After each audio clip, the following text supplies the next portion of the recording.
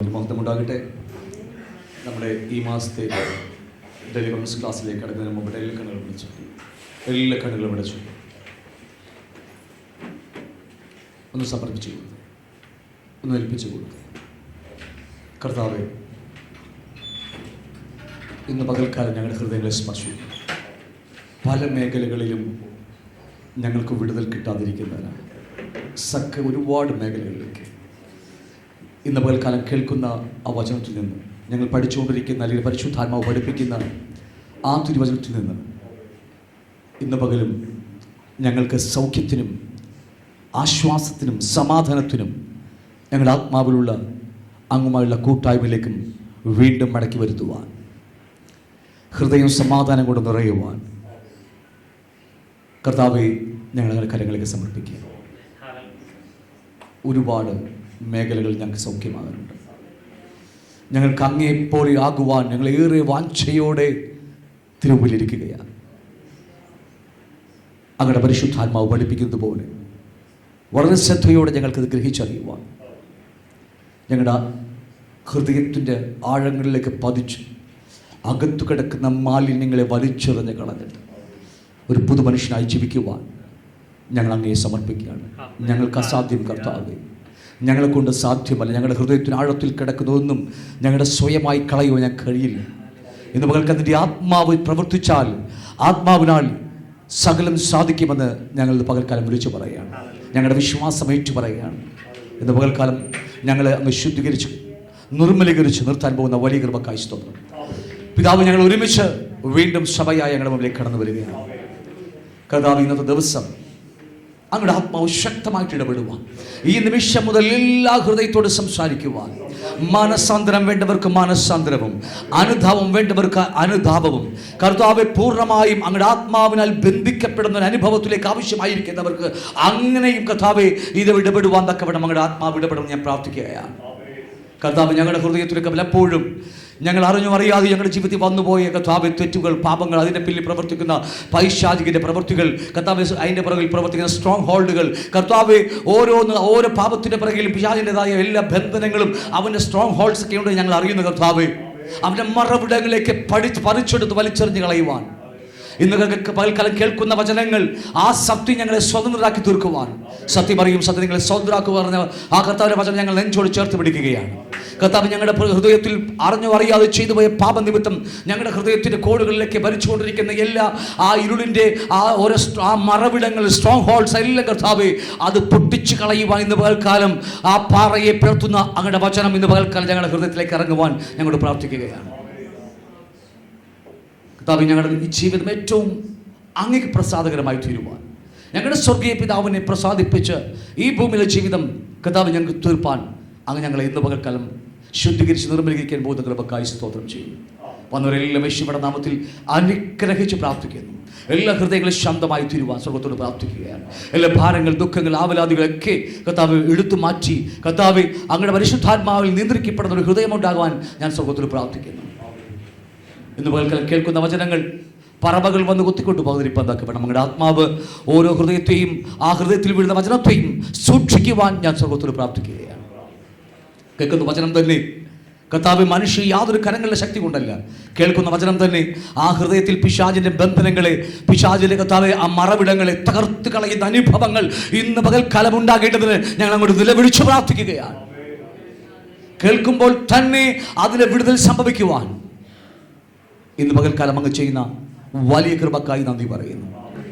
ഞങ്ങൾ അങ്ങനെ കരങ്ങളെ കേൾപ്പിക്കുന്ന യേശുവിന്റെ നാമത്തിൽ തന്നെ. ഹല്ലേലൂയ. ദൈവത്തിന് മഹത്വം ഉണ്ടാകട്ടെ. നമ്മൾ എൻ്റെ ഓർമ്മശരി 4-5 മാസത്തിനുള്ളിലായിരുന്നു, അല്ലേ, 5-6 മാസത്തിനുള്ളിലായിരുന്നു നമ്മൾ ഈ ക്ലാസ് ആരംഭിച്ചിട്ട്. പഠിച്ചത് ഓർമ്മയുണ്ടോ? നമ്മൾ പഠിച്ച ഈ ഡെലിവറൻസ് ക്ലാസ്സിൽ തുടങ്ങിയ ഒരു ടോപ്പിക്ക് തുടങ്ങിയിട്ട് ഇപ്പോൾ ഇത്ര മാസങ്ങളായി, അതിൻ്റെ പകുതി പോലും ആയിട്ടില്ല. എന്ന ടോപ്പിക്ക് അറിയാമോ? എല്ലാ തരത്തിലുമുള്ള പോയില്ലല്ലേ എല്ലാ തരത്തിലുമുള്ള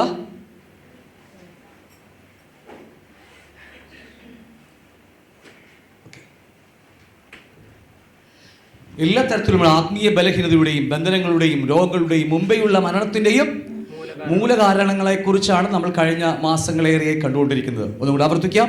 എല്ലാ തരത്തിലുമുള്ള ആത്മീയ ബലഹീനത. ഈ വാക്യം എവിടെയെന്ന് ഓർമ്മയുണ്ടോ നിങ്ങൾക്ക്? എവിടെയാ ഈ വാക്യം? എവിടെയാണ് കിടക്കുന്നത്? ലേഖനം 11-ാം അധ്യായം. എല്ലാ തരത്തിലും അവിടെ പറയുന്നു, നിങ്ങൾ അയോഗ്യമായി കർത്തൃമേശ എടുക്കുമ്പോൾ, നമ്മൾ കർത്താവ് അനുവദിച്ചാൽ അതിലേക്ക് കടന്നു പോകാൻ പോകുന്നത്. അയോഗ്യമായി കർത്തൃമേശ എടുക്കുമ്പോൾ അവിടെ പറയുന്നു, നിങ്ങൾ ബലഹീനന്മാരായി തീരും. ബലഹീനം എന്ന് പറഞ്ഞാൽ ശാരീരിക ബലഹീനത അല്ലത്. നിങ്ങൾ ആദ്യമേ കേൾക്കണേ, മറന്നു പോകരുത്. നമ്മൾ അതിൽ ക്ലാസ് ഒന്നും പോകുന്നില്ല. നമ്മുടെ വിഷയം അവിടെ പറയുന്നത് ആത്മീയ ബലഹീനതയാണ്. ഹല്ലേലൂയ. അതിനുശേഷമാണ് പതിയെ പാപത്തിൽ തുടരുമ്പോൾ പതിയെ നമ്മുടെ ഹൃദയം ബന്ധിക്കപ്പെടാം, പിശാചിനാൽ ബന്ധിക്കപ്പെടും. പാപത്തിൻ്റെ പിന്നിൽ ആരുണ്ട്? പിശാചിൻ്റെ ആ പാപത്തിൻ്റെതായ പിശാചുക്കളുണ്ട്. ഇപ്പോൾ ഇവിടെ ഈ ലോകത്തിലെ ഓരോ കാറ്റഗറിക്ക്, ഇപ്പോൾ SI ഓരോ സ്റ്റേജുകൾ പൊസിഷൻ ഉള്ളതുപോലെ തന്നെ ആത്മമണ്ഡലത്തിലും പൈശാചി ലോകത്തിലും അതിൻ്റെതായ ദുരാത്മാക്കളുണ്ട്. കോപത്തിൻ്റെ ദുരാത്മാക്കൾ, അല്ലേ? ലൈംഗിക ദുരാത്മാക്കൾ, പദവിയുടെ ധനമോഹത്തിൽ ദുരാത്മാക്കൾ, എല്ലാത്തിനും ഓരോരോ ഗ്രേഡുകൾ ഈ ആകാശമണ്ഡലങ്ങളിൽ ഇപ്പോൾ ആത്മമണ്ഡലിൽ വാണുകൊണ്ടിരിക്കുന്നുണ്ട് പൈശാചി ലോകത്തിൽ, അല്ലേ? അപ്പോൾ ഞാൻ പറഞ്ഞു വന്ന കാര്യങ്ങൾ, അവിടെ ഏത് പാപത്തിൽ നാം തുടരുന്നുവോ, മാനസാന്തരപ്പെടാതെ തുടരുന്നുവോ അതിൻ്റെ ബന്ധനത്തിലേക്ക് നാം കടക്കാനിടയുണ്ട്. കാരണം അതിൻ്റെതായ ദുരാത്മാക്കൾ, കേൾക്കണം, അതിൻ്റെ പിശാചുക്കൾ നമ്മളെ ബന്ധിച്ച് ഒരു സമയപരിധി കഴിയുന്നത് വരെ കർത്താവ് നമ്മെ സൂക്ഷിക്കും. പക്ഷേ മാനസാന്തരപ്പെടുന്നില്ലെങ്കിൽ പിശാച് നമ്മളെ ബന്ധിക്കുവാനിടയുണ്ട്. മനസ്സിലാവുന്നുണ്ടോ? തിന്മക്കല്ല, നന്മക്ക് വേണ്ടിയുള്ളത്. ഹല്ലേലൂയ. എത്രമാത്രം പലപ്പോഴും നമ്മൾ വിചാരിക്കും നമ്മുടെ ശക്തി കൊണ്ടൊക്കെ പാപത്തെ ജയിക്കാതെ, ഒരിക്കലുമില്ല. പലപ്പോഴും ദൈവം പിശാചിനാൽ പലപ്പോഴും പിശാചിന്റെ കരങ്ങളിലേക്ക് പാപനിമിത്തം നമ്മൾ തന്നെ അടിയപ്പെട്ടു പോകുമ്പോൾ അതിൽ നിന്ന് ഒരിക്കലും പുറത്തു വരാൻ കഴിയാതെ നമ്മൾ നിലവിളിക്കുമ്പോൾ ആ നിലവിളി ദൈവസ്ഥലത്ത് എത്തിച്ചേരും. കാരണം നമ്മളെ കൊണ്ടാകില്ല. അപ്പോൾ ഞാൻ പറഞ്ഞ കാര്യം, ഒന്നാമത് നമ്മൾ ചെയ്ത ഏത് പാവമാകട്ടെ, എന്തുമാകട്ടെ, പിന്നീട് പഠിക്കാൻ അതിനെക്കുറിച്ചൊക്കെ അത് നമ്മെ ആത്മീയ ബലഹീനന്മാരായി തീർക്കും. കൊരിന്ത്യർ വാക്ക് ആത്മീയ ബലഹീനന്മാർ. 2, ആ പാപത്തിൽ തുടരുമ്പോൾ ദൈവം നമ്മെ കൈവിടുമ്പോൾ നമ്മൾ പൈശാചിക ബന്ധനങ്ങളിലേക്ക് പോകുമെന്നും മറന്നു പോകരുത്. ക്ലിയറാണല്ലോ? അപ്പോൾ നമുക്ക് തോന്നിയേക്കാം, ഇത് ദൈവത്തിൻ്റെ മന്ദിരമല്ലേ, ദൈവം വസിക്കുന്നില്ലേ, ഇദ്ദേഹത്ത് പിശാചികൾക്ക് അവകാശമുണ്ടോ എന്ന് നമുക്ക് ചോദ്യം വന്നേക്കാം. തീർച്ചയായും നമ്മുടെ ദേഹി വിശാലമായി കിടക്കുന്ന ദേഹിയാണ്. നമ്മുടെ ഇൻ്റർനെറ്റ് പോലെ വിശാലമാണ് നമ്മുടെ ഹൃദയം. ഞാൻ പറഞ്ഞത് മനസ്സിലാവുന്നുണ്ടോ? അത്രയും വിശാലമാണ്. അവിടെ ദൈവം നമ്മൾ പാപം ചെയ്ത് കഴിഞ്ഞാൽ, ഒരു വ്യക്തി, ഒരു വീണ്ടും ജനിച്ച ദൈവപൈതൽ പാപം ചെയ്ത് കഴിഞ്ഞാൽ നമ്മുടെ ഹൃദയത്തിനകത്ത് ദൈവത്തിന് വസിക്കാൻ കഴിയത്തില്ല. കാരണം പാപത്തോട് ദൈവത്തിന് കൂട്ടായ്മയില്ല. മറന്നു പോകരുത്, തത്വം മറന്നു പോകരുത്. പിന്നീട് എടുക്കുക അതിനെക്കുറിച്ച് ക്ലാസ്. ദൈവം നമ്മളെക്കുറിച്ച് ആഗ്രഹിക്കുന്നത് ആത്മാവിൽ വീണ്ടും ജനിച്ച ശേഷം, നമ്മളെ വീണ്ടും ജനിപ്പിച്ച ശേഷം ദൈവത്തിന് നമ്മുടെ ഹൃദയത്തിൽ വന്ന് വസിക്കാനാണ്. ഒരു മനുഷ്യനാരാന്നറിയാമോ നിങ്ങൾക്ക്? ജീവനുള്ള ദേഹി. മറന്നു പോകരുത്, ദേഹിയാണ് ഒരു മനുഷ്യൻ, ആത്മാവല്ല. ഇന്ന് അനേകരും ആത്മാവെന്ന് വിശ്വസിക്കുന്നവരാ. ഒരിക്കലും അല്ല. വചനം ബൈബിൾ ക്ലാസ് വരുന്നവർക്കറിയാം, ഒരു മനുഷ്യൻ ദേഹിയാവുന്ന സോൾ, സകലവിധമായ ഹൃദയവും മനസ്സും ഇച്ഛകളും വികാരങ്ങളൊക്കെ അടങ്ങിക്കിടക്കുന്ന ഒരു മനുഷ്യൻ്റെ പേരാണ് ദേഹി എന്ന് പറയുന്നത്, അല്ലേ? അപ്പോൾ ദൈവം ആഗ്രഹിക്കുന്നത് ആ മനുഷ്യനെ നമ്മൾ മാറ്റി നിർത്തിയിട്ട് അവിടുത്തെ ദൈവത്തെ വസിക്കുവാൻ നമ്മൾ ഏൽപ്പിച്ചു കൊടുക്കുക എന്നുള്ളതാണ് ദൈവം ആഗ്രഹിക്കുന്നത്. അതാണ് ദൈവരാജ്യം എന്ന് പറയുന്നത്. അത് സ്ഥാപിക്കാൻ വേണ്ടി ദൈവം ഭൂമിയിലേക്ക് വന്നത്. മറന്നു പോകരുത്. ഞാൻ അല്പമായി ഒരു വാക്കി പറഞ്ഞത് മാത്രമേ ഉള്ളൂ. അപ്പോൾ ദൈവം അതിനായി ആദ്യം നമ്മൾ ചെയ്തത് നമ്മുടെ ആത്മാവിനെ വീണ്ടും ജനിപ്പിച്ചു. ആത്മാവിൽ കർത്താവ് വന്നു കഴിഞ്ഞു, ശരി തന്നെയാണ്. പക്ഷേ വീണ്ടും നമ്മൾ ദൈവത്തോട് നടക്കാൻ തുടങ്ങുമ്പോൾ നമ്മുടെ ഹൃദയത്തിനകത്തേക്ക് പരിശുദ്ധാത്മാവ് ഇറങ്ങി വരികയാണ്. അല്ലെങ്കിൽ കർത്താവ് യേശു രാജാവായി നമ്മുടെ ഹൃദയങ്ങളിൽ വാഴുവാൻ തുടങ്ങുകയാണ്. പക്ഷേ ജീവിതയാത്രയിൽ ഒരു പാപത്തിൽ നമ്മൾ വീണ്ടും തുടരുമ്പോൾ, അല്ലേ, നിങ്ങൾ ജഡത്തെ അനുസരിച്ച് ജീവിച്ചാൽ, പ്രസന്റ് കണ്ടിന്യൂസ് ടെൻസ്, അല്ലേ, ഒരു തുടർമാനമായി ജീവിക്കുമ്പോൾ കർത്താവ് പരിശുദ്ധാത്മാവ്, വിശുദ്ധിയുടെ ആത്മാവ് നമ്മുടെ ഹൃദയത്തിൽ നിന്ന് പിൻവലിഞ്ഞിട്ട് നമ്മുടെ ആത്മാവിലേക്ക് ഇറങ്ങിപ്പോകും. പക്ഷെ നമ്മളിൽ നിന്ന് പോയോ? നമ്മളിൽ നിന്ന് പോയിട്ടില്ല. രക്ഷയ്ക്ക് അവിടെ തന്നെ ഉണ്ട്, പക്ഷെ ഒന്നും പോയിട്ടില്ല. പക്ഷേ ദൈവാത്മാവ് അല്ലെങ്കിൽ കർത്താവ് നമ്മുടെ ഹൃദയത്തിൽ നിന്ന് പാപം എവിടെ തുടങ്ങുന്നത്? ഹൃദയത്തിനകത്ത പാപം, ചില മനസ്സിലും ഹൃദയത്തിലെ പാപത്തിൻ്റെ ആരംഭം. ചിന്തകളൊക്കെ ഹൃദയത്തിൻ്റെ ഭാഗങ്ങളെല്ലാം, ഒരു സോളിൻ്റെ ഭാഗം, മനുഷ്യനായ ദേഹിയുടെ ഭാഗമാണതെല്ലാം. അപ്പോൾ അതുകൊണ്ട് മറന്നു പോകരുത്, പാപം ചെയ്ത് കഴിയുമ്പോൾ പതിയെ ദൈവാത്മാവ് നമ്മുടെ ആത്മാവിലേക്ക് പിൻവലിയും.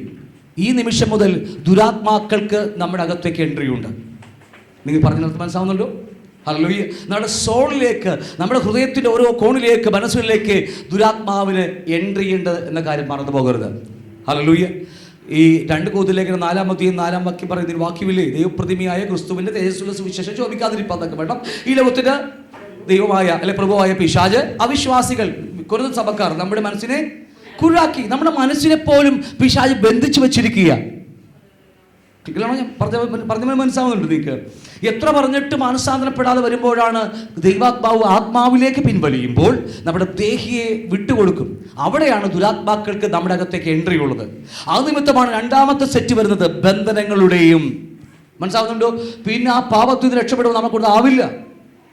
നമ്മൾ ഏത് പാപത്തിലാണോ വീട് കിടക്കുന്നത്, നിങ്ങൾ അതിൻ്റെ ദാസന്മാരെന്ന ലേഖനകർത്താവ് എഴുതി വെച്ചിരിക്കുന്നല്ലേ, നിങ്ങൾ ഏത് പാപത്തിലാണോ അതിന് ദാസന്മാരാണ്. നമുക്ക് ഒരിക്കൽ പോലും അതിന് ദുരാത്മാവ് നമ്മെ സ്വാധീനിച്ചു കഴിഞ്ഞാൽ നമുക്ക് ഒരിക്കലും അതിൽ നിന്ന് രക്ഷയില്ല. പിന്നെ ഏകമാർഗം നെടുമ്പാടും വീണ് നിലവിളിക്കുക എന്നുള്ളതാണ്. രക്ഷയുണ്ട്, അത് വേറെ കാര്യം അല്ലേ. ദൈവത്തിന് ഇന്ന് ദൈവം ചെയ്യാൻ തയ്യാറാണ്. നെടുമ്പാടും വീണ് നിലവിളിക്കുക എന്നുള്ളതാണ് ഏക മാർഗം. മക്കളെ കുറിച്ച് പറയേണ്ട ആവശ്യമില്ലല്ലോ അല്ലേ. അവർ പോയി അവസാനം അടിമത്തത്തിൽ പോകും, അടിമത്തത്തിൽ കിടന്നുകൊണ്ട് അവസാനം അയ്യം വിളിക്കുമ്പോഴാണ് ദൈവരെ വിടുവിക്കുന്നത്. ഇതുപോലെ പലപ്പോഴും നമ്മളെ അടിമത്തത്തിലേക്ക്, ഒരു മിസ്രൈമിലെ അടിമത്തത്തിലേക്ക് നമ്മളെ കർത്താവ് പലപ്പോഴും വിടാറുണ്ട്, തുടർമാനമായ പാപം ചെയ്തുകൊണ്ടിരിക്കുമ്പോൾ. നമ്മൾ ടോപ്പിക്കിനെ കുറിച്ചാണ് ഞാൻ പറഞ്ഞു തരുന്നത് അല്ലേ. അപ്പോൾ ആത്മീയ ബലഹീനം സംഭവിക്കും. ഒന്നാമത്തെ കാര്യം അല്ലേ, വചനം കേൾക്കുമ്പോൾ വളരാൻ കഴിയാതെ മുന്നോട്ട് പോകുമ്പോൾ നമ്മൾ പതിയെ ആത്മീയ ബലഹീനന്മാരായി തീരും. കാരണം പാപമായിട്ട് ദൈവത്തിന് യാതൊരു കൂട്ടായ്മയിൽ. ഒരിക്കൽ ദൈവം പാപിനിയായ ഒരു സ്ത്രീയെ പിടിച്ചുകൊണ്ട് വന്നിട്ട് അവളോട് പറയുന്നത്, ഓക്കെ, ആരും നിന്നെ കല്ലെറിഞ്ഞില്ലല്ലോ, നീ പൊക്കോ, അടിച്ചു പൊളിച്ചോന്നല്ല പറയുന്നത്. മേലിൽ. കാരണം ദൈവമായിട്ട് ഉൽപ്പത്തി മുതൽ പാവമാണ് നമ്മെ ദൈവത്തെ തമ്മിൽ വേർതിരിച്ചിരിക്കുന്നത്. അതുകൊണ്ട് വീണ്ടും നാം ഹൃദയത്തിലേക്ക് പാപം കടന്നു വരുമ്പോൾ ദൈവാത്മാവ് ആത്മാവിലേക്ക് പിൻവലിയുമ്പോൾ നമ്മൾ പതിയെ ആത്മീയ ബലഹീനന്മാരായി തീരും. അത് നിമിത്തം പിശാചുക്കൾക്ക് ബന്ധനമുണ്ട്. പിന്നീട് എന്ത് സംഭവിക്കുന്നത് അറിയാമോ? അത് രോഗത്തിലേക്ക് അടിമയാകും നമ്മൾ. രോഗാത്മാക്കളാൽ പിശാചിന് വ്യത്യസ്തമായ മറ്റൊരു ഗ്രൂപ്പാണ് രോഗാത്മാക്കൾ. അത് ഓരോ രോഗത്തിനും അതിൻ്റെ ആത്മാക്കളുണ്ട്, ആണല്ലോ. ഓക്കെ, അതിൻ്റെ ആത്മാക്കളാൽ ബന്ധിക്കപ്പെടുന്നു. അതും കഴിഞ്ഞ് രക്ഷയില്ലാതെ വരുമ്പോൾ കർത്താവ് അവനെ എങ്ങനെയെങ്കിലും മരിച്ചു പോയാലും കുഴപ്പമില്ല, അവൻ എന്ത് ചെയ്യും? അവന് വിശുദ്ധീകരണം, അവനായിരിക്കുന്ന വിശുദ്ധിയിൽ, അവനായിരിക്കുന്ന എന്താ പറയുക, ആ പ്രത്യാശ വിശ്വാസത്തിൽ ദൈവനെ മുൻപേയുള്ള പ്രിമച്വർ ഡെത്ത് കൊടുത്ത്, അല്ലെങ്കിൽ മുൻപേയുള്ള മരണം കൊടുത്ത് അവനെ സ്വർഗത്തിലേക്ക് കൊണ്ടുപോകുന്നു. അവിടെ അങ്ങനെയുള്ള ആൾക്കാരൊക്കെ സ്വർഗത്തിൽ പുതിയ ഭൂമിയിൽ തേജസ്സുണ്ടാകത്തില്ല അവർക്ക്. അവരുടെ വിശുദ്ധീകരണം പൂർണ്ണമായില്ല, അവരെ നീതിയിൽ വളരാൻ കഴിഞ്ഞില്ല, അവർക്ക് ദൈവ ജീവന്റെ പൂർണ്ണതയിലേക്ക് വരാൻ കഴിഞ്ഞില്ല, ദൈവ തേജസ്സിന്റെ പൂർണ്ണതയിലേക്ക് വരാൻ കഴിഞ്ഞില്ല, അല്ലെ, വിശുദ്ധി ജീവിച്ച് ദൈവത്തെ പ്രസാദിപ്പിക്കാൻ കഴിഞ്ഞ് ജയാളിയാകാൻ കഴിഞ്ഞില്ല. അതുകൊണ്ട് അവർക്ക് മുമ്പേയുള്ള മരണം കൊടുത്ത് ദൈവത്തെ സ്നേഹിക്കുന്നത് കൊണ്ട്, അവർക്ക് ദൈവത്തെ സ്നേഹമുള്ളത് കൊണ്ട്, പാപത്തെ ജയിക്കാൻ കഴിയാത്തത് കൊണ്ട് ദൈവം അവൻ മുമ്പേയുള്ള മരണം കൊടുത്ത് സ്വർഗത്തിലേക്ക് കൊണ്ടുപോവുകയാണ്. ഇതാണ് നമ്മുടെ ടോപ്പിക്കിൻ്റെ പേര് അല്ലേ. ഉറപ്പാണ്, മറന്നുപോയതെങ്ങനെ അല്ലേ. എല്ലാ തരത്തിലുമുള്ള ആത്മീയ ബലഹീനതകൾ. 2, അത് നിമിത്തമുണ്ടാകുന്ന ബന്ധനങ്ങൾ, രോഗങ്ങൾ, പിന്നീട് വരുന്ന രോഗങ്ങൾ, പിന്നെ ലാസ്റ്റ് ദൈവം ചെയ്യുന്നത് മുമ്പേയുള്ള മരണം, പ്രീമച്വർ ഡെത്ത് നമുക്ക് നൽകിയിട്ട് ദൈവം നമ്മെ കൊണ്ടുപോകുന്നു. അതെല്ലാവരെയും ഒന്നുമില്ല കേട്ടോ, എല്ലാവരെയും അങ്ങനെ പറയാൻ പറ്റത്തില്ല. കാരണം നാം വിശ്വാസം സൂക്ഷിക്കുന്നവർക്കും ദൈവമുള്ള ബന്ധം കാത്തു സൂക്ഷിക്കുന്നവർക്കും കാരണം ആഗ്രഹമുണ്ട് അവർക്ക്. പക്ഷേ പാപത്തിൽ അടിമപ്പെട്ടു പോയതുകൊണ്ട് അവർക്ക് കഴിയാതിരിക്കുന്നത്. ഞാൻ പറഞ്ഞ് മനസ്സിലാവുന്നുണ്ടോ? അവർക്ക് ആഗ്രഹമുണ്ട്, ആ വിശ്വാസം അവർക്കുണ്ട്. അങ്ങനെയുള്ളവരെയാണ് കർത്താവ് മുമ്പേയുള്ള മരണം കൊടുത്തുകൊണ്ട് അവരെ സ്വർഗത്തിലേക്ക് കൊണ്ടുപോകുന്നത്. ആമേൻ. ഒരുപക്ഷെ ജോലി പൂർത്തിയായാൽ ദൈവം നമ്മെ കൊണ്ടുപോയേക്കാം. ഇപ്പം എൻ്റെ ജോലി ഇന്ന് പൂർത്തിയാകുകയാണെങ്കിൽ ദൈവം നാളെ എന്നെ കൊണ്ടുപോയേക്കാം, അത് വേറെ കാര്യം. അത് ദൈവത്തിന് ഇഷ്ടമാണ്. എൻ്റെ ദൈവത്തിൻ്റെ പുസ്തകത്തിൽ എന്നെക്കുറിച്ചുള്ള ആഗ്രഹങ്ങൾ, ഇഷ്ടങ്ങൾ നിവർത്തിച്ചു കഴിഞ്ഞാൽ പിന്നെ എന്നെ ഇവിടെ ഇടത്തില്ല ദൈവം. ദൈവം എന്നെ കൊണ്ട് അതൊരു വേറെ എന്തെങ്കിലും രോഗമാകാം, എന്തുമാകാം. പക്ഷേ ഞാൻ പറയാം, മറ്റൊരു വിധത്തിൽ പറഞ്ഞ് നമ്മുടെ വിശ്വത്തുള്ള ബന്ധത്തിൽ പറയുക, ചിലപ്പോൾ നമ്മൾ ഇതുപോലെ ബലഹീനന്മാരായി തീർന്ന്, ബന്ധനത്തിൽ പെട്ടുപോയി രോഗിയായി തീർന്ന് അവസാനം വീണ്ടും അതിൽ നിന്ന് കരകയറാൻ കഴിയാതെ വരുമ്പോഴാണ് ദൈവം നമുക്ക് മുമ്പെയുള്ള മരണം തന്നിട്ട് കൊണ്ടുപോകുന്നത്. മനസ്സിലാവുന്നുണ്ടോ? അവിടെ വിശുദ്ധീകരണത്തിൻ്റെ പൂർണ്ണത പ്രാപിച്ചിട്ടാവില്ല. ഇതാണ് നമ്മുടെ പഠിച്ചുകൊണ്ടിരിക്കുന്ന ടോപ്പിക്കിൻ്റെ ഒരു വലിയ ഹെഡിങ് ആണ്. അത് നമ്മൾ 4 ആക്കി ഒന്ന് വിഭജിച്ചായിരുന്നു. എന്തൊക്കെയാണ്? 1, ദൈവത്തിൽ നിന്നുള്ള വേർപാട്. 4 ആയിട്ട് നമ്മൾ ഈ ക്ലാസ്സിന് വിഭജിച്ച് പഠിച്ചായിരുന്നു അല്ലേ, പഠിച്ചുകൊണ്ടിരിക്കുന്നു. 1, ദൈവത്തിൽ നിന്നുള്ള വേർപാട്. 2, മറ്റുള്ളവരിൽ നിന്നുള്ള വേർപാട്. 3 തന്നിൽ തന്നെ ഉണ്ടാകുന്ന വേർപാട്. നമ്മൾ അതിനെക്കുറിച്ച് പിന്നീട് ചിന്തിക്കും. 4 പ്രാദേശിക സഭ. നമ്മളായിരിക്കുന്ന ലോക്കൽ ചർച്ചില്ലേ, ന്യൂ ലൈഫ് ലോക്കൽ ചർച്ച്, ആ ലോക്കൽ ചർച്ചുമായി ബന്ധമില്ലായ്മ, അതാണ് പ്രാദേശിക സഭയിൽ നിന്നുണ്ടാവുന്ന വേർപാട്. 4 കാര്യങ്ങളാണ് നമ്മൾ പഠിച്ചുകൊണ്ടിരിക്കുന്നത്. അതിൽ ഒന്നാമത്തെ കാര്യം നമ്മൾ പഠിച്ചായിരുന്നു, ഒരു 3-4 മാസങ്ങൾക്ക് മുമ്പ് നമ്മൾ പഠിച്ചായിരുന്നത് ദൈവത്തിൽ നിന്നുള്ള വേർപാട്. ഓർമ്മയുണ്ടോ നിങ്ങൾക്കത്? ആഴമായ ഒന്നാമത്തെ പ്രശ്നം, മനുഷ്യൻ്റെ ഒന്നാമത്തെ പ്രശ്നം അവിടെ ആരംഭിക്കുന്നത്. എന്താ അത് പറയാൻ പറ്റുമോ? എന്താണ് ദൈവത്തിൽ നിന്നുള്ള വേർപാട്? പഠിച്ചിട്ടിരിക്കുന്ന ഓർമ്മ ഓർത്ത് പറഞ്ഞേ. അതെ, കറക്റ്റാ. ദൈവം ആഗ്രഹിക്കുന്നത് ഈ 4 കാര്യങ്ങളാണ്. എന്തൊക്കെയാ? 1, പൂർണ്ണ ഹൃദയത്തോടും പൂർണ്ണ മനസ്സോടും പൂർണ്ണ ശക്തിയോടും പൂർണ്ണ ആത്മാവോടും കൂടെ. പഴയ നിയമത്തിൽ നമുക്കൊരു 3 കാര്യങ്ങളേ ഉള്ളൂ. ആത്മാവിനെ കുറിച്ച് പഴയ നിയമത്തിലില്ല. കാരണം എന്താണെന്നറിയാമോ? ആത്മാവ് വീണ്ടും ജനിക്കാത്തത് കൊണ്ട്. പഠിച്ചത് ഓർമ്മ കാണും അല്ലേ? പഴയ നിയമത്തിൽ പൂർണ്ണ ആത്മാവോട് സേവിക്കാൻ കഴിയില്ല ദൈവത്തിൽ. കാരണം അവർ ആത്മാവ് മരിച്ചിരിക്കുക. ക്രിസ്തുവിലൂടെയാണ് നമ്മുടെ ആത്മാവിന് വീണ്ടും ജനനം കിട്ടിയിരിക്കുന്നത്. അത് പഴയ നിയമത്തിൽ അങ്ങനെയുള്ളവർക്ക് പൂർണ്ണമായി ദൈവത്തെ സേവിക്കാൻ കഴിയത്തില്ല. അതുകൊണ്ടാണ് പുതിയ നിയമസഭയോട് പറയുമ്പോൾ പൂർണ്ണ ആത്മാവോടും കൂടി ദൈവത്തെ സേവിക്കാൻ പറഞ്ഞല്ലേ. നിങ്ങൾ എന്നോട് പ്രതികരിക്കണേ, എന്നോട് പ്രതികരിക്കുക നിങ്ങൾ. അപ്പോൾ 1 ദൈവത്തിനുള്ള വേർപാട് നമ്മൾ ആഴമായി പഠിച്ചതാണ്. അത് മറ്റൊന്നുമല്ല, ദൈവത്തെ പൂർണ്ണ ഹൃദയത്തോടും പൂർണ്ണ ശക്തിയോടും പൂർണ്ണ മനസ്സോടും പൂർണ്ണ ആത്മാവോടും സേവിക്കുക. അതിൽ ഒരംശം, ഒരു നുള്ള് വ്യത്യാസം വന്നാൽ ദൈവത്തിന് ഇഷ്ടമല്ല. എൻ്റെ വാക്ക് നിങ്ങൾ ശ്രദ്ധിച്ചേ മതിയാകും. ഒരു നുള്ള് ദൈവത്തിന്, ആ സ്നേഹത്തിന് അല്പം കുറവ് വന്നാൽ ദൈവത്തിന് ഇഷ്ടമല്ല. നിങ്ങൾ എന്നോട് എത്രത്തോളം എന്നോട് കൂട്ടി നിൽക്കുമെന്ന് എനിക്കറിയത്തില്ല, പക്ഷേ ഇത് ദൈവത്തിൻ്റെ പ്രവൃത്തിയാണ്. കാരണം തൻ്റെ പുത്രൻ്റെ ജീവനേക്കാളേറെയാണ് എന്നെയും നിങ്ങളെയും സ്നേഹിച്ചത്. ജീവൻ്റെ വിലയാണ് സ്നേഹിച്ചത്. അങ്ങനെയെങ്കിൽ നാം ദൈവത്തെ സേവിക്കേണ്ടതും സ്നേഹിക്കേണ്ടതും ആ ലെവലിൽ തന്നെ ആയിരിക്കണം. ഒരംശം പോലും, അണുവിട പോലും ഗ്യാപ്പ് കൊടുക്കാതെ. ഞാൻ പറഞ്ഞ അർത്ഥം മനസ്സിലാവുന്നുണ്ടോ? ദൈവത്തെ പൂർണ്ണ മനസ്സോടും പൂർണ്ണ ശക്തിയോടും പൂർണ്ണാത്മാവോടും കൂടി തന്നെ നമ്മൾ സേവിക്കാൻ പഠിക്കണം. ഇതിൽ കുറവ് വരുമ്പോഴാണ് ഒന്നാമത്തെ പ്രശ്നം നമ്മുടെ ജീവിതത്തിൽ ആരംഭിക്കുന്നത്. പഠിച്ചു കഴിഞ്ഞു പോയതാണ്, വിട്ടുപോകും കേട്ടോ. ഒന്നാമത്തെ പ്രശ്നം ആരംഭിക്കുന്നത് ദൈവത്തെ സേവിക്കാൻ പഠിക്കണം. നമ്മൾ സൺഡേ ജസ്റ്റ് വന്ന് പോകുന്നൊരു ടൂറിസ്റ്റ് വിശ്വാസി ആകരുത് നമ്മളൊക്കെ. മനസ്സിലാവുന്നുണ്ടോ? നമ്മൾ ദൈവത്തെ സ്നേഹിക്കുന്നു എന്ന് നമുക്കെങ്ങനെ അല്പമായിട്ട് നമുക്കെങ്ങനെ അറിയാൻ പറ്റും? കാരണം കർത്താവ് ആരാ? ആദിയിൽ വചനമുണ്ടായിരുന്നല്ലേ? ആ വചനമാകുന്ന കർത്താവ്, വചനത്തോട് നമുക്ക് പ്രിയമുണ്ടെങ്കിൽ ഓർത്താൽ മതി, നമ്മൾ ദൈവത്തെ സ്നേഹിക്കാൻ തുടങ്ങിയിട്ടുണ്ട്. പൂർണ്ണമായിട്ടൊന്നും ഞാൻ പറയത്തില്ല, സ്നേഹിക്കാൻ തുടങ്ങി. ദൈവമക്കളുള്ള കൂട്ടായ്മ, സഭ, ക്രിസ്തുവിൻ്റെ ശരീരമാവുന്ന സഭ, അതിനോട് ഞാൻ പറ്റി നിൽക്കുന്നുവെങ്കിൽ, സഭയുടെ പ്രവർത്തനങ്ങളിൽ, നമ്മുടെ മറ്റ് പ്രവർത്തനങ്ങളെല്ലാം സഭ, സൺഡേ കൂട്ടായ്മ, മറ്റ് എല്ലാത്തിനും കൂടെ നിൽക്കുന്നുവെങ്കിൽ നാം ദൈവത്തെ സ്നേഹിക്കുന്ന പൂർണ്ണ ഹൃദയത്തോട് തന്നെയാണ്. പറഞ്ഞ് മനസ്സിലാവുന്നതിക്ക് ക്ലിയർ ആണോ? അപ്പോൾ അതിൽ അംശം പോലും അണുവിട വ്യത്യാസം സംഭവിച്ചാൽ ദൈവത്തിന് ഇഷ്ടമാകത്തില്ല. കാരണം ദൈവം ആഗ്രഹിക്കുന്നത് പുത്രനോളം വലിപ്പമുണ്ടാകണം നമ്മുടെ സ്നേഹത്തിന്. കാരണം അത്രയും സ്വന്തം ഏകജാതനായ പുത്രനെ കാൽവരി കുരിശിൽ തകർത്തെങ്കിൽ അത്രയും വലിപ്പം എൻ്റെയും നിങ്ങളുടെയും സ്നേഹത്തിന് ദൈവത്തോട് ഉണ്ടായിരിക്കണം. അത് ഒരിക്കലും മറന്നു പോകരുത്. അപ്പോൾ ഞാൻ പഠിച്ചതൊക്കെ ഓർമ്മ ഉണ്ടാകണം അല്ലേ? കണ്ടു കാണും. നമ്മുടെ മക്കളെക്കാൾ, നമ്മുടെ ഭർത്താവിനേക്കാൾ, നമ്മുടെ ഭാര്യയേക്കാൾ, നമ്മുടെ ബിസിനസ്സിനേക്കാൾ, ജോലിയേക്കാൾ, നമ്മുടെ സൗന്ദര്യത്തെക്കാൾ, ആരോഗ്യത്തെക്കാൾ, എന്തൊക്കെയാ അല്ലേ, എല്ലാത്തിനേക്കാൾ അപ്പുറമായിരിക്കണം എൻ്റെയും നിങ്ങളുടെയും ദൈവത്തോടുള്ള സ്നേഹം. ഇല്ലെങ്കിൽ 300 രൂപയുടെ തൊഴിലുറപ്പ് പദ്ധതി വരുമ്പോൾ 300 രൂപ കിട്ടുമെങ്കിൽ അതിന് പോകും. നമ്മൾ ബൈബിൾ ക്ലാസ്സിനോ സൺഡേ വരാതെ നമ്മൾ അതിന് പോകും. തമിഴ്നാട്ടൊക്കെ ഞാൻ സ്ഥിരം കാണുന്നതുകൊണ്ടാണ് പറഞ്ഞത്. വെറും 300 രൂപയുടെ വില പോലും ഇല്ല ക്രിസ്തുവിന് അവിടെ ഇട്ടിരിക്കുന്നത്. പലരും എനിക്ക് നല്ലോണം അറിയാവുന്നതുകൊണ്ടാണ് പറയുന്നത്. ഇന്ത്യയിൽ പലയിടത്തും പോയതുകൊണ്ടാണ് ഞാൻ പറയുന്നത്. ഹല്ലേലൂയ. കാരണം വചനത്തെ എത്രമാത്രം സ്നേഹിക്കുന്നു പോകും അത്രത്തോളം ആയിരിക്കും ദൈവം നമുക്ക് ഈ ഭൂമിയിൽ ദൈവം നമ്മെ വാഴുവാൻ വെച്ചിരിക്കുന്നത്. ഞാൻ പറഞ്ഞ അർത്ഥം മനസ്സിലാവുന്നുണ്ടോ? അതുകൊണ്ട് ഒരു അണുവിട പോലും, ഞാനത് എപ്പോഴും പറയുന്നത്, നമ്മുടെ ഭർത്താവിനേക്കാൾ, ഭാര്യയേക്കാൾ, മക്കളേക്കാൾ, ജോലിയേക്കാൾ, നമ്മുടെ സർവ്വത്തിനേക്കാൾ ഏറെ ആയിരിക്കണം ദൈവത്തെ സ്നേഹിക്കേണ്ടത്. ഞാൻ വീണ്ടും ഓർപ്പിക്കുന്നത്, അത്രയും അനേകരും ചെയ്യാതിരിക്കുന്ന ദൈവത്തിന് ഉപയോഗമില്ലാത്ത പാത്രമായിരിക്കാൻ കാരണം നമ്മുടെ സ്നേഹത്തിൻ്റെ കുറവ് തന്നെയാണ്. ദൈവത്തെ സ്നേഹിക്കുന്നവൻ ഒരു നാളും ദൈവം കൈവിടത്തില്ല. ഞാൻ ഈ വാക്ക് നിങ്ങൾ ശ്രദ്ധിക്കണം. ദൈവത്തെ ഈ പറഞ്ഞ 4 കാര്യങ്ങൾ കൊണ്ട് സ്നേഹിക്കുന്നുവെങ്കിൽ ഒരിക്കലും ദൈവം നമ്മെ കൈവിടത്തില്ല. ഇനി നമ്മൾ ഇതൊന്നും ചെയ്യാതെ നമ്മൾ കർത്താവേ നീ എന്നോട് വേണമെന്ന് പറഞ്ഞാൽ നടക്കത്തില്ല. കാരണം എല്ലാത്തിനും വ്യവസ്ഥയിന്മേലാണ് ദൈവവചനം പ്രവർത്തിക്കുന്നത്. ഉൽപ്പത്തി മുതൽ വ്യവസ്ഥയിന്മേല നമുക്ക് രക്ഷ ഫ്രീ അല്ലേ, രക്ഷ ഫ്രീ അല്ലെന്ന് പറയും. അല്ല, രക്ഷ ഫ്രീ ഒന്നുമല്ല. ആരാ രക്ഷ ഫ്രീ എന്നൊക്കെ പറഞ്ഞത്? പുത്രന്റെ ജീവന്റെ വിലയാ നമ്മുടെ ആത്മാവിന്റെ രക്ഷ. 2, നമ്മുടെ ദേഹിയുടെ രക്ഷ. എൻ്റെ ജീവനെ ചോദിക്കുകയാണ്. ഇത് വായിച്ചിട്ടുണ്ടെങ്കിലേ മത്തായി, ലൂക്കോസ്, മാർക്കോസ്, ലൂക്കോസ്, യോഹനാൻ 12:25 പറയുന്നുണ്ട്, നിന്റെ ജീവൻ എനിക്ക് നൽകി ഞാൻ എൻ്റെ ജീവൻ നിനക്ക് തരാമെന്നാണ് കർത്താവ് പറഞ്ഞിരിക്കുന്നത്. എക്സ്ചേഞ്ച്, ജീവൻ വില ചോദിക്കുക. നമ്മൾ കണ്ടതും കേട്ടതുമല്ല ക്രിസ്ത്യ ജീവിതം. വില ചോദിക്കുക ദൈവം നമ്മുടെ അടുക്കേക്ക്. ആ വില എൻ്റെ വിലയാണ്, എന്നെ തന്നെയാണ് കർത്താവ് ചോദിക്കുന്നത്. അല്ലേ, വായിച്ചിട്ടില്ല നിങ്ങൾ? എടുക്കണ്ട, നമ്മുടെ വിഷയമൊന്നുമല്ല, അതിൽ കടന്നു പോയപ്പോൾ ഒരുപാട് സമയം പോകും നമുക്ക്. നമ്മളെ തന്നെയാണ് കർത്താവ് ചോദിക്കുന്നത്.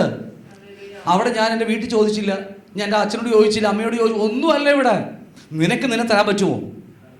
അവരെ രക്ഷിക്കുക എൻ്റെ ഇഷ്ടമാണ്. നിനക്കെന്നെ തരാം, എനിക്ക് തരാൻ, നിന്നെ എനിക്ക് തരാൻ പറ്റുമോ? ആ ഒരു വലിയൊരു ചോദ്യം ഇന്ന് പകൽക്കാലം വീണ്ടും നിങ്ങളുടെ ഹൃദയത്തിൽ ഉണ്ടാകട്ടെ. അതൊക്കെ മനസ്സിലാവുന്നുണ്ട്? ക്ലിയർ ആണോ? എനിക്ക് പറയാൻ പോയി ഒട്ടനവധി എന്താ പറയുക ചരിത്രങ്ങൾ പറയാനൊക്കെയുണ്ട്. ഓടി വരികയാണ്. അപ്പോൾ ഒരുപാട് പറയാനുണ്ട്. ഒരിക്കലും ഫാമിലി ഭർത്താവ് ഒത്തിരി അടിപൊളിയാണ്, വിശ്വാസിയൊന്നുമല്ല. ഭാര്യ ഭയങ്കര വിശ്വാസിമാർ, ഒരു രക്ഷയില്ല, ബൈബിൾക്ക് ഒന്നിനും വരാൻ വരുന്നില്ല. പക്ഷേ അവസാനം ജീവിതത്തിൽ നിന്ന് ദൈവം എടുത്ത് മാറ്റി. ഞാൻ പറഞ്ഞിടത്ത് മനസ്സിലാവുന്നുണ്ടോ? ശക്തമായി കർത്താവിന് വേണ്ടി രാവും പകൽ കിടന്ന് ഓടുന്ന സഹോദരിമാർ എത്ര വായിൽ നിറച്ചു വരികയാണ്. എൻ്റെ പല അനുഭവങ്ങളെ ദൈവം തരികയാണ്, ഞാൻ പറയുന്നില്ല, നമുക്കത് വിട്ടുപോവുകയാണ്. അപ്പോൾ ദൈവത്തിൻ്റെ പ്രവൃത്തികൾ, ദൈവത്തെ സ്നേഹിക്കുന്നവർക്ക് വേണ്ടി ദൈവം ചെയ്യാൻ പോകും നമുക്കൊന്നും ചിന്തിക്കാൻ പോലും പറ്റത്തില്ല. നിങ്ങൾക്ക് ഒരു പക്ഷേ ദൈവത്തിൻ്റെ പ്രവൃത്തി നമുക്ക് ഉൾക്കൊള്ളാൻ പറ്റത്തില്ല. അങ്ങനെയൊക്കെ ദൈവം ചെയ്യുമോ? ദൈവത്തിന് അങ്ങനെ ചെയ്യാൻ കഴിയും. നമുക്ക് ദൈവത്തിന് നമ്മളെയാണ് ആവശ്യം, സ്നേഹിക്കുന്നവരെയാണ് ആവശ്യം. നമ്മൾ പഠിച്ചതാണ്, ആഴമായി എത്രയോ മാസങ്ങൾ കൊണ്ട് പഠിച്ചതാണ് ദൈവത്തിനുള്ള വേർപാട്. കാരണം ഇവിടെ നമുക്ക് വേർപാട് സംഭവിച്ചാൽ നമ്മുടെ ആത്മീയ ജീവിതം ഒന്ന് ആത്മീയ ബലഹീനന്മാരായി തീരും.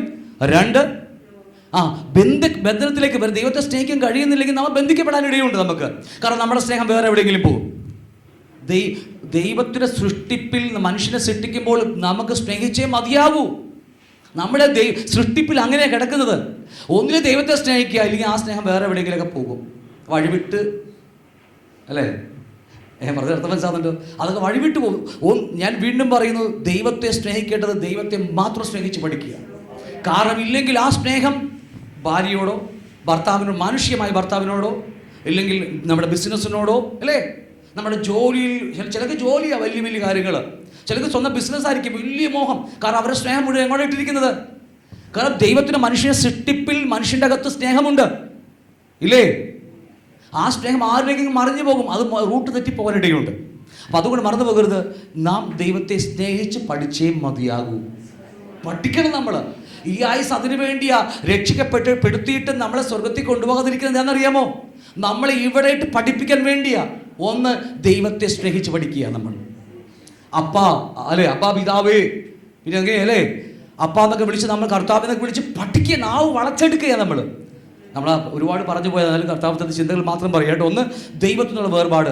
ഇവിടെ എന്തെങ്കിലും സംഭവിച്ചു പോയാൽ, നമ്മൾ സൺഡേ എന്താ പറയുക, ചർച്ചിൽ വരുന്നില്ല, സൺഡേ കൂട്ടായ്മ വരുന്നില്ല, പതി മാറി നിൽക്കുന്നുവെങ്കിൽ അത് പറഞ്ഞാൽ നമ്മൾ ദൈവത്തിന് വേർപെടുകയാണ്. വേർപെട്ടു പോയാൽ ആത്മീയ ബലഹീനന്മാരായി തീരും. 2, പൈശാചിക ബന്ധനങ്ങളിൽ അകപ്പെടും. അവിടെയാണ് പിന്നെ നമ്മൾ ചെയ്യുന്നത് പോലും നമുക്കറിയാൻ കഴിയത്തില്ല. എത്ര പറഞ്ഞാലും മനസാന്തരം ഉണ്ടാകത്തില്ല. പിന്നെ അവൻ തന്നെ തീരുമാനിക്കണം, എനിക്ക് മടങ്ങി വരണമെന്ന്. ഓരോരുത്തരും തീരുമാനിക്കണം, എനിക്ക് മടങ്ങി വരണമെന്ന്. മടങ്ങി നെടുമ്പാടും വീണ് കരഞ്ഞാൽ മാത്രമേ, മിസ്രൈമിൽ ഇസ്രായേൽ മക്കൾ അടിമത്തിൽ കിടന്നപ്പോൾ നെടുമ്പാടും വീണ് കരഞ്ഞപ്പോഴാണ് സ്വർഗം കേട്ട് വിടിവിച്ചത്, അല്ലേ? അതുപോലെയാണ് നമുക്ക് ക്രിസ്ത്യ ജീവിതം. മറന്നു പോകരുത്. ക്ലിയർ ആണല്ലോ? 2ാമത്തെ പ്രശ്നം, നമ്മുടെ പ്രശ്നം മറ്റുള്ളവരിൽ നിന്നുള്ള വേർപാട്. നമ്മളിപ്പോൾ കഴിഞ്ഞ 4 മാസമായി കാണും നമ്മൾ ഇതിനെക്കുറിച്ച് മാത്രം പഠിച്ചുകൊണ്ടിരിക്കുക. ഏതാണ് മറ്റുള്ളവരിൽ നിന്നുള്ള വേർപാട്? ഏതാ മറ്റുള്ളവർ?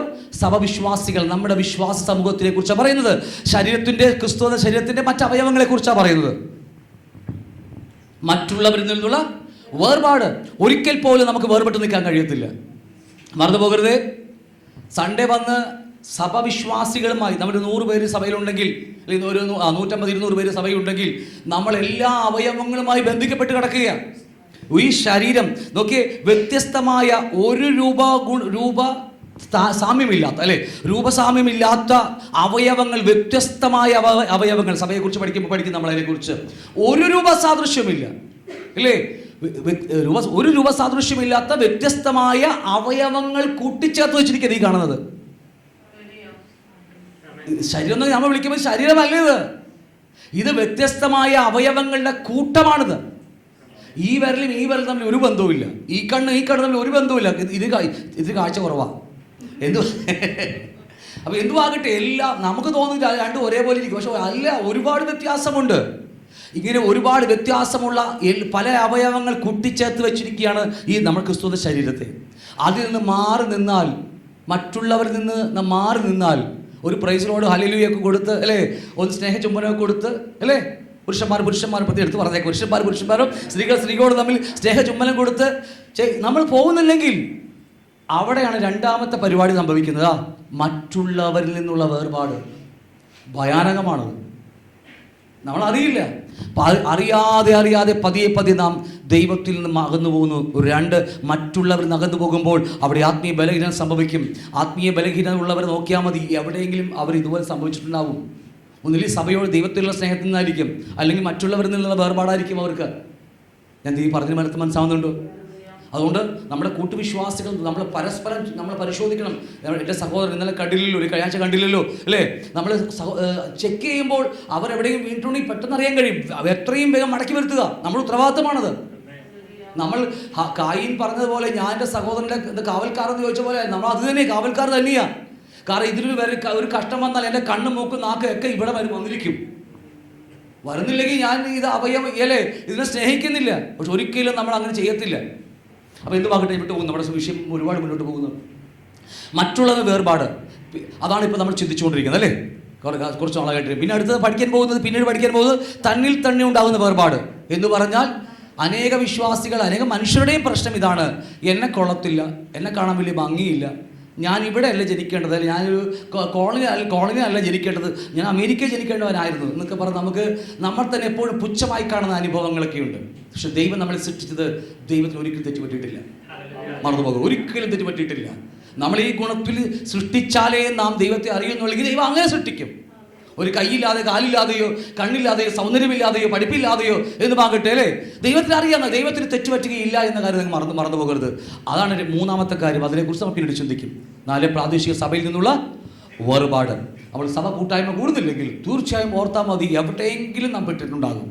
മടങ്ങി വന്നില്ലെങ്കിൽ നിത്യജീവൻ പോലും നഷ്ടമാകും. മറന്നു പോകരുത്. ഹല്ലേലൂയ. അപ്പോൾ അതുകൊണ്ട് നമ്മൾ ക്ലാസ്സിലേക്ക് കടക്കാൻ പോവുകയാണ്. ദൈവം ശുദ്ധീകരിക്കാൻ വേണ്ടി ഉപയോഗിക്കുന്ന മാർഗങ്ങൾ: 1, വചനത്താൽ; 2, പരിശുദ്ധാത്മാവിനാൽ; 3, ബാലശിക്ഷയിലൂടെ. നല്ല മനോഹരമായൊരു നീണ്ട ക്ലാസ് നമുക്കുണ്ട് ബാലശിക്ഷയെക്കുറിച്ച്. നല്ല ക്ലാസ്. ഈ ദൈവം ചെയ്യുന്ന ഓരോ കാര്യങ്ങളെക്കുറിച്ച് നമുക്ക് ഒരുപക്ഷെ സംശയം തോന്നിയേക്കാം പലതിനെക്കുറിച്ച്. അതെല്ലാത്തിനും മറുപടിയുള്ള ക്ലാസ്സാണ് നമ്മുടെ ബാലശിക്ഷയെക്കുറിച്ച്. 4, ബന്ധങ്ങളിലൂടെ, അല്ലേ, നമ്മൾ ഈ ബന്ധങ്ങളിലൂടെ ദൈവം നമ്മെ ശുദ്ധീകരിക്കുകയാണ്. ഒരുപക്ഷെ സഹോദരൻ സ്നേഹിച്ചുകൊണ്ടായിരിക്കും എന്നെ സൂക്ഷിക്കുന്നത്, എന്നെ വിശുദ്ധീകരിക്കണം, അല്ലേ. ഒരുപക്ഷെ ദേഷ്യപ്പെട്ടുകൊണ്ടായിരിക്കാം, എന്നെ ചീത്ത വിളിച്ചുകൊണ്ടായിരിക്കാം എൻ്റെ സഹോദരൻ എന്നെ സൗഖ്യമാക്കുന്നത്. കാരണം അവൻ ദേഷ്യപ്പെട്ടാലേ ഞാൻ സൗഖ്യമാകുമെങ്കിൽ ദൈവം അങ്ങനെയും ചെയ്ത് കളയും, അല്ലേ. ഇതുമാകട്ടെ, മിക്കവാറും കുടുംബത്തിനകത്തായിരിക്കും അങ്ങനെ സംഭവിച്ചുകൊണ്ടിരിക്കുന്നത്, അല്ലേ. ഓക്കെ, വിട്ടു പോകുന്നു. നമ്മൾ ഒരുപാട് പഠിച്ചതാണ്. കയ്പിനെ കുറിച്ചൊക്കെ നമ്മൾ പഠിച്ചു, ഒട്ടനവധി കാര്യങ്ങൾ പഠിച്ചു. കയ്പ് ഭിന്നത നമ്മുടെ അകത്ത് വെച്ചാൽ, അല്ലേ, ജീവിതത്തിൽ ഏറ്റവും വലിയ പ്രശ്നമാണ്. അല്പം പോലും നീരസം സഹോദരന്മാരോടോ സഹോദരിമാരോടോ അല്പം പാസ്റ്റർമാരോടോ ആരുമാകട്ടെ വിശ്വാസകുളത്തിൽ ഒരു നീരസം, ചെറിയൊരു കാര്യമാണ്, അല്ലേ, ചെറിയൊരു നീരസം സഹോദരനോട് തോന്നിയാൽ പരിഹരിച്ചില്ലെങ്കിൽ അത് പടുവൃക്ഷമായി അനേകരെ മലിനമാക്കുമെന്ന് കഴിഞ്ഞ നാളിൽ പഠിച്ചത് നമ്മളല്ലേ. അപ്പം അതുകൊണ്ട് ഒരിക്കൽ പോലും ഉണ്ടാകരുത്. ഇവിടെ വർഷം 5, 10, 20 കഴിഞ്ഞിട്ട് പോലും സൗഖ്യമാകാത്ത ബന്ധങ്ങൾ കിടക്കുക ഇവിടെ, അല്ലേ. അതുകൊണ്ട് എന്ത് പറ്റുന്നറിയാമോ? അതുകൊണ്ട് എന്ത് പറ്റിപ്പോയെന്നറിയാമോ? ദൈവത്തിന് സഭയിൽ ഇറങ്ങി വരാൻ പറ്റുന്നില്ല. ദൈവം എന്തുകൊണ്ടാണ് നമ്മൾ പരിഹരിക്കുക, നിങ്ങൾ കയ്പായിരിക്കരുത്, പരിഹരിക്കുന്നത് ദൈവം പറയാൻ കാരണം എന്താണെന്നറിയാമോ? ദൈവത്തിന് ഈ ഭൂമിക്കകത്ത് ഇറങ്ങി വരുവാൻ ഏക സ്ഥലം എവിടെയാണെന്നറിയാമോ? എവിടെയാ? അമേരിക്ക അല്ലേ? ഒന്നുമല്ല, എവിടെയാ? സഭക്കകത്താണ് ഇറങ്ങി വരേണ്ടത്. ഇവിടെ ഇറങ്ങി വരുവാൻ നമ്മൾ ഭിന്നത വെച്ചുകൊണ്ടിരുന്നപ്പോൾ ദൈവം എവിടെ ഇറങ്ങി വരും? അതുകൊണ്ട് ആ സഭയെ തകർക്കുന്നവനെ, അല്ലേ, വായിച്ചില്ലേ, ദൈവത്തിന്റെ ശരീരമാകുന്ന സഭയെ തകർക്കുന്നവനെ ഞാൻ തകർക്കും. കാരണം എനിക്ക് ഭൂമിയിൽ ഇറങ്ങി വരുവാൻ ഏക സ്ഥലം ഇതാണ്. പക്ഷെ ഇവിടെ നമ്മൾ കയ്പോ ഭിന്നത വെക്കാൻ അനുവാദമില്ല. അങ്ങനെ വെച്ചു പോയാൽ ദൈവസഭയെ തകർക്കുകയാണ്. അതുകൊണ്ടാണ് ഞാൻ ഇവിടെ കയറിയപ്പോൾ ആദ്യം ചെയ്ത പരിപാടി, കാരണം ദൈവത്തിന് ആദ്യം ഇവിടെ ഇറക്കുക എന്നുള്ളതാണ്. ഇറക്കിൽ പണിമാൽ നമ്മൾ പിന്നെ എന്തിനാ വെറുതെ ഈ ജോലി എടുത്തിട്ട് കാര്യം, ശമ്പളം മേടിച്ച് പോയിട്ടുള്ള കാര്യം? ദൈവം നമ്മുടെ നടുവിൽ ഇറങ്ങുന്നില്ലെങ്കിൽ പിന്നെ എന്തിനാണ് മേടിച്ച് നമ്മൾ വരുന്നത്? അതിന് ആദ്യം ചെയ്യേണ്ട പരിഹാരം അല്ലേ, എന്തെങ്കിലും പ്രശ്നമുണ്ടെങ്കിൽ ആദ്യം പരിഹരിക്കുക. അത് വലിയ കോലാഹലമായി മാറി എന്നാലും കുഴപ്പമില്ല, വലിയ തെറ്റില്ലാതെ മുന്നോട്ട് പോയിട്ടുണ്ട്. ഇപ്പോൾ ഒന്നും വേണ്ടിയിട്ടില്ല, നീ കിളക്കി ദൈവം ചിലരൊക്കെ ദൈവം എടുത്തു മാറ്റി, ചിലരൊക്കെ ദൈവം പണിതുകൊണ്ടിരിക്കുന്നു. തോന്നിയേക്കരുതട്ടോ, അതിനെ ഓപ്പണായിട്ട് പറഞ്ഞത് എന്ന് നോക്കട്ടെ, അത് മറന്നു പോകരുത്. അത് അവിടെ നമുക്കൊരു പ്രശ്നം പറ്റിയാൽ ദൈവത്തിന് ഇറങ്ങി വരാൻ കഴിയത്തില്ല.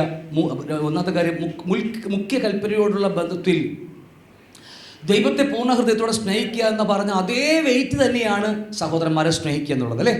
ഞാൻ പറയേണ്ട ആവശ്യമില്ലല്ലോ. ദൈവത്തെ സ്നേഹിക്കുക എന്ന് പറഞ്ഞ അതേ തുല്യ വെയിറ്റ് തന്നെയാണ് എന്താണെന്നറിയാമോ, മനുഷ്യരെയും നിങ്ങളെ എങ്ങനെയാ നിങ്ങൾ ദൈവത്തെ സ്നേഹിക്കുന്നതിനൊപ്പം തന്നെ കൂട്ടുകാരനുണ്ട്, സഹോദരനെ സ്നേഹിക്കുക, അത്രയും ഒരേപോലത്തെ വെയിറ്റ് ദൈവം നമുക്ക് നൽകിയിട്ടുണ്ട്. അപ്പോൾ നമ്മൾ സ്നേഹിക്കുമ്പോഴാണ് ദൈവത്തെ സ്നേഹിക്കുന്നതായിട്ട് നമുക്ക് മനസ്സിലാക്കാൻ കഴിയത്തുള്ളൂ. ഒരു യോഹന്നാന്റെ ഒരു വാക്യമുണ്ടല്ലോ, കാണുന്ന സഹോദരനെ സ്നേഹിക്കാൻ കഴിയുന്നില്ലെങ്കിൽ കാണാത്ത ദൈവത്തെ എങ്ങനെ സ്നേഹിക്കാൻ കഴിയുമെന്ന വാക്യം. കാരണം ദൈവത്തിന് നമുക്ക് എല്ലാത്തിനും നമുക്ക് തന്നെ പരിഹാരമുണ്ട്. നമുക്ക് വിശുദ്ധി എങ്ങനെ പ്രാപിക്കാൻ പറ്റുമെന്ന്, നമുക്ക് എത്രമാത്രം വിശുദ്ധി പ്രാപിച്ചുവെന്ന് നമുക്ക് പഠിക്കാൻ കഴിയും. നമുക്ക് എല്ലാ സ്കെയിലുണ്ട്, നമുക്കതിന് അളക്കാൻ പറ്റുമല്ലോ. അതുപോലെ അളക്കുന്ന കാര്യമാണ് കാണുന്ന സഹോദരനെ സ്നേഹിക്കാൻ നമുക്ക് കഴിഞ്ഞാൽ നമ്മൾ ദൈവത്തെ സ്നേഹിക്കുന്നു എന്ന് പറയേണ്ട ആവശ്യമില്ല, അത് സ്നേഹിച്ചിരിക്കും. ഓക്കെ, അപ്പോൾ അതുകൊണ്ട് ഒരുപാട് കാര്യങ്ങൾ നിങ്ങൾ കടക്കാരോട് നിങ്ങൾ പ്രാർത്ഥിക്കുമ്പോൾ പലപ്പോഴും നമ്മുടെ പ്രാർത്ഥന കേൾക്കാതിരിക്കാൻ കാരണം നമുക്ക് മറ്റുള്ളവരോട് കടം വെച്ചിരിക്കുന്നുകൊണ്ടാണ്. കടമെന്ന് പറഞ്ഞാൽ പാവം തന്നെയാണ്, പഠിച്ച ഓർമ്മയുണ്ടല്ലോ അല്ലേ? ഞാൻ മറ്റുള്ളവരെ മിണ്ടാതിരിക്കുമ്പോൾ, അവരോട് കയ്പായിരിക്കുമ്പോൾ, ഭിന്നതയായിരിക്കുമ്പോൾ അത് പാവമാണ് ദൈവസേനയിൽ. ആ കടം വീട്ടാത്തിടത്തോളം കാലം എനിക്ക് ദൈവസേന എത്ര നെടുമ്പാടം എന്ന് വലിയ പ്രാർത്ഥനക്കാരി അല്ലെങ്കിൽ ഞാൻ പ്രാർത്ഥന വീരെന്ന് പറഞ്ഞിട്ട് കാര്യമില്ല. പേര് മാത്രമേ ഉണ്ടാകുള്ളൂ, പക്ഷേ എന്തില്ല, ഗുണമുണ്ടാകത്തില്ല. കാരണം അറിയാമോ, പ്രാർത്ഥന കേൾക്കണമെങ്കിൽ, നിങ്ങളുടെ പ്രാർത്ഥന സ്വരം കേൾക്കണമെങ്കിൽ ഒറ്റ മരുന്നേ ഉള്ളൂ. പ്രാർത്ഥിക്കുന്നതിന് മുമ്പായിട്ട് എനിക്ക് ആരോടെങ്കിലും എന്തെങ്കിലും ഉണ്ടോ, മറ്റുള്ളവർക്ക് എന്നോട് വല്ലതുണ്ടോ, ഇത് രണ്ടും പരിശോധിച്ച് ഫോണിലൂടെ അല്ലെങ്കിൽ അപ്പം തന്നെ ഫോണിലൂടെയെങ്കിലും പരിഹരിച്ചിട്ട് ദൈവത്തോട് ഒന്നൊരു വാക്ക് തുറന്നാൽ മതി, നിങ്ങളുടെ പ്രാർത്ഥനാ സ്വരം കേട്ടിരിക്കും. കാരണം ഇത് ദൈവത്തിൻ്റെ കൽപ്പനകളാണ്, മാറ്റമില്ലാത്ത കൽപ്പനകളാണ്, അല്ലേ? മറന്നു പോകരുത്.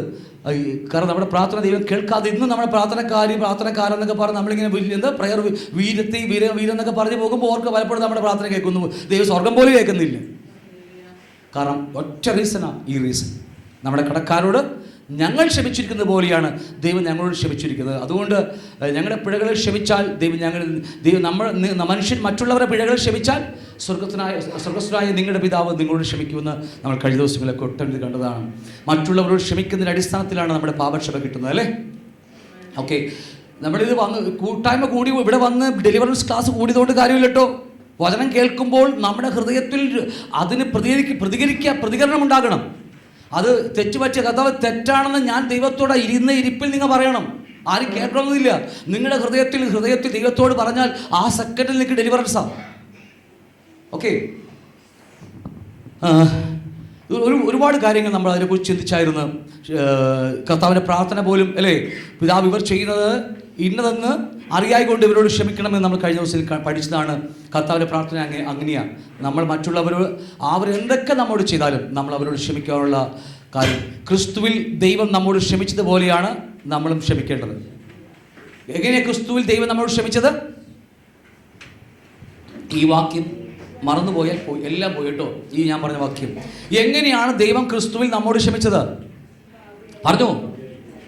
നാം ശത്രുക്കളായിരിക്കെ, പാപികളായിരിക്കെ, നാം ദൈവത്തോട് മത്സരിച്ചിരിക്കെ, നാം ദൈവത്തിന് മറഞ്ഞു ഓടിപ്പോയിരിക്കെ, ദൈവം നമ്മയുടെ അടുക്കിലേക്ക് ഓടി വന്ന് തൻ്റെ പുത്രൻ നമുക്ക് പകരമായി ജീവനെ കൊടുത്ത് നമ്മെ സ്നേഹിച്ച സ്നേഹം, ആ സ്നേഹമാണ് എൻ്റെയും നിങ്ങളുടെയും മാതൃക.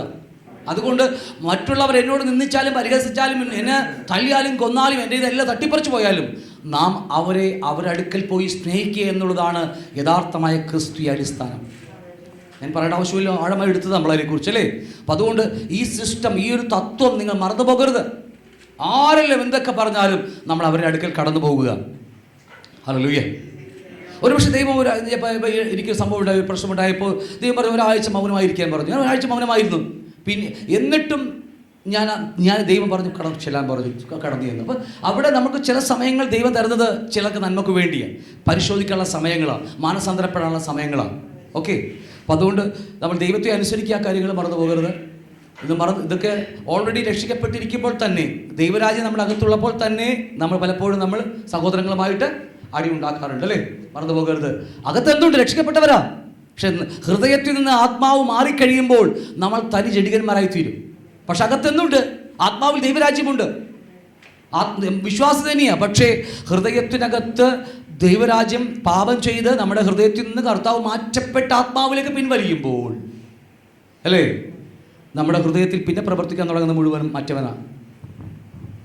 ഓക്കെ, നമ്മൾ ഇതിനെക്കുറിച്ച് ഒരു ആഴമായ ക്ലാസ് മത്തായി 18-ാം അധ്യായത്തിൽ നമ്മൾ 2 മാസം കൊണ്ട് പറഞ്ഞ് അവസാനിപ്പിച്ചല്ലേ? മത്തായി 18-ാം അധ്യായത്തിലല്ലേ ഒരുപാട് കാര്യങ്ങൾ. എങ്ങനെയാ സഹോദരനെ എങ്ങനെ നേടാൻ കഴിയും, അല്ലേ? അവിടെ 4 കാര്യങ്ങൾ പഠിച്ചായിരുന്നു. നീ ചെന്ന് നീയും അവനും മാത്രമുള്ളപ്പോൾ കുറ്റം അവന് ബോധ്യം വരുത്തുക. എന്നിട്ടും നടന്നില്ലെങ്കിൽ 2 പേർ 1-2 പേരെ കൂട്ടിക്കൊണ്ട് ചെല്ലുക. 3 സഭയെ അറിയിക്കുക. 4 സഭയെ കൂട്ടാക്കഞ്ഞാൽ പുറംജാതിക്കാരെ പോലെയും ചുക്കാരെ പോലെയും മാറ്റിവിടുക. ശത്രുക്കളെ സ്നേഹിക്കാൻ പഠിപ്പിച്ച കർത്താവ് ഇവിടെ വേറൊരു കാര്യം പറയുക. ശത്രുക്കളെ സ്നേഹിക്കാൻ പറഞ്ഞ കർത്താവ് ഇവിടെ വേറൊരു വാക്യം പറയുക. ഇനി എന്ത് ചെയ്യണം? നിങ്ങൾ അവനെ ചുങ്കക്കാരെ പോലെയും പുറംജാതിക്കാരെ പോലെയും മാറ്റിക്കളയാൻ. അപ്പോൾ കർത്താവിൻ്റെ വചനത്തിൽ വ്യത്യാസം കണ്ടു? വ്യത്യാസമല്ലത്. കാരണം സഭക്കകത്ത് ദൈവത്തിന് ഇറങ്ങി വരണം, ഇവിടെ ഇറങ്ങി വരണം ദൈവത്തിന്. അതിന് തടസ്സമാണെങ്കിൽ ദൈവം തന്നെ മാറ്റിക്കളയും. നമുക്ക് മാറ്റാനുള്ള അധികാരം ദൈവദാസന്മാർക്ക് കൊടുത്തിട്ടുമുണ്ട്. കഴിഞ്ഞ ദിവസങ്ങളൊക്കെ അതിനെക്കുറിച്ച് പഠിച്ചതാണ്, ഓർമ്മയുണ്ടല്ലോ? ഓക്കെ, ഇത് ഓരോ കാര്യം ഓരോന്നായി നമ്മൾ വിവരിച്ചു. അതിനുശേഷം മറ്റു കാര്യങ്ങൾ പറയുന്നുണ്ട്. നിങ്ങൾ ഭൂമി കെട്ടുന്നതെല്ലാം സ്വർഗത്തിൽ കെട്ടപ്പെട്ടിരിക്കും. വഴക്കെട്ടിരുന്നാൽ സ്വർഗം വഴക്കെട്ടിരിക്കും. സഭക്കകത്ത് 2 വ്യക്തികൾ തമ്മിൽ കെട്ടിയിരുന്നാൽ സ്വർഗം കെട്ടപ്പെട്ടിരിക്കുക. മനസ്സിലാവുന്നുണ്ടല്ലേ? അപ്പോൾ അതുകൊണ്ട് ദൈവദാസന്മാരോടാണെങ്കിലും നമ്മൾ എന്തെങ്കിലും അവർ പറഞ്ഞിട്ട് അനുസരിച്ചില്ലെങ്കിൽ ഓർക്കണം, അത് ദൈവദാസന്മാർ തീരുമാനമെടുത്ത് തന്നെയാണ്. പിന്നെ ഇവിടെ ഈ സഭ വിട്ട് വേറെ ഏത് സഭയിൽ പോയാലും, ഇവിടെ വന്ന് പരിഹരിക്കാത്തടത്തോളം കാലം ദൈവത്തിന് ലോകത്തിൽ ഏത് സഭയിൽ പോയാലും അവന് ഗുണമുണ്ടാകത്തില്ല. ക്ലിയറാണോ? നമ്മൾ ഏത് സഭയാണ് നിൽക്കുന്നത്, അവിടെ ഒരു പ്രശ്നമുണ്ടായി, ഇപ്പോൾ അവിടുത്തെ പാസ്റ്റർ നിങ്ങളെ മാറ്റി നിർത്തിയെങ്കിൽ ആ പ്രശ്നം നിങ്ങൾ വേറെ ഏത് സഭയിൽ വേണമെങ്കിൽ നമുക്ക് പോകാം. പക്ഷേ പോയാലും ഒരിക്കലും ആത്മാവിൽ വളരാൻ കഴിയത്തില്ല. കാരണം അഴിക്കേണ്ടത് ആദ്യം വന്ന് അഴിച്ചിട്ട് വേണം. ലോകത്തിൽ എവിടെ വേണമെങ്കിൽ പോവാം, പ്രവർത്തിക്കാം, കർത്താവ് അനുവദിക്കുന്ന പോലെ വൻ കാര്യങ്ങൾ ചെയ്യാൻ കഴിയും. പക്ഷേ ചെയ്യേണ്ടത് എവിടെയാണെന്നറിയാമോ? എവിടെയാണ് പ്രശ്നമുണ്ടാക്കി ബന്ധിച്ചിരിക്കുന്നത് ആ ബന്ധനം അഴിച്ചിട്ട് വേണം. നമ്മൾ അതിനെക്കുറിച്ചൊക്കെ കഴിഞ്ഞ ദിവസങ്ങളിൽ പഠിച്ചതാണല്ലേ? ഭൂമി കെട്ടുന്നതെല്ലാം സ്വർഗത്തിൽ കെട്ടപ്പെട്ടിരിക്കും. അപ്പം നമ്മൾ ഇവിടെ അഴിച്ചാൽ മാത്രമേ സ്വർഗവും അഴിഞ്ഞിരിക്കത്തുള്ളൂ. ഇവിടെ നടന്നില്ല, ഇവിടെ നിന്ന് അവിടെ പോയിട്ട് കാര്യമില്ല. ചെയ്യേണ്ട എല്ലാത്തിനും അതിന് തത്വമുണ്ട്. വചനം മനോഹരമായി എല്ലാ കാര്യങ്ങളും ഇങ്ങനെ പറയുന്നില്ലേ, ബൈബിൾ തപ്പി നോക്കിയാൽ ഒരു കാര്യവും ഇല്ലാതെ എല്ലാം ഉണ്ട് നമ്മുടെ കർത്താവിൻ്റെ വചനത്തിനകത്ത്, എല്ലാ കാര്യങ്ങളും. ഒക്കെ മുന്നോട്ട് കടന്നു പോകാം. ഒരുപാട് കാര്യം പഠിച്ചതാണ്. 70 വട്ടം ക്ഷമിക്കാൻ പറഞ്ഞ ഓർമ്മയുണ്ടല്ലോ, അല്ലേ? ക്ഷമിച്ചേ മതിയാകും. അൺലിമിറ്റഡ് ആയിട്ട് നമുക്ക് ലിമിറ്റേഷൻ ഇല്ലാതെ അറ്റത്തോളം നമുക്ക് പുറത്തേ മതിയാകും. കർത്താവ് നമ്മെ സ്നേഹിച്ചതുപോലെ. ഇന്ന് കർത്താവ് നമ്മെ സ്നേഹിച്ചതുകൊണ്ടാണ് ഞാനവിടെ നിൽക്കുന്നത് കേട്ടോ. എൻ്റെ കയ്യിരിപ്പ് നോക്കിയാൽ പലപ്പോഴും ഓർത്ത് കൈ നോക്കി ദൈവമേ ഒരു യോഗ്യതയുമില്ല. പക്ഷേ അവൻ്റെ വാക്കുണ്ടല്ലോ, അത് വാക്ക് തന്നെയാണ്. അവൻ്റെ വിശ്വസ്തയുണ്ടല്ലോ, അതിന് സ്വർഗത്തോളം വലിപ്പമുണ്ട്. അതിന് ഇടയ്ക്ക് വെച്ച് ഫുൾ സ്റ്റോപ്പ് ഇടുക, കോമിടുന്ന പരിപാടിയല്ലത്. അത് അവനോളം വലിപ്പമുണ്ട്, അവൻ്റെ ജീവനോളം വലിപ്പമുണ്ടത്. അതുകൊണ്ടാണ് ഞാനൊക്കെ ഇന്ന് ഇവിടെ നിൽക്കുന്നത്. ആ അവൻ്റെ വിശ്വസ്തയിലുള്ള വിശ്വാസമാണ് ഞാനിവിടെ നിൽക്കുന്നത്. അല്ലാതെ പരിപൂർണമായിട്ടല്ല ഞാനിവിടെ നിൽക്കുന്നത്. പക്ഷേ വിളിച്ചവനുണ്ടല്ലോ, അവൻ വിശ്വസ്തന. ഇവിടുന്ന് കൊണ്ടുപോകുന്നതിന് മുമ്പായിട്ട് എന്നെ ശുദ്ധീകരിക്കുമെന്ന് എൻ്റെ വാക്കുണ്ട്. അതുകൊണ്ട് ആ ഒരൊറ്റ വാക്കിന്മേൽ ഞാൻ തൂങ്ങിക്കിടക്കുകയാണ്. അല്ലാതെ നമ്മൾ ഡെയിലി ബൈബിൾ വായിക്കുന്നു, പ്രാർത്ഥിക്കുന്നു, ഓടുന്നു, ചാടുന്നു, ഭയങ്കര പ്രസംഗം നടത്തുന്നു, അതുകൊണ്ട് ഒന്നുമല്ല അവൻ്റെ വിശ്വസ്തത. അപ്പം അതുകൊണ്ട് 7-20 വട്ടം ക്ഷമിക്കയെക്കുറിച്ച് കഴിഞ്ഞ ദിവസങ്ങളൊക്കെ പഠിച്ചതാണ്. ഉപമയെ പഠിച്ചു. 10,000 താലന്ത് കടപ്പെട്ട ഒരു മനുഷ്യനെ കണ്ടു, അല്ലേ? 10,000 താലന്തിനെ കുറിച്ച് വലിയൊരു ക്ലാസ് എടുത്ത നമ്മൾ, അല്ലേ? ഒരു മനുഷ്യൻ 20 വർഷം അധ്വാനിച്ചാൽ 1 താലന്ത് അവന് സമ്പാദിക്കാൻ കഴിയും. ഒരു മനുഷ്യൻ 20 വർഷം അധ്വാനിച്ചാൽ 1 താലന്ത് സമ്പാദിക്കാൻ കഴിയും. അങ്ങനെയെങ്കിൽ 10,000 താലന്ത് എന്ന് പറഞ്ഞാൽ ഒരു ചിന്തിക്കാൻ പോലും കഴിയാത്ത വലിയ കടമാണ് ഒരു മനുഷ്യൻ ഉണ്ടാക്കി വെച്ചത്. പക്ഷേ ഒരു യജമാനൻ, അവൻ്റെ യജമാനൻ ആ കടം ഫ്രീ ആയിട്ട് ഇളച്ചു കൊടുത്തു. അവൻ ആ ഭാര്യയെയും മക്കളെയും അവിടെ അല്ലേ യജമാനൻ അവനെയും ഭാര്യയെയും മക്കളെയും, വാക്ക് ശ്രദ്ധിക്കണം നിങ്ങൾ, ആ വാക്ക് ഞാൻ ഇപ്പോൾ എടുത്തു പറയാൻ കാരണം പരിശുദ്ധാത്മാവ് പ്രേരിപ്പിക്കുന്നതുകൊണ്ടാണ്. നമ്മളെ മാത്രമല്ല, കടമുണ്ടാക്കിയവരെ മാത്രമല്ല, അവൻ്റെ അധികാരത്തിൽ കീഴിൽ നിൽക്കുന്ന അവൻ്റെ ഭാര്യയെയും മക്കളെയും വരെ. ഞാൻ പറഞ്ഞ അർത്ഥം മനസ്സിലാവുന്നുണ്ടോ? ദൈവം നമ്മളെ വിടുവിച്ചു തരികയാണ്. നമ്മുടെ അധികാരത്തിന് കീഴിൽ നിൽക്കുന്ന എല്ലാവരെ പോലും കർത്താവ് വിടുവിച്ചു തരികയാണ്. ഒരു ബന്ധവും നമുക്കില്ല, ഇല്ലേ? പക്ഷേ അവൻ കടന്നു പോകുമ്പോൾ അവന് 100 വെള്ളിക്കാശ്, ഒരു ചെറിയ കടം മാത്രം, അല്ലേ? ഒരു ദിവസത്തെ ചെറിയ വേതന, ഒരു കൂലിപ്പണിക്കാരൻ്റെ ചെറിയ തുകയാണ് ഒരു ദിവസത്തെ, അല്ലേ? ഇന്നത്തെ പറഞ്ഞ 800,000 രൂപ കൂലി, അത്രയേ ഉള്ളൂ. ആ ഒരു ചെറിയ കടം അവൻ ഇളച്ചു കൊടുക്കാതെ അവൻ പോയി അവൻ്റെ കഴുത്തിന് കുത്തിപ്പിടിച്ച് പൈസ മേടിക്കാൻ നോക്കിയല്ലേ? ഇത് യജമാൻ്റെ കൂട്ടുകാരൻ കണ്ടപ്പോൾ യജമാനോട് പറഞ്ഞു, തിരിച്ചവനെ വിളിച്ചിട്ട് ആ 10,000 താലന്ത് അവൻ്റെ മേൽ വീണ്ടും ചുമത്തി അവനെ ദണ്ഡിച്ചു. നമ്മൾ കഴിഞ്ഞ ദിവസം പഠിച്ചതാ. നിങ്ങളിൽ ഓരോരുത്തർ ഹൃദയപൂർവ്വം സഹോദരനോട് ഹൃദയപൂർവ്വം ക്ഷമിക്കാഞ്ഞാൽ സ്വർഗസ്ഥനായ എന്ന് വായിച്ചേ,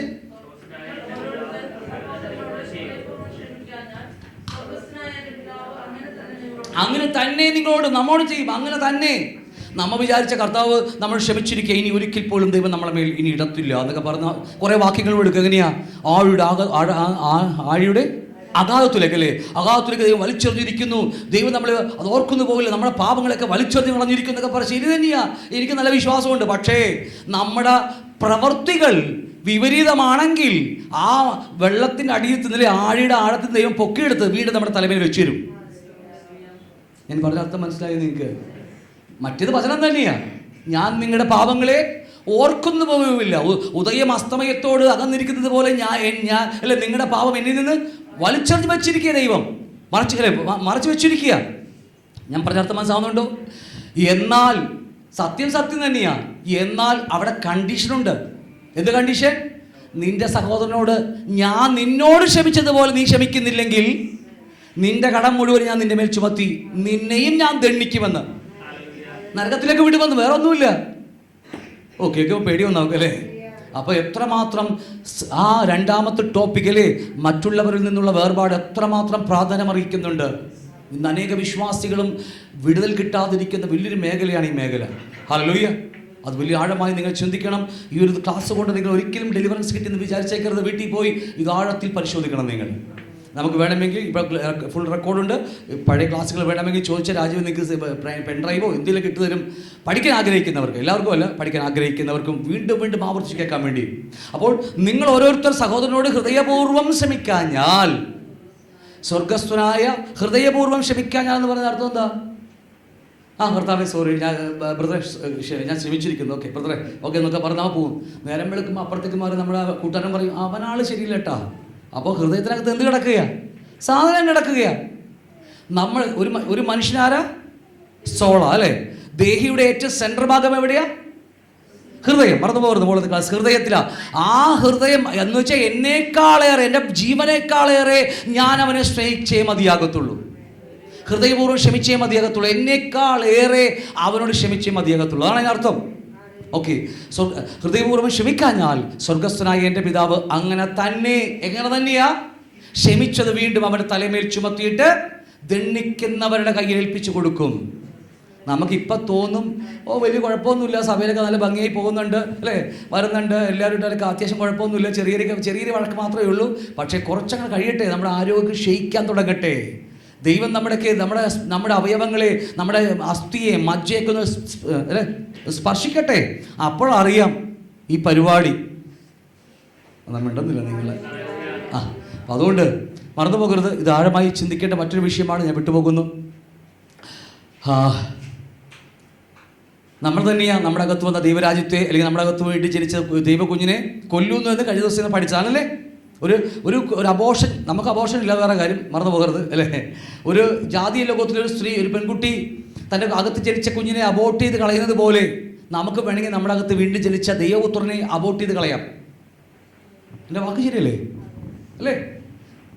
ഞാൻ പറഞ്ഞത് മനസ്സിലായില്ല നിങ്ങൾക്ക്? ഒരു ജാതീയ ലോകത്തെ ഒരു സ്ത്രീ അകത്തൊരു കുട്ടി ജനിച്ചു. ആ കുട്ടിയെ വേണ്ട എന്ന് പറഞ്ഞ് ഹോസ്പിറ്റലിൽ കൊണ്ടുപോയി അബോർട്ട് ചെയ്ത് കൈയും കാലും ഇതുപോലെ മുറിച്ച് കളഞ്ഞ് പുറത്ത് കളയുന്നത് പോലെ തന്നെ നമുക്കും ചെയ്യാമെന്ന്. എങ്ങനെ ചെയ്യാൻ പറ്റും നമുക്ക്? എൻ്റെ അകത്ത് വീണ്ടും ജനിച്ചൊരു ദൈവപുത്രനുടെ അകത്ത്, ഇല്ലേ? ഉണ്ടല്ലോ നിങ്ങൾക്ക്. പുതുമനുഷ്യൻ, അതിനെക്കുറിച്ച് വരുന്ന നാളിൽ ബൈബിൾ ക്ലാസ് ആഴമായി എടുക്കും. പുതിയ സൃഷ്ടിപ്പ്, ന്യൂ ബർത്ത്, ന്യൂ ക്രിയേഷൻ എന്ന് പറഞ്ഞ ഒരു പുതിയ സൃഷ്ടിപ്പിനെ കുറിച്ച് നമ്മൾ ആഴമായി പഠിക്കേണ്ട വിഷയമാണ്. എൻ്റെ അകത്തും നിങ്ങളുടെ അകത്തുണ്ട് പുതിയ സൃഷ്ടി. ദൈവത്താൽ ജനിക്കപ്പെട്ടവൻ, ദൈവത്തിൻ്റെ പുത്രൻ യേശുവല്ല, ഞാൻ എന്നെ തന്നെയാണ് പറയുന്നത്. അവന് വേണമെങ്കിൽ നമുക്ക് ഇതുപോലെ കൈയും കാലം മുറിച്ച് കളയാമെന്ന്. സഹോദരനെ സ്നേഹിക്കാതിരുന്നാൽ ഒരു കൈ മുറിക്കാം, അത് ക്ഷമിക്കാതെ കുറെ നാൾ കൊണ്ടു നടന്നാൽ അടുത്ത കൈ മുറിക്കാം, അല്ലേ? അതേന്നേ, നമ്മൾ തന്നെ നമുക്ക് ചെയ്ത് കളയാൻ പറ്റും. എത്രയോ വിശ്വാസികൾ അബോർട്ട് ചെയ്യുന്നവരാണെന്നറിയാമോ? ഞാൻ പറഞ്ഞ വയറ്റിലെ കുഞ്ഞിനെ കുറിച്ചല്ല, ജഡത്തിലെ ജഡിയ കുഞ്ഞിനെ കുറിച്ചല്ല ഞാൻ പറയുന്നത്, ആത്മീയ കുഞ്ഞിനെ കുറിച്ച്. ദൈവത്തിന്റെ പുത്രന്റെ ജീവന്റെ വിലയായ ആ അകത്തെ മനുഷ്യൻ, ഇന്നർ മാൻ, ദൈവരാജ്യം അവകാശമാക്കുന്ന ദൈവപുത്രൻ, യേശുവെ കുറിച്ചല്ല, നമ്മളെ കുറിച്ചാണ് പറഞ്ഞു വരുന്നത്. അവൻ നമുക്ക് വേണമെങ്കിൽ കൊന്നുകളയാം. അതുകൊണ്ട് യൂദയുടെ ലേഖനം ഇങ്ങനെ പറയുന്നു, അവർ രണ്ടൊരു ചത്തവർ, അല്ലേ? ഓൾറെഡി പലപ്പോഴും അനേക വിശ്വാസികളുടെ അകത്തെ മനുഷ്യൻ ചത്തിരിക്കുക. ഒരു ഹല്ലേലൂയ പറഞ്ഞേ. പോരാ, ഉറക്കം കളയാൻ പറ്റില്ല. ഒന്നുകൂടി അല്ലെങ്കിൽ കുഴപ്പമില്ല. ഓക്കെ, അനേക വിശ്വാസികളുടെ അകത്ത് ഇന്നർ മാൻ, അകത്തെ മനുഷ്യൻ ചത്തിരിക്കുകയാണ്. ഞാൻ ആത്മീയ ഗുണത്തെ കുറിച്ചാണ് ഞാൻ പറയുന്നത്. ഞാൻ അനേക ക്ലാസ്സിൽ അവിടെ പോകുന്നതുകൊണ്ടാണ് പറയുന്നത്. കാരണം ജീവനുണ്ടെങ്കിൽ അറിയാൻ പറ്റും. ജീവനുണ്ടെങ്കിൽ ഇപ്പം ഞാൻ പറയും, എൻ്റെ വയറ്റിൽ ഒരു സ്ത്രീയുടെ വയറ്റിൽ ഒരു കുഞ്ഞ് ജനിച്ചിട്ടുണ്ടെങ്കിൽ അറിയാൻ പറ്റത്തില്ലേ? അവർക്ക് പറയാറില്ല, അച്ചായ വന്നപ്പോൾ, ജോലി കഴിഞ്ഞ് വന്നപ്പോൾ കുഞ്ഞ് കിടന്ന് പിടക്കുന്ന, ചലിക്കുന്ന, ചവിട്ടുന്നൊക്കെ പറയാറില്ല നമ്മളല്ല സഹോദരിമാർ, അല്ലേ? പറയാറ്. സത്യത്തിൽ വേദോസം പഠിപ്പിക്കുന്നുണ്ടല്ലോ, നമ്മുടെ വിചാരം സ്ത്രീകളാണ്, ഞാൻ നിന്നെ 9 മാസം നൊന്ത് ചുമന്ന് പ്രസവിച്ചവല്ല എന്നൊക്കെ പറയും. അപ്പോൾ മക്കൾ പറയും, അമ്മ കൊട്ടേക്ക് ഇരിക്കും, ഞാൻ അമ്മേനെ ചുമക്കാന്നൊക്കെ പറയാറുണ്ട് ഇപ്പോഴത്തെ പിള്ളേർ, അല്ലേ? സത്യത്തിൽ പറഞ്ഞാൽ അതല്ല ശരി. ബൈബിൾ പ്രകാരം അത് ശരിയല്ല, തെറ്റാ. 9 മാസമേ ഉള്ളൂ. 9 മാസം 9 ദിവസം 9 വിനാഴിയൊക്കെ മാത്രമേ ഉള്ളൂ സഹോദരിമാർ. പക്ഷേ ഉൽപ്പത്തി മുതൽ വചനം പഠിക്കുമ്പോൾ അബ്രഹാം ഇസഹാക്കിനെ ജനിപ്പിച്ചു എന്നാണ് നമ്മൾ പറയും. നമ്മളെന്താ പറയും? എൻ്റെ ഭാര്യ 9 മാസം മുമ്പ് എൻ്റെ കൊച്ചിനെ ജനിപ്പിച്ചെന്നൊക്കെ നമ്മൾ പറയും. പക്ഷെ അങ്ങനെയല്ല അത്. അബ്രഹാം ഇല്ലേ, എന്ത് ദേഷ്യപ്പെട്ടിരിക്കുന്നത്? അബ്രഹാം ഇസഹാക്കിനെ ജനിപ്പിച്ചു, ഇസഹാക്ക് യാക്കോബിനെ ജനിപ്പിച്ചു, യാക്കോബ് 12 ഗോത്രപിതാക്കന്മാരെ ജനിപ്പിച്ചു. അപ്പോൾ ആരാണ് ഈ മക്കളെ ചുമന്ന് നടന്നു വെച്ചത്? ഞാൻ തമാശ പറഞ്ഞതല്ല. സകല 1000 ആണ്ടിൽ പോലും ജനിക്കാനിരിക്കുന്ന സകല മനുഷ്യർ, എണ്ണപ്പെട്ട ദൈവത്തിൻ്റെ കണക്കിൽ എണ്ണപ്പെട്ട സകല മനുഷ്യരും ആദമിൻ്റെ അകത്ത് തന്നെ ഉണ്ടായിരുന്നു. അതിൻ്റെ ഒരു അംശം എൻ്റെ അകത്തുണ്ടായിരുന്നു, എൻ്റെ മക്കൾ എൻ്റെ അകത്തുണ്ടായിരുന്നത്. അവർ ഭൂമി ജനിച്ചു, അത്രയേ ഉള്ളൂ. സഹോദരിമാർ ചെറിയ പാത്രങ്ങൾ മാത്രമേ ഉള്ളൂ. ഒന്ന് കൈമാറി, അല്ലേ? ഞാൻ ഫാമിലി ക്ലാസ് എടുത്തുപെടുത്തോളാം എന്നൊക്കെ. ഓക്കെ, അപ്പോൾ ഇതുപോലെ അനേക അകത്തും നമ്മുടെ ഇന്നർമാൻ, അകത്തെ മനുഷ്യൻ വീണ്ടും ജനിച്ചവൻ ചത്തുരിക്കുകയാണ്. കാരണം എന്താണെന്നറിയാമോ? സഹോദരന്മാരുമായുള്ള വേർപാട്, സഹോദരന്മാരിൽ നിന്നുള്ള വേർപാട് നിമിത്തം അനേക വിശ്വാസികൾ, ഇനി നമ്മുടെ ന്യൂലൈഫെ കുറിച്ചല്ലട്ടെ പറയുക, ആഗോളമായി പറയുക. കാരണം ഇതുപോലെ ചത്തിരിക്കുക, കാരണം വേറെ വഴിയില്ല. അതുകൊണ്ട് എന്താ പറയുക, ഒന്നിനോട് ഇൻട്രസ്റ്റ് ഇല്ല. വർഷിപ്പ് ചെയ്താൽ പാട്ട് പാടാൻ പോലും പറ്റത്തില്ല നമുക്ക്, കാരണം മരിച്ചുപോയി. ഈ പാട്ട് പാടുമ്പോൾ അകത്തെ മനുഷ്യൻ്റെ ഉത്സാഹമാണ് നമ്മെ ആരാധിക്കാൻ പ്രേരിപ്പിക്കുന്നത്. വചനം വായിക്കാൻ പ്രേരിപ്പിക്കുന്ന അകത്തെ മനുഷ്യനാണ്. അവൻ മരിച്ചു പോയാൽ പിന്നെ രക്ഷയില്ല. ഓക്കെ, ഞാൻ വിട്ടുപോകുക. അതുകൊണ്ട് ഞാനിങ്ങനെ പറയാറുണ്ട്, നാം തന്നെ നമുക്ക് ഒരു ശവക്കുഴി തോണ്ടിക്കൊണ്ടിരിക്കുന്നത്. നമ്മുടെ കയ്യിരിപ്പ് ശരിയല്ലെങ്കിൽ സഹോദരന്മാരുമായിട്ട് നമുക്ക് ഒരു എന്താ പറയുക, ഒരു പിണക്കമില്ലായ്മയും നമുക്ക് ഇടർച്ചയില്ലാതെ ജീവിച്ചില്ലെങ്കിൽ നാം തന്നെ നമുക്ക് ശവക്കുഴി തോണ്ടിക്കൊണ്ടിരിക്കുകയാണ്. എത്ര പേര് തോട്ടണമെന്ന് ദൈവത്തിനറിയാം. ഓക്കെ അല്ലേ? ഓക്കെ, അതുകൊണ്ടാണ് കൂടുതലേ നമ്മൾ വിട്ടുപോകും. ഒരുപാട് കാര്യങ്ങൾ പഠിച്ചു. അതുകൊണ്ടാണ് പൗലോസിനെ പോലത്തെ നല്ല ഭക്തന്മാരൊക്കെ പലപ്പോഴും വിചാരിക്കുക, ചില വിശ്വാസികളുടെ ജീവിതം ഇങ്ങനെ വിട്ടാൽ അവരൊക്കെ നിത്യ നരകത്തിലേക്ക് പോകുമെന്ന് കണ്ടതുകൊണ്ടാണ് പൗലോസൊക്കെ പറയുന്നത്. വാക്യം പറയുന്നില്ലേ പൗലോസ് തൊട്ട് മുമ്പിൽ വായിച്ച പോലെ, ചിലരുടെയൊക്കെ ജഡസംഹാരത്തിന് വേണ്ടി അവരൊക്കെ സാത്താനെ ഏൽപ്പിച്ചു കൊടുക്കുന്ന പരിപാടി ഇല്ലേ? കാരണം പൗലോസ് നല്ലവണ്ണം അറിയാം. കാരണം ഒരു ജീവിതം മുഴുവനും ദൈവം പൗലോസിന് കൊടുത്തത് ഗിഫ്റ്റ് മാത്രമല്ല, പിശാചിനെയും ദൈവം പൗലോസിന് കൊടുത്തു. ഇതൊക്കെ പഠിപ്പിക്കും ഒത്തിരി റിസ്ക്കാണ് നമുക്കല്ലേ. ദൈവം തന്നെ പിശാചിന് എന്ത് കൊടുത്തു? കർത്താവിനെ പൗലോസിന് എന്ത് കൊടുത്തു? ഒരു പിശാചിനെ കൊടുത്തു. ജീവിതകാലം മുഴുവൻ കുത്തിക്കോടാന്ന് പറഞ്ഞിട്ട്, ഇല്ലെങ്കിൽ നികളം വരും, അഹങ്കാരം വരും. എന്താ പറയുക, ഈ വെളിപ്പാടിൻ്റെ ആധിക്യ നിമിത്തം അഹങ്കാരം വരാനിടയുള്ളത് കൊണ്ടാണ് പലപ്പോഴും നല്ല ദൈവദാസന്മാർക്കൊക്കെ ചില കുരുത്തക്കേട് പരിപാടിയൊക്കെ ഉണ്ടാവും അല്ലേ? ഒന്നും വേണ്ടുന്നില്ല നിങ്ങൾ. അപ്പം അതുകൊണ്ട് ചില പിശാചുക്കളെയും ദൈവം കൊടുക്കും. അത് നന്മക്ക് വേണ്ടിയാ. നീളം പൊങ്ങുമ്പോൾ അവൻ പിടിച്ചിട്ട് കുത്തും. പൗലോസിൻ്റെ ചെറിയ മിസ്റ്റേക്ക് എൻ്റെ വചനപഠിത്തത്തിൽ മനസ്സിലായത് കണ്ണിനായിരുന്നു. എന്തുമാകട്ടെ അപ്പോൾ ഇതുപോലെ പലർക്കും ഉണ്ടാകാം. അതുകൊണ്ടാണ് പൗലോസ് പറയുന്നുണ്ട്, ചിലരൊക്കെ ഇതേ പാപത്തിൽ തുടർന്നാൽ നിത്യമായ നരകത്തിൽ പോകുമെന്ന് കണ്ടതുകൊണ്ട് പൗലോസ് അവരെ സാത്താൻ ഏൽപ്പിച്ചു കൊടുക്കുകയാണ്. ആവശ്യമുള്ള നിങ്ങൾ നശിക്കാൻ വേണ്ടിയല്ല, കർത്താവിൻ്റെ വരവിൽ അവൻ്റെ ആത്മാവ് രക്ഷിക്കപ്പെടാൻ വേണ്ടിയാണ്. അങ്ങനെ ചെയ്യുന്ന ശുശ്രൂഷകളൊക്കെ സഭക്കകത്തുണ്ട്, മറന്നു പോകരുത്. ആവശ്യമാണെങ്കിൽ ആ ടൂൾസ് നമ്മൾ കൈയെടുക്കും.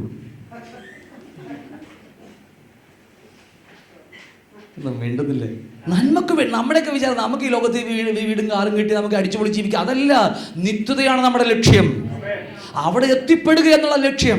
ഇതൊക്കെ ഇവിടെ അസ്തമിക്കുന്ന പേരും പെരുമയും ഉണ്ടാക്കി വെച്ചത് നിങ്ങൾ ഓർക്കണം.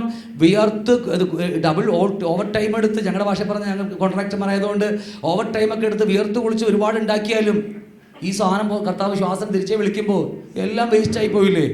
അകത്ത് നിത്യതയാണ്. നമ്മൾ എത്രത്തോളം പ്രാപിക്കുന്ന വചനവും എത്രത്തോളം പ്രാപിക്കുന്ന ആ ദൈവിക സന്തോഷവും സമാധാനവുമാണ് എന്നെ സ്വർഗത്തിൽ സമ്പന്നനാക്കുന്നത്.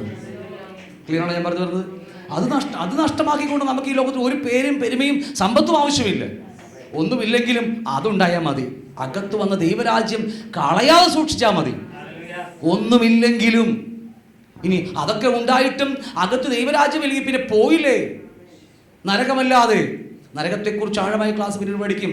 നരകത്തെക്കുറിച്ച് അന്ന് കേൾക്കുമ്പോൾ ഭയന്ന് പറച്ചു പോകും നമ്മൾ. എന്താ നരകം എന്നതിനെക്കുറിച്ച് പറയുമ്പോൾ നരകം അതെൻ്റെ വീട്ടിൽ എപ്പോഴും ഉള്ളതാന്ന് പറയും. നമ്മൾ കണ്ടേക്കണം അതല്ല, അത് ചെറുതല്ലേ, കങ്ങതി വലുത് കിടക്കുക. ഓക്കെ, എന്തുമാകട്ടെ, ഇത്ര നിങ്ങൾക്ക് പറഞ്ഞാൽ അല്ലേ? ഞാൻ വിശ്വസിക്കുന്നു. ഓക്കെ, അതുകൊണ്ടാണ് കർത്താവ് യോഹന്നാൻ 3:14 എന്താ പറഞ്ഞത്? തൻ്റെ ഏകജാതനായ പുത്രനെ വിശ്വസിക്കുന്നവർ നശിച്ചു പോകാതെ നിത്യജീവൻ പ്രാപിക്കേണ്ടതിന്. യോഹന്നാൻ സുവിശേഷം രക്ഷിക്കപ്പെടാനിരിക്കുന്നവർക്ക് വേണ്ടി എഴുതി, യോഹന്നാൻ ലേഖനം രക്ഷിക്കപ്പെട്ടവർക്ക് എഴുതി. ബാക്കി വ്യത്യാസം മനസ്സിലായോ? വരുന്ന ദിവസം ക്ലാസ് എടുക്കുമ്പോൾ, ഇവിടെ അല്ല, നമ്മുടെ മോളിൽ എവിടെയും ക്ലാസ് എടുക്കുമ്പോൾ അല്ലെങ്കിൽ ബൈബിൾ ക്ലാസ്സിലൊക്കെ വരുമ്പോൾ നമ്മൾ അതിനെക്കുറിച്ച് ആഴമായ ഡിഫറൻസ് ഉണ്ട്. ഒരു രക്ഷിക്കപ്പെട്ടവൻ എങ്ങനെയായിരിക്കണമെന്നുള്ള ഒരു ക്ലാസ് നമുക്ക് നമ്മെ പരിശോധിക്കാം. ഞാൻ രക്ഷിക്കപ്പെട്ടവനാണോ എന്ന്, നമ്മളൊക്കെ ആയിരിക്കും, അത് കുഴപ്പമില്ല. രക്ഷിക്കപ്പെട്ടവനാണോ എന്ന് നമുക്ക് തന്നെ അറിയാൻ കഴിയുന്ന ഒരു ടൂള് ഇതിനകത്തുണ്ട്. ഈ യോഹന്നാൻ ലേഖനത്തിലുണ്ട്, ഇത് യോഹന്നാന്റെ സുവിശേഷത്തിലല്ലേ. അതുകൊണ്ട് തൻ്റെ പുത്രനെ തരുവാൻ തക്കവണ്ണം അവൻ നമ്മെ സ്നേഹിച്ചതുപോലെ തന്നെ അവിടെ വചനം പറയുന്നു, നാം നമ്മുടെ സഹോദരന് വേണ്ടി പ്രാണനെ വെച്ച് കൊടുക്കണം. എന്നെ തന്നെ, എൻ്റെ ജീവനേക്കാളേറെ എൻ്റെ സഹോദരനെ സ്നേഹിക്കാൻ വെക്കണം, സ്നേഹിച്ച് പഠിക്കണം. അതുകൊണ്ട് യോഹന്നാൻ 3:16 വ്യത്യാസവും 1 യോഹന്നാൻ 3:16 വ്യത്യാസം തമ്മിൽ അതാണ്. പഠിച്ചു പോയതാണ്, ഞാൻ വിട്ടുകളയുക. അത്രയും ആഴമുണ്ട്.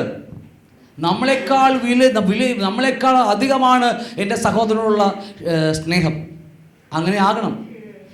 ഇന്ന് പടിവാതിക്കൽ പോലും ഇല്ല അല്ലേ? പറ്റുന്നില്ല നമുക്ക്, പക്ഷേ നമ്മൾ പറ്റിയേ മതിയാകും, വേറെ വഴിയില്ല. കർത്താവ് സഹായിക്കട്ടെ. പ്രാർത്ഥനയെക്കുറിച്ചൊക്കെ പഠിക്കുന്ന നമ്മൾ ഒരുപാട് കാര്യങ്ങൾ പറഞ്ഞതാണ്, ഞാൻ വിട്ടുപോകുന്നു. ഒരുപാട് കാര്യങ്ങൾ പറഞ്ഞതാണ്, പറയാത്ത കാര്യങ്ങൾ മാത്രമേ ഞാൻ പറഞ്ഞു പോകുന്നുള്ളൂ. ഇപ്പോൾ നമ്മൾ ചിന്തിക്കാൻ പോകുന്നത് കർത്തൃമേശ മുമ്പിൽ നിൽക്കുമ്പോൾ എന്താണ് സംഭവിക്കുന്നത്, അതിനെക്കുറിച്ചാണ്. നമ്മൾ പഠിച്ചുകൊണ്ടിരിക്കുന്ന ടോപ്പിക്കിലേക്ക് വരികയാണ്. ഇനിയും കുറേ ഉണ്ട്, അടുത്ത 2-3 ആഴ്ച കൂടി മിക്കവാറും ഇതുവരെ തന്നെ പോകും. കർത്തൃമേശ നിമിത്തം എന്ത് സംഭവിക്കുമെന്നുള്ളത് വലിയൊരു പ്രശ്നമാണ്. ഈ അപ്പോസ്തല പ്രവൃത്തി 2-ാം അധ്യായം പെന്തക്കോസ്ത് നാളിൽ മാളികമുറിയിൽ സഭയുടെ അടിസ്ഥാനമിടുമ്പോൾ ആ സഭയ്ക്ക് 2-ാം അധ്യായത്തിൽ സഭയുടെ തൂണുകളെക്കുറിച്ച് പഠിപ്പിക്കുന്നുണ്ട്. 7 സഭയുടെ തൂണുകളെക്കുറിച്ച്. മനസ്സിലാവുന്നുണ്ടോ? ഓക്കെ, പിന്നീട് പഠിക്കാനെക്കുറിച്ച് നമ്മൾ പറഞ്ഞു പോവുകയാണ്. 2-ാം അധ്യായത്തിൽ 7 സഭയുടെ അടിസ്ഥാന തൂണ്. ചിലർ പറയുന്നു സഭയ്ക്ക് അടിസ്ഥാന തൂണുകൾ 8 ഉണ്ടെന്ന്. ശരിയാ, അവിടെ 8 കാണുന്നുണ്ട്. പക്ഷേ സദൃശ്യവാക്യത്തിൽ പറയുന്നുണ്ട്, ഒരു സ്ത്രീ ഒരു ഭവനം പണിതു, അതിന് 7 അടിസ്ഥാനങ്ങൾ, 7 തൂണുകൾ ഉണ്ട്. അപ്പോൾ അതുകൊണ്ട് നമുക്ക് ഒരിക്കലും 8 അനുവാദമില്ല. 8-ാമത്തത് അത് നമ്മുടെ ജീവിതം തന്നെയാണത്. അതുമേലാണ് മേൽക്കൂര പണിതിരിക്കുന്നത്. അപ്പം അത് മേൽക്കൂര പോലെ ആ തൂണിന്മേൽ മേൽക്കൂരയിട്ട ഒരു വേർപാടെന്നുള്ള മേൽക്കൂരയിൽ മേൽ അത് പണിതിരിക്കുന്നത്. അപ്പോൾ അതുകൊണ്ട് ഒരിക്കലും വിട്ടുപോകാത്തൊരു സിസ്റ്റമാണ്. അതുകൊണ്ട് ഞാൻ വിട്ടുപോകുക, നമ്മുടെ വിഷയത്തിലേക്ക് മാത്രം ഒതുങ്ങി നിൽക്കാം. അപ്പോൾ ആ അപ്പോസ്തലപ്രവൃത്തി 2-ാം അധ്യായത്തിൽ 7 സഭയുടെ തൂണുകളെക്കുറിച്ച് പഠിപ്പിക്കുമ്പോൾ പഠിക്കണം. നമ്മൾ വരുന്ന ദിവസങ്ങളിൽ നമ്മുടെ ബൈബിൾ ക്ലാസ്സിലൊക്കെ പഠിത്തം ആരംഭിക്കുന്നത്. ആ തൂണിൽ ഈ 5 വിശ്വാസ പ്രമാണവും 2 പറ. ഇത്രയും വട്ടം ഞാൻ പറഞ്ഞുകൊണ്ടിരിക്കുക, എപ്പോഴും പറയുക, അനുഷ്ഠാന പ്രമാണം കൊണ്ട്. മനസ്സിലാവുന്നുണ്ടോ? 7 പ്രമാണങ്ങളിൽ 5 വിശ്വാസ പ്രമാണമാണ്. എല്ലാ ദൈവകുഞ്ഞുങ്ങളും കർത്താവിന് വേണ്ടി വേല ചെയ്യാൻ ആഗ്രഹിക്കുന്നതിനും അടിസ്ഥാനമായി ഉറച്ചിരിക്കേണ്ട ഒരു പ്രമാണമാണിത്. അതുകൊണ്ട് വരും ദിവസങ്ങൾ നമുക്ക് ആഴമായി ക്ലാസ് എടുക്കും. അപ്പം അതുകൊണ്ട് 5 പ്രമാണങ്ങൾ വിശ്വാസ പ്രമാണമാണ്. നിങ്ങൾ ഇവിടെ ഉണ്ടല്ലോ അല്ലേ? ഓക്കെ, വിശ്വാസ പ്രമാണമാണ്. അത് വിശ്വാസം മാത്രമേ ഉള്ളൂ. വിശ്വാസത്തിൽ നിന്ന് ആരംഭിച്ച് വിശ്വാസത്തിൽ കൂടി വിശ്വാസത്തിലേക്ക്, from faith to faith by faith. ഈ വാക്യം വേണമെങ്കിൽ കേട്ടിട്ടുണ്ടോ നിങ്ങൾ? പലവട്ടം പറഞ്ഞിട്ടുണ്ട്. റോമർ 1:17 അല്ലേ, 16-17 വാക്യങ്ങളൊക്കെ ഇത് വിടുക. അപ്പോൾ ഇവിടെ 7 ഉപദേശങ്ങളിൽ 2 അനുഷ്ഠാന പ്രമാണമാണ്. അതിൽ ഒന്ന് സ്നാനവും 2 കർത്തൃമേശയും. കർത്തൃമേശയെക്കുറിച്ച് ഒരാഴമായ ക്ലാസ് നമുക്ക് ആവശ്യമാണ്, വളരെ അത്യാവശ്യമാണ്. വരും ദിവസങ്ങളിൽ ഞാൻ അതിനെക്കുറിച്ച് സമയമുള്ളതുപോലെ കർത്താവ് തരും. ഇന്ന് കർത്തൃമേശയെക്കുറിച്ചൊരു വല്ലാത്തൊരു വ്യത്യസ്തമായ ചിന്താഗതിയാണ് അനേകർക്കുമുള്ളത്. കർത്തൃമേശ ചിലർ പറയുന്നത് കർത്തൃമേശ കഴിച്ചാൽ ശരീരത്തിന് ആരോഗ്യം കിട്ടും. ഇല്ലെന്ന് ഞാനും പറയുന്നില്ല, പക്ഷെ അതിനുവേണ്ടിയല്ല കർത്തൃമേശ. ഒരുപാട് കാര്യങ്ങളുണ്ട്. കർത്തൃമേശ റോട്ടി കൂടി പോകുന്നവർക്ക് കൊടുക്കാമെന്ന് പറയുന്ന ആൾക്കാരുണ്ട്, പക്ഷെ അങ്ങനെയല്ല. അത് ജാതികളായി ഞങ്ങൾ പണ്ട് ഞാൻ കൊടുത്തിട്ടുണ്ട്. മറ്റേ ശബരിമലയിൽ പോയി വരുമ്പോൾ അരവണ പായസം കിട്ടും. ഞങ്ങൾ വരുമ്പോൾ അപ്പുറത്തെ വീട്ടിലെ മുഹമ്മദ്ക്കൊക്കെ കൂടെ കൊടുക്കും, അപ്പുറത്തെ വീട്ടിലെ ശോശാമ്മക്ക് കൊടുക്കും അരവണ പായസം. അവരും മേടിച്ചിട്ട് ഇങ്ങനെ ഭക്തിയോടെ അവരും കഴിക്കും. അത് ഹിന്ദുവിൻ്റെ പ്രസാദം, ഇത് ക്രിസ്ത്യാനിയുടെ പ്രസാദം, അത്രയേ ഉള്ളൂ. അപ്പം അത് അങ്ങനെയൊന്നും അല്ല വേദോസ കർത്തൃമേശയെക്കുറിച്ച് പഠിപ്പിക്കുന്നത്. അതുകൊണ്ട് വരും ദിവസങ്ങളിൽ ആഴമായി ഒരു ക്ലാസ് അത്യാവശ്യമായാണ് തോന്നിയിരിക്കുന്നത്, കൊണ്ട് നമ്മൾ എടുക്കും. അപ്പോൾ അതിൽ 2 അനുഷ്ഠാന പ്രമാണങ്ങളിൽ ഒരു പ്രമാണമാണ് ഏത്? കർത്തൃമേശ. അത് വളരെ അത്യാവശ്യമാണ്. അത് അനുഷ്ഠാന പ്രമാണം തന്നെയാണത്, അനുഷ്ഠിക്കേണ്ടതാണ്. എവിടം വരിക? കർത്താവിൻ്റെ വരവോളം, അല്ലെങ്കിൽ നമ്മുടെ ജീവൻ എടുക്കപ്പെടുന്നതോളം. മറന്നു പോകരുത്, ഈ പ്രമാണം അനുഷ്ഠിക്കുന്നില്ലെങ്കിൽ ക്രിസ്ത്യ ജീവിതം അമ്പേ പരാജയമായിരിക്കും. കാരണം ഇതാണ് നമ്മുടെ ഐക്യതയുടെ കൂട്ടായ്മ തെളിയിക്കുന്നത്. നാം അതിലുണ്ടോ എന്ന് തെളിയിക്കുന്നത് ഇതാണ്. എന്നോടുണ്ടോ നിങ്ങൾ? നമ്മൾ രക്ഷിക്കപ്പെട്ടവരാ, ന്യൂ ലൈഫ് സഭയിലെ അംഗമാണെന്നൊക്കെ പറഞ്ഞാലും നമ്മൾ ഇതെടുക്കുന്നില്ലെങ്കിൽ നമ്മൾ ന്യൂ ലൈഫിൽ സഭയിൽ അംഗത്വം ഉണ്ടാകത്തില്ല. പക്ഷെ ന്യൂ ലൈഫിലുണ്ടാവും, ശരിയാണ്, ന്യൂ ലൈഫ് സഭയിൽ അംഗത്വം ഉണ്ടാകും. കാരണം നമുക്ക് വെട്ടാനുപാതം ഇല്ലല്ലോ, രാജീവ് വളരെ ഇട്ടുപോയി. പക്ഷേ ക്രിസ്തുവിൻ്റെ സഭയിൽ അംഗത്വം ഉണ്ടാകത്തില്ല. എനിക്ക് പറഞ്ഞാൽ മനസ്സിലാവുന്നുണ്ട്. വളരെ ഭയാനകമായൊരു ക്ലാസ്സാണ്. അല്പമായിട്ട് ഞാൻ ഒരുപാട് പറയില്ല, അല്പമായിട്ട്.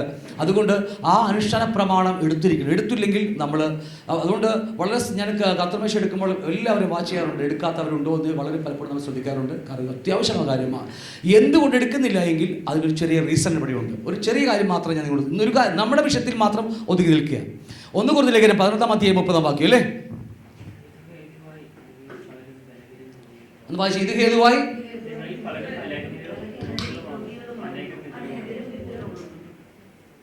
ഇതാണ് നമ്മുടെ മെയിൻ വിഷയം. ഇത് ഹേതുവായി നിങ്ങളിൽ പലരും ബലഹീനരും രോഗികളുമാകുന്നു, അനേകർ നിദ്ര കൊള്ളുന്നു. ഏത് ഹേതുവായിട്ടാ? ഒരുപാട് കാര്യങ്ങൾ കർത്തൃമേശയെക്കുറിച്ച് 22 വാക്യം മുതൽ താഴേക്ക് പഠിച്ചു വരികയാണ്. ഇവിടെ 2-3 കാര്യം നമുക്ക് കാണാൻ കഴിയും. ഇവിടുത്തെ അയോഗ്യതയെക്കുറിച്ച് ഇവിടെ നമുക്ക് കാണാൻ കഴിയും. ഇവിടുത്തെ ഒരു അയോഗ്യതയുണ്ട്. വാക്യം 26, 27, 28, 29 വാക്യം പഠിക്കുമ്പോൾ താഴെ കാണാൻ കഴിയുന്നുണ്ട്. ഇതുകൊണ്ട് അയോഗ്യമായ അപ്പം തിന്നുകയോ. അപ്പോൾ എന്താണ് ഇവിടുത്തെ അയോഗ്യത? ചോദ്യം 1 അല്ലേ. ചോദ്യം 2, തന്നെത്താൻ എന്തിനു വേണ്ടി ശോധന ചെയ്യണം? അവിടെ വാക്യം 28 പറയുന്നു, മനുഷ്യൻ തന്നെത്താൻ ശോധന ചെയ്തിട്ട് വേണം ഈ അപ്പം തിന്നുകയും പാനപാത്രത്തിൽ നിന്ന് കുടിക്കുകയും ചെയ്യുവാൻ. അതുകൊണ്ട് തന്നെത്താൻ എന്തിനു വേണ്ടി ശോധന ചെയ്യണം, അല്ലെങ്കിൽ തന്നെത്താൻ ശോധന എന്തിനു ചെയ്യണം? ചോദ്യം അതാണ് അല്ലേ. 3, കർത്താവിൻ്റെ ശരീരം എന്താണ്? വാക്യം 29 പറയും, തിന്നുകയും കുടിക്കുകയും ചെയ്യുന്നവൻ ശരീരത്തെ വിവേചിക്കാഞ്ഞാൽ. അപ്പോൾ കർത്താവിൻ്റെ ശരീരം എന്താണ്, അവൻ്റെ ശരീരത്തെ എന്തിനു വേണ്ടി വിവേചിക്കണമെന്ന് ഈ 3 ചോദ്യങ്ങൾ നമുക്ക് അത്യാവശ്യമായി ഈ ക്ലാസ്സോടുള്ള ബന്ധത്തിൽ നമുക്ക് ആവശ്യമാണ്. ഈ 3 ചോദ്യങ്ങൾ. 1, എന്താണ് ഇവിടുത്തെ അയോഗ്യത? കൊരിന്ത്യർ സഭയോട് പറയാ, നിങ്ങളറിയണം, 12 ശിഷ്യന്മാരെ കർത്താവ് വിളിച്ചു. 12 പേരെ എടുത്തു. നമ്മുടെ കർത്തൃമേശയെക്കുറിച്ച് പഠിക്കുമ്പോൾ അവിടെ മുതൽ തുടങ്ങും. നമ്മൾ കർത്താവിൻ്റെ മേശ മുതൽ തുടങ്ങും അവിടെ അല്ലേ. അവിടെ 12 പേരിൽ 11 പേരെ എടുത്തു. 11 പേരും കേട്ടെ, 11 പേരും കർത്താവ് കർത്തൃമേശ എടുക്കുമ്പോൾ കൂടെ ഉണ്ടായിരുന്ന ആൾക്കാരാണ്. അപ്പം എടുത്ത് വാഴ്ത്തി തുറക്കി ശിഷ്യന്മാർക്ക് കൊടുത്തിട്ട് കർത്താവ് പറഞ്ഞതൊക്കെ പറഞ്ഞില്ലേ, മത്തായിലൊക്കെ എഴുതി വെച്ചിട്ടുണ്ട്, മനോഹരമായി എഴുതി വെച്ചിട്ടുണ്ട്. പക്ഷേ അവരാരും കർത്താവ് കർത്തൃമേശ എടുക്കുന്നത് അവർ കണ്ടവരായില്ല ശിഷ്യന്മാരും. 12 പേര് എടുത്തു, അങ്ങനെ എടുത്തു. പക്ഷേ ആ 12 പേരിൽ അവരുടെ പുസ്തകം എഴുതിയപ്പോൾ, സുവിശേഷ ഭാഗങ്ങളോ ലേഖനങ്ങളോ പത്രോസോ ഒന്നും എഴുതുമ്പോൾ അവരുടെ ഒറ്റ പുസ്തകത്തിൽ പോലും എന്തിനെക്കുറിച്ചില്ല, കർത്തൃമേശയെക്കുറിച്ച് എഴുതിയിട്ടില്ല. നമുക്കറിയാലേ, ഒരു പുസ്തകത്തിൽ പോലും കർത്തൃമേശയെക്കുറിച്ച് എഴുതിയിട്ടില്ല. കണ്ടവർ എഴുതിയിട്ടില്ല, അവർക്കത് മനസ്സിലായുമില്ല. പക്ഷെ ഒരുത്തൻ കാണാതെ കർത്താവിൻ്റെ കൂടെ നടക്കാൻ കഴിയാത്തവൻ, അല്ലേ, കർത്താവിൻ്റെ കൂടെ നടക്കാത്തവൻ, അവൻ ആത്മാവിൽ വിവേചിച്ച് കർത്തൃമേശയെക്കുറിച്ച് എഴുതി വെച്ചിരിക്കുകയാണ്. അതാണ് കൊരിന്ത്യർ ലേഖനം. മനസ്സിലാവുന്നുണ്ടോ? അപ്പം അത്രമാത്രം പ്രാധാന്യമുണ്ട്. അത് കണ്ടവർക്ക് പോലും മനസ്സിലാക്കത്തില്ല എന്താണെന്ന്, അവർ പോലും എഴുതി വെച്ചിട്ടില്ല. പക്ഷെ കാണാത്തവൻ ആത്മാവിൽ വിവേചിക്കുന്നില്ലെങ്കിൽ അതൊട്ട് മനസ്സിലാകത്തുമില്ല ഈ കാര്യം. ഇത് ആത്മാവിൽ വിവേചിക്കേണ്ട കേസാണത്. ഒരു ഹല്ലേലൂയ പറഞ്ഞു, ഒരു വട്ടം കൂടി. അവർക്ക് വെറുതെ കിടക്കൊക്കെ പോകുമ്പോൾ കഴിയിട്ട് വന്നിരിക്കാട്ടോ, എല്ലാവർക്കും കുഴപ്പമൊന്നുമില്ല. അപ്പോൾ 3 ചോദ്യങ്ങൾ. ഒന്ന്, ഇവിടുത്തെ അയോഗ്യത എന്താണ്? കാരണം ഇത് ഹേതുവായിട്ട് പലരും ബലഹീനന്മാർ. എന്താ ബലഹീനത? പല്ല് കൊഴിയുന്നതോ മുടി കൊഴിയുന്നതോ അല്ല ബലഹീനത, ആത്മീയ ബലഹീനതയാ. അത് കഴിഞ്ഞിട്ടേ ബാക്കിയുള്ളതൊക്കെ ഉള്ളൂ. ആത്മീയ ബലഹീനത. അത് നിമിത്തം രോഗികളായിത്തീരുന്നു. അതിനു മുമ്പ് ചെറിയ കർഷമുണ്ട്. രോഗികളാകുന്ന മുമ്പ് രോഗത്തിന് ആത്മാവ് ബന്ധിക്കണം. ശരിയാണല്ലോ, നമ്മുടെ ക്ലാസ്സിലുണ്ട് 4 കാര്യങ്ങൾ, അല്ലേ? ആത്മീയ ബലഹീനത, ബന്ധനങ്ങൾ, രോഗം. പിന്നീട് അനേകർ മുമ്പേയുള്ള നിദ്ര, പ്രീമച്വർ ഡെത്ത്, പ്രായപൂർത്തിയാകുന്നതിന് മുമ്പേ മരിച്ചു പോകുന്നു. കാരണം വേറെ വഴിയില്ല. ദൈവത്തിനെ അവനെ നിർത്തിയാൽ അവൻ പോയി എവിടെയും പോയി പന്നിക്കൊന്ന് കുഴി ചാടുന്ന പോലെ എവിടെയും പോയി ചാടിയിരിക്കുവൻ. അതുകൊണ്ട് ദൈവം പറയുക, എങ്ങനെയെങ്കിലും നീ പോരട്ടെ എന്ന് പറഞ്ഞാൽ അവനെ വിളിച്ചുകൊണ്ട് പോവുകയാണ്. പക്ഷേ സ്വർഗത്തിൽ അനേക വാസസ്ഥലങ്ങളുണ്ട്. അവൻ പുതിയ ഭൂമിയിൽ മാത്രമേ കാണത്തുള്ളൂ എന്ന കാര്യം മറന്നു പോകരുത്. അപ്പം അതുകൊണ്ട് ഈ 3 ചോദ്യങ്ങൾക്ക് വളരെ പ്രാധാന്യമുണ്ട്. എന്താണ് ഇവിടുത്തെ യോഗ്യത? തന്നെത്താൻ ശോധന എന്തിനു വേണ്ടി ചെയ്യണം? കർത്താവിൻ്റെ ശരീരത്തിന് എങ്ങനെ കർത്താവിൻ്റെ ശരീരത്തെ വിവേചിക്കാൻ പറ്റും? എന്തിനു വേണ്ടി നാം വിവേചിക്കണം? ഈ 3 ചോദ്യങ്ങൾക്ക് അർത്ഥമാണ് ഈ കാണുന്ന ഈ ബലഹീനതയെക്കുറിച്ചൊക്കെ പറഞ്ഞിരിക്കുന്ന കാര്യങ്ങൾ, അല്ലേ? എല്ലാവർക്കും അറിയാം, ജസ്റ്റ് നമുക്ക് അറിയാവുന്ന കാര്യമാണ്. ഒന്ന് ഓടിച്ചു വിടുകയാണ്. ഇനി കൊരിന്ത്യർ സഭയെക്കുറിച്ച് നമ്മൾ ആദ്യമായി ഒന്ന് പഠിക്കണം. എന്താണ് കൊരിന്ത്യർ സഭ? നിങ്ങൾ എല്ലാവരും കൂടെ ഉണ്ടല്ലോ, അല്ലേ? ഓക്കെ. ഇത് 11-ാം അധ്യായത്തിലാണ് നമ്മൾ ഈ 11-ാം അധ്യായം 17 മുതൽ താഴേക്ക് പഠിക്കുമ്പോൾ, ഇനി ആജ്ഞാപിപ്പാൻ പോകുന്നതിൽ ഞാൻ നിങ്ങളെ പുകഴ്ത്തുന്നില്ല. നിങ്ങൾ കൂടി വരുന്നതിനാൽ നന്മക്കല്ല തിന്മയ്ക്കത്രേ ഇടയാകുന്നത്. അപ്പം കർത്താവിൻ്റെ കൊരിന്ത്യർ സഭ, കർത്താവിൻ്റെ സഭയായ കൊരിന്ത്യർ സഭ കൂടി വരുന്നുണ്ട് എല്ലാ സൺഡേയും, അല്ലേ? പലപ്പോഴും കൂടി വരുന്നുണ്ട്. പക്ഷേ അവർ നന്മക്കല്ല, തിന്മക്ക. എന്താ അവിടുത്തെ തിന്മ? ആത്മീയ ബലഹീനത, പിന്നെ രോഗി, മുമ്പേയുള്ള മരിച്ചു പോകുന്നു. ഇങ്ങനെയുള്ള ഒരു തിന്മക്കായിട്ടാണ് ഇവിടെ കൂടി വരുന്നത്. ഒന്നാമത് നിങ്ങൾ സഭ കൂടി വരുമ്പോൾ നിങ്ങളുടെ ഇടയിൽ എന്തുണ്ട്? ഭിന്നത ഉണ്ടെന്ന് ഞാൻ കേൾക്കുന്നു. പൗലോസ് കേൾക്കുക, ഏതാനും ഞാൻ വിശ്വസിക്കുകയും ചെയ്യുന്നു, അല്ലേ? എന്നിട്ടാണ് താഴേക്ക് പറയുന്നത്, നിങ്ങളിൽ കൊള്ളാവുന്നതിന് വെളിവാകേണ്ടത് നിങ്ങളുടെ ഇടയിൽ ഭിന്നപക്ഷങ്ങൾ ഉണ്ടാകണം. നമ്മുടെ ഇടയിൽ ഉണ്ടാകും. ഒരിക്കലും നിങ്ങൾ വിചാരിച്ചേക്കരുത് സഭ നല്ല സുന്ദരമായി പോകുമോ നിങ്ങൾ വിചാരിച്ചേക്കരുത്. ഒരിക്കലും വിചാരിച്ചേക്കരുത് നമ്മളെ അടിപൊളിയായി ഐക്യത്തോടെ, അല്ലെങ്കിൽ പാസ്റ്റർ എന്ത് പറഞ്ഞാൽ ഞങ്ങൾ ചെയ്യും, ഞങ്ങളെന്ന് പറഞ്ഞാലും പാസ്റ്റർ ചെയ്യുമെന്ന് വിചാരിച്ച് പോകരുതേ. ഭിന്നത ഉണ്ടാകും. ഉണ്ടായില്ലെങ്കിൽ സൂക്ഷിച്ചത്, ഇത് വേറെന്ത് പരിപാടിയാണ്. ഇതുണ്ടാകും. നല്ലത് ഉരുവായി വരാൻ വേണ്ടി, ഇതൊക്കെ തെളിവായി വരാൻ വേണ്ടി ഇതൊക്കെ ഇവിടെ ഉണ്ടാകും. കാരണം വ്യത്യസ്തമായ രണ്ടും തമ്മിൽ ഒരു ചേർച്ചയുമില്ലാത്ത അവയവങ്ങളെ കൂട്ടിച്ചേർത്ത് വെച്ചിരിക്കുക. ഒരു വ്യത്യസ്തമായ അപ്പൻ്റെ മക്കൾ, അല്ലേ? വ്യത്യസ്തമായ അപ്പൻ്റെ മക്കൾ, വ്യത്യസ്ത കൾച്ചറിൽ ജീവിച്ചവർ, വ്യത്യസ്തമായ എന്താ പറയുക വിദ്യാഭ്യാസമുള്ളവർ, അല്ലേ? അത് ഇപ്പോൾ ഇവിടെ എന്നോട് പല ആൾക്കാർ പറയും, പാസ്റ്റർ കറക്റ്റ് സമയത്ത് തുടങ്ങാമെന്ന് പറയും. കറക്റ്റ് സമയത്ത്. പക്ഷെ അവർക്ക് അത് മാത്രം അറിഞ്ഞാൽ മതി, വേറൊന്നും അറിയണ്ട. ആത്മീയമായ ആൾക്കാരെ കുറിച്ച് ഒന്നും അറിയണ്ട. അതിൽ പാസ്റ്റർ അപ്പോൾ അവരത് പഠിച്ചു, അവരത് മാത്രം അവർക്ക് അറിയുള്ളൂ. അവരെ ചെറുപ്പം മുതലേ പഠിച്ചു വെച്ചിരിക്കുന്നത് അങ്ങനെയാണ്. അപ്പോൾ അതുപോലെ ഒരുപാട് അനുഭവങ്ങളുണ്ട്. അപ്പോൾ വ്യത്യസ്തമായ കൾച്ചറിൽ ജനിച്ചു വളർന്നവരാരെല്ലാവരും. അപ്പം അങ്ങനെയുള്ള അവയവങ്ങളെ കൂട്ടിച്ചേർത്ത് വെച്ചിരിക്കുകയാണ് ഏത്? സഭ. നമ്മുടെ ശരീരം പോലെ തന്നെ കൂട്ടിവെച്ചിരിക്കുക. അവിടെ ഭിന്നത ഉണ്ടാകുന്ന കാര്യം മറന്നു പോകരുത്.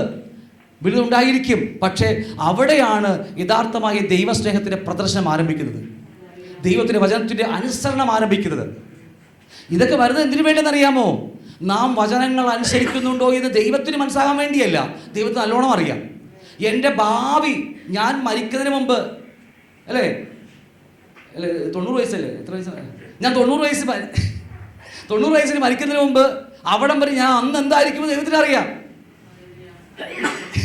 ഞാൻ വെറുതെ പറഞ്ഞാട്ട് നാളെ പോകുന്ന ദൈവത്തിന് അറിയാം. അപ്പം ഞാൻ കൂട്ടി പറഞ്ഞതാണ്, ഇനി 30 വർഷം 40 വർഷത്തിന് ശേഷം എന്ത് സംഭവിക്കുമെന്ന് ദൈവത്തിന് എല്ലാം അറിയാം. പക്ഷെ നമുക്കറിയാൻ വേണ്ടിയാണ് ദൈവം അത് അനുവദിക്കുന്നത്. എൻ്റെ വാക്ക് ക്ലിയർ അല്ലേ? ദൈവത്തിന് എല്ലാം അറിയാം, ഭാവിയും ഭൂതവും വർത്തമാനവും എല്ലാം അറിയാം. അവൻ്റെ പേരാ സർവജ്ഞാനി. ആ പേരിന് അർത്ഥം അതാ.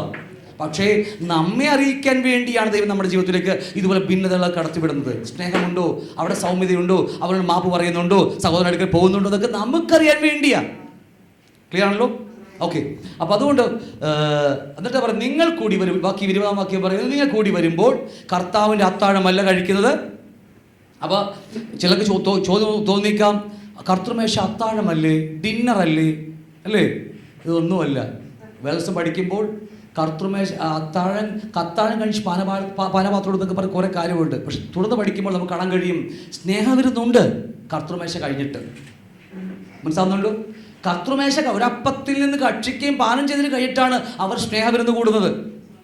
ഞാൻ പറയാം, ഈ എൻ്റെ കയ്യിൽ ഒരു പാത്രത്തിൽ കിച്ചണിലുള്ള ആൾക്കാർ ചോറ് വിട്ട് കുറേ ചിക്കനും കിട്ടുന്ന, പിന്നെ എനിക്ക് കർത്താവിനെ കുറിച്ച് ഓർക്കാൻ നേരം? നിങ്ങൾ പറ. അത്ര വലിയ പുണ്യാളന്മാരും പുണ്യാളത്തിമാരും ഇവിടെയൊന്നുമില്ല. കയ്യിലേക്ക് വിശന്ന് ഒരു 2 മണിക്ക് വിശന്നിരിക്കുന്ന സമയത്ത് കുറച്ച് ചോറ് വിട്ട് ചിക്കൻ കറി ഇട്ട മണവും കൂടി വന്നു കഴിഞ്ഞാൽ പിന്നെ നമ്മളെ കർത്താവിനെ കുറിച്ച് ഓർക്കുമോ? പറ നിങ്ങൾ. നിങ്ങളെ അതൊന്നും അല്ലെന്നേ. അതല്ല, സ്നേഹസദ്യക്കൊക്കെ ഉള്ളതാ. അതൊക്കെ പിന്നീട് വരും, നമുക്ക് അതിനെക്കുറിച്ച് പഠിക്കുമ്പോൾ മനസ്സിലായിക്കോളും. അപ്പോൾ നിങ്ങൾ കൂടി വരുന്നത് നന്മക്കല്ല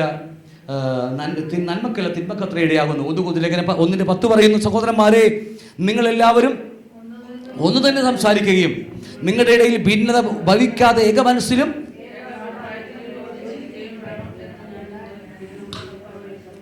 നാമം ചൊല്ലി പ്രബോധിപ്പിക്കുന്നു. സഹോദരന്മാരെ, നിങ്ങളുടെ ഇടയിൽ പിണക്കപ്പെടുന്ന ക്ലേവായുടെ ആളുകളായിരിക്കെ അറിവ് കിട്ടിയിരിക്കുന്നു. ഈ 1 Corinthians 1:10 മുതൽ പഠിക്കുക. ഈ 1 Corinthians 1-ാം അധ്യായം കൊരിന്ത് സഭയെക്കുറിച്ച് പഠിക്കുമ്പോൾ 9-ാം വാക്യം വരെ, 1 Corinthians 9-ാം വാക്യം വരെ സഭയെ വാനോളം പൗലോസ് പൊക്കുകയാണ്. നിങ്ങളുടെ ഇടയിൽ എല്ലാ കൃപാവരമുള്ളവരാ, അല്ലേ? നിങ്ങൾ അടിപൊളി സഭ. നമ്മുടെ നാട്ടുഭാഷ പറഞ്ഞാൽ പ്രവചനമുണ്ട്, അന്യഭാഷയുണ്ട്, ഇടക്കിടക്ക് അന്യഭാഷയുണ്ട്, വേറെ കാര്യം, അല്ലേ? പ്രവാചകന്മാരുണ്ട്, ഏക്കയുള്ള ഏദൻ തോട്ടം പോലെയുള്ള സഭയായിരുന്നു. ഏത് സഭ? കൊരിന്ത് സഭ. അത്രയും പെർഫെക്റ്റ് സഭ. പക്ഷേ 1-ാം വാക്യം മുതൽ 9-ാം വാക്യം വരെ പൗലോസ് സഭയെ വാനോളം പൊക്കെടുത്തിട്ട് 10-ാം വാക്യം മുതൽ 2 Corinthians ലേഖനം വരെ അങ്ങ് കീറി മുറിക്കുക പൗലോസ്. നീയൊന്നും ദൈവരാജ്യം അവകാശമാക്കില്ലെന്നാ പറയുന്നത്. അല്ല, അങ്ങനെയല്ലേ നിങ്ങളുടെ ബൈബിളിലും? എൻ്റെ ബൈബിൾ അങ്ങനെ തന്നെയാണ്. കാരണം പൊക്കുകയും ചെയ്യും, അല്ലേ? ഇടയ്ക്ക് പൊക്കിയില്ലെങ്കിൽ പിന്നെ ഓടിക്കളയും. ഒന്ന് പൊക്കിയിട്ട് വെട്ടിക്കൊടുക്കും, അല്ലേ? എന്തോ ആകട്ടെ. അപ്പോൾ അങ്ങനെ എന്നിട്ട് 10-ാം വാക്യം മുതൽ പറയുക, നിങ്ങളുടെ ഇടയിൽ പതിയെ പൗലോസ് പറഞ്ഞു കൊടുക്കുക, നിങ്ങളുടെ സഹോദരന്മാരെ, നിങ്ങളുടെ ഇടയിൽ പിണക്കമുണ്ടെന്ന് ക്ലേവയുടെ ആൾക്കാരൊക്കെ പറഞ്ഞു തുടങ്ങിയിട്ടുണ്ടെന്ന് പറഞ്ഞു തുടങ്ങി. അവിടെ പൗലോസ് വാക്കുകൾ ശക്തിയാകുകയാണ്. എന്നിട്ടാണ് അതിൽ 1 Corinthians 1:12 മുതൽ പഠിക്കുമ്പോൾ, നിങ്ങളിൽ ഓരോരുത്തർ സഭയിൽ വ്യത്യസ്തമായ പക്ഷക്കാരുണ്ടെന്ന് പറയും. അവിടെ കുറഞ്ഞത് അറ്റ്ലീസ്റ്റ് 4 പക്ഷക്കാർ കൊരിന്ത് സഭയുണ്ടായിരുന്നു. ആണല്ലോ? 4 പക്ഷക്കാർ ആരൊക്കെയാ? 1 രാജീവിൻ്റെ കൂട്ടര്, 2 ജോസിയുടെ കൂട്ടര്, അല്ലേ? 3 അല്ലല്ല, അത് മോളി കഞ്ഞി പിടിക്കാൻ മോളിൽ പോകുമ്പോൾ കാണാമല്ലോ നമുക്കല്ലേ? അല്ല, പല കൂട്ടരും അവിടെ. അറ്റ്ലീസ്റ്റ് 4 കൂട്ടർ. 1 പൗലോസിൻ്റെ പക്ഷക്കാരൻ, അപ്പൊലോസിൻ്റെ പക്ഷക്കാരൻ, കേഫായുടെ പക്ഷക്കാരൻ, ക്രിസ്തുവിനെ വീട്ടില്ല ക്രിസ്തുവിനെ പക്ഷക്കാരൻ, അല്ലേ? അവിടെ എല്ലാവരും ഈ പല പക്ഷക്കാരനായിട്ട് സഭയെ ഭിന്നിപ്പിച്ചിരിക്കുകയാണ് സഭ. എല്ലാ കൃപാവരമുണ്ട്, അന്യഭാഷയിൽ പാടുകയൊക്കെ ചെയ്യുന്ന ആ അന്യഭാഷയുടെ വ്യാഖ്യാനമുള്ള സഭ. അതാണ് ഇവിടെ ഇന്ന് ഞാൻ കാണാത്തൊരു വലിയൊരു കൃപാവരമാണ് അന്യഭാഷയുടെ വ്യാഖ്യാനം. കാണാൻ പോലും കാണാനില്ല ഇപ്പോൾ ഈ തലമുറയിൽ. അപ്പോൾ അതുപോലും അതൊക്കെയുള്ള മനോഹരമായ സഭയായിരുന്നു കൊരിന്ത് സഭ. പക്ഷേ എന്നിട്ടാണ് 11-ാം അധ്യായത്തിൽ പൗലോസ് കർത്തൃമേശയെക്കുറിച്ച് വിവരിക്കുന്നത്, അല്ലേ? അപ്പോൾ 10-ാം വാക്യം മുതൽ പൗലോസ് പറയാം, നിങ്ങളുടെ ഇടയിൽ ഭിന്നതയുണ്ടെന്ന് ഞാൻ ക്ലേവയുടെ ആൾക്കാരെ അറിഞ്ഞിരിക്കുന്നു. നിങ്ങൾക്കൊരു അറ്റ്ലീസ്റ്റ് 4 കൂട്ടരെങ്കിലും നിങ്ങളുടെ ഇടയിലുണ്ടെന്ന് പറയുന്നു. 1 Corinthians 3-ാം വാക്യം വായിക്കുമ്പോൾ, സഹോദരന്മാരെ, നിങ്ങളോട് എനിക്ക് ആത്മീയരോടെന്ന പോലെയല്ല, ജഡികന്മാരോടെന്ന പോലെ, ക്രിസ്തുവിൽ ശിശുക്കളോടെന്ന പോലെ അത്ര സംസാരിക്കുന്നത്. എല്ലാ കൃപാവരമുള്ളവരാ, ഭൂതങ്ങളെ പുറത്താക്കുന്നവരാ, പ്രവചനമുള്ളവരാ, അന്യഭാഷയും വ്യാഖ്യാനമുള്ളവരാ. പക്ഷെ പൗലോസ് അവരെ വിളിക്കുന്നത് എന്താണെന്നറിയാമോ? ജഡികന്മാർ. മാത്രമല്ല, വേറൊരു വാക്കുണ്ട്, ശേഷം ശിശുക്കളെ പോലെയുള്ളവർ. മനുഷ്യരെ പോലെ, പക്ഷെ മനുഷ്യരെ പോലെയുള്ളവർ. വാക്കിന് അർത്ഥം മനസ്സിലായോ? തനി പ്രാകൃത മനുഷ്യനെന്ന്. ശേഷം ആത്മീയൻ, ജഡികൻ, പ്രാകൃത മനുഷ്യൻ, നാച്ചുറൽ മാൻ, രക്ഷിക്കപ്പെടാത്തവർ. ശേഷം പ്രാകൃത മനുഷ്യനെ പോലെയാണ് നിങ്ങൾ. കുറച്ച് മുമ്പ് എന്താ പറഞ്ഞത്? വാനോളം പൊക്കുകയായിരുന്നു. ഇപ്പം എന്താ പറയുന്നത്? നിങ്ങളും ജാതികളും തമ്മിൽ വ്യത്യാസമില്ലെന്ന്. ഞാൻ പറയാത്ത മനസ്സിലാവുന്നുണ്ടോ? കാരണം എന്നറിയാമോ? നിങ്ങളുടെ ഇടയിൽ ഭിന്നതയുണ്ടെന്ന് ക്ലേവായുടെ ആളുകളായി എനിക്ക് അറിവ് കിട്ടിയിരിക്കുന്നു. എന്നിട്ട് പറഞ്ഞു വരിക, 3-ാം വാക്യം പറയും, നിങ്ങളുടെ ഇടയിൽ ഈർഷ്യയും പിണക്കും ഇരിക്കെ നിങ്ങൾ ജഡികന്മാരും ശേഷം മനുഷ്യരെ പോലെ നടക്കുന്നവരുമല്ലയോ. മനസ്സിലാവുന്നുണ്ടോ? 1, നിങ്ങൾ ജഡികന്മാരല്ലയോ. 2, സാധാരണ മനുഷ്യരെപ്പോലെ, പ്രാകൃത മനുഷ്യരെപ്പോലെ, നാച്ചുറൽ മാൻ, രക്ഷിക്കപ്പെടാത്തവരെ പോലെ എന്ന് പൗലോസ് വിളിച്ചു പറയുക. കാരണം എന്താണ്? കാരണം എന്താ പൗലോസ്? നിങ്ങൾ ജഡികന്മാരെന്ന് പറയുവാനും നിങ്ങൾ പ്രാകൃത മനുഷ്യരെന്ന് പറയുവാനും പൗലോസ് എന്താ കാരണം നിർത്തി വെച്ചത്? നിങ്ങളുടെ ഇടയിൽ ഈർഷ്യയും പിണക്കമിരിക്കെ നിങ്ങൾ സാധാ മനുഷ്യരെ പോലെ, അല്ലേ? 2, നിങ്ങളുടെ ഇടയിൽ പക്ഷക്കാരുണ്ട്, ഓരോരോ പക്ഷക്കാർ. ക്ലിയർ ആണല്ലോ? ഓക്കെ. എന്നിട്ട് 3:16 പറയുന്നത്, നിങ്ങൾ ദൈവത്തിൻ്റെ മന്ദിരമെന്നും ദൈവത്തിൻ്റെ ആത്മാവ് നിങ്ങളിൽ വസിക്കുന്നുവെന്ന് നിങ്ങൾ അറിയുന്നില്ലയോ. കണ്ടോ? എന്നിട്ട് 17-ാം വാക്യം പറയുക, നിങ്ങൾ ദൈവത്തിൻ്റെ മന്ദിരം ദൈവത്തിൻ്റെ മന്ദിരം നശിപ്പിക്കുന്നവരെ ദൈവം നശിപ്പിക്കും. ദൈവത്തിൻ്റെ മന്ദിരം വിശുദ്ധമല്ലോ, നിങ്ങളും അങ്ങനെ തന്നെ, അല്ലേ? എന്നിട്ട് പറയും, ആരും തന്നെത്താൻ വഞ്ചിക്കരുത്. ഇത് ദൈവത്തിൻ്റെ മന്ദിരം. ഇത് ഏത് മന്ദിരമാ? ഈ മന്ദിരം, ദൈവത്തിൻ്റെ മന്ദിരത്തെ നശിപ്പിക്കുന്നവനെ ദൈവം നശിപ്പിക്കുമെന്ന് പറയുന്നത് ഇത് ഏത് മന്ദിരമാ? സഭയാകുന്ന. ഈ കൊരിന്ത്യർ ലേഖനം 6-ാം അധ്യായത്തിലേക്ക് വരുമ്പോഴാണ് ഒരു വേശ്യയുടെ കൂടെ നിങ്ങളുടെ ശരീരത്തെ കൊടുക്കരുത്, അത് നമ്മുടെ ഈ ശരീരമാകുന്ന മന്ദിരമാണ്. 6:17 അല്ലേ? 17-18 വാക്യത്തിൽ അവിടെ പറയുന്നുണ്ട്. കൊരിന്ത്യർ ലേഖനത്തിൽ, സെയിം കൊരിന്ത്യർ ലേഖനത്തിൽ തന്നെയാണ്. 6:17-18 പറയുന്നുണ്ട്, നമ്മുടെ ശരീരം മറ്റു വേശ്യകളോട് കൊടുക്കുമ്പോൾ നമ്മുടെ ശരീരത്തെ നിങ്ങൾ തകർക്കുകയാണ്. പക്ഷെ ഇതല്ല, ഇത് ശരീരമാകുന്ന സഭയാകുന്ന മന്ദിരമാണ്. ക്ലിയർ ആണല്ലോ? ശരീരത്തെ തകർക്കുന്നവനെ, ഏത് ശരീരമാ? സഭയെ, അല്ലേ? ദൈവത്തിന് ഇറങ്ങി വരാൻ കഴിയാതെ വണ്ണം സഭയിൽ ഭിന്നതയുണ്ടാക്കുന്നവരെ, പക്ഷങ്ങൾ ഉണ്ടാക്കുന്നവരെ ദൈവം തകർത്തു കളയുമെന്ന്. ഇത് വാക്യം ദൈവത്തിൻ്റെ വാക്യമാണ്. ശ്രദ്ധിക്കണം നിങ്ങൾ, ഇത് മനുഷ്യൻ്റെ വാക്യമല്ല. സഭയെ തകർക്കുകയാണെങ്കിൽ, ഇവിടെ വായിക്കുന്നു, നിങ്ങൾ ദൈവത്തിൻ്റെ മന്ദിരമെന്നും ദൈവത്തിൻ്റെ ആത്മാവ് നിങ്ങളിൽ വസിക്കുന്നുവെന്ന് അറിയുന്നില്ലയോ. ദൈവത്തിൻ്റെ മന്ദിരം നശിപ്പിക്കുന്നവനെ ദൈവം നശിപ്പിക്കും. എങ്ങനെയാണ് നാം ദൈവത്തിൻ്റെ മന്ദിരത്തെ നശിപ്പിക്കുന്നത്? എങ്ങനെയാണ് നാം ദൈവത്തിൻ്റെ മന്ദിരത്തെ നശിപ്പിക്കുന്നത്? ഭിന്നത. കാരണം ദൈവത്തിൻ്റെ മന്ദിരമാകുന്നത് ദൈവം നമ്മുടെ ഇടയിൽ ഇറങ്ങുമ്പോഴാണ് മന്ദിരമാകുന്നത്. ഇറങ്ങി വരാൻ നമ്മൾ സമ്മതിക്കുന്നില്ലെങ്കിൽ ദൈവം നമ്മെ നശിപ്പിക്കുമെന്നാണ് വേദോസം പഠിപ്പിക്കുന്നത്. ക്ലിയർ ആണോ? അതുകൊണ്ട് പണ്ട് പഠിച്ചവർക്ക് ഓർമ്മയും കാണും. 1 കൊരിന്ത്യർ ലേഖനം 10-ാം അധ്യായം 5-ാം വാക്യത്തിൽ പറയുന്നുണ്ട്, ദൈവം അവരെ മരുഭൂമിയിൽ തള്ളിയിട്ട് കൊന്നു കളഞ്ഞു. ആരെയാണത്? മക്കളെ. കാരണം ദൈവത്തിൽ ഇറങ്ങി വരാൻ സമ്മതിക്കുന്നില്ല ഇവര്. ഒരു രക്ഷയുമില്ല അവരെ കൊണ്ട്. അവസാനം ദൈവം തന്നെ അവരെന്ത് ചെയ്തറിയാമോ? വാഗ്ദത്ത കനാലിൽ ചേർക്കേണ്ടതിന് പകരം അവരെ ചേർക്കാതെ മരുഭൂമിയിൽ തള്ളിയിട്ട് കൊന്നു കളഞ്ഞു. അഥവാ 2 തെസ്സലോനിക്കർ 2-ാം അധ്യായം 9-ാം വാക്യം മുതൽ പണ്ട് മോളിൽ പഠിച്ചിട്ടുണ്ട് നമ്മൾ. ഒരു ടോപ്പിക്കിന് വലിയ പേരുള്ള ടോപ്പിക് പഠിച്ച ഓർമ്മയുണ്ടോ? ഈ ലോകത്തിൻ്റെ സമൃദ്ധിയുടെ സുവിശേഷം, അല്ലേ? ഈ ലോകത്തിൻ്റെ സമൃദ്ധിയുടെ സുവിശേഷം ദൈവജനത്തിൻ്റെ മേലുള്ള ദൈവത്തിൻ്റെ ന്യായവിധിയെക്കുറിച്ചാണ് പഠിച്ചത് നമ്മൾ. എന്ന് പറഞ്ഞാൽ ദൈവത്തിൻ്റെ കുഞ്ഞുങ്ങൾ നമ്മൾ കർത്താവിൻ്റെ വചനം അന്വേഷിക്കാതെ, സത്യത്തെ രസിക്കാതെ, അനീതി രസിക്കുമ്പോൾ ദൈവം നമ്മെ തള്ളിയിട്ട് കൊന്നുകളയുക. ഓക്കെ, ഇന്ന് ഭാഗത്തെ വിടുകയാണ്.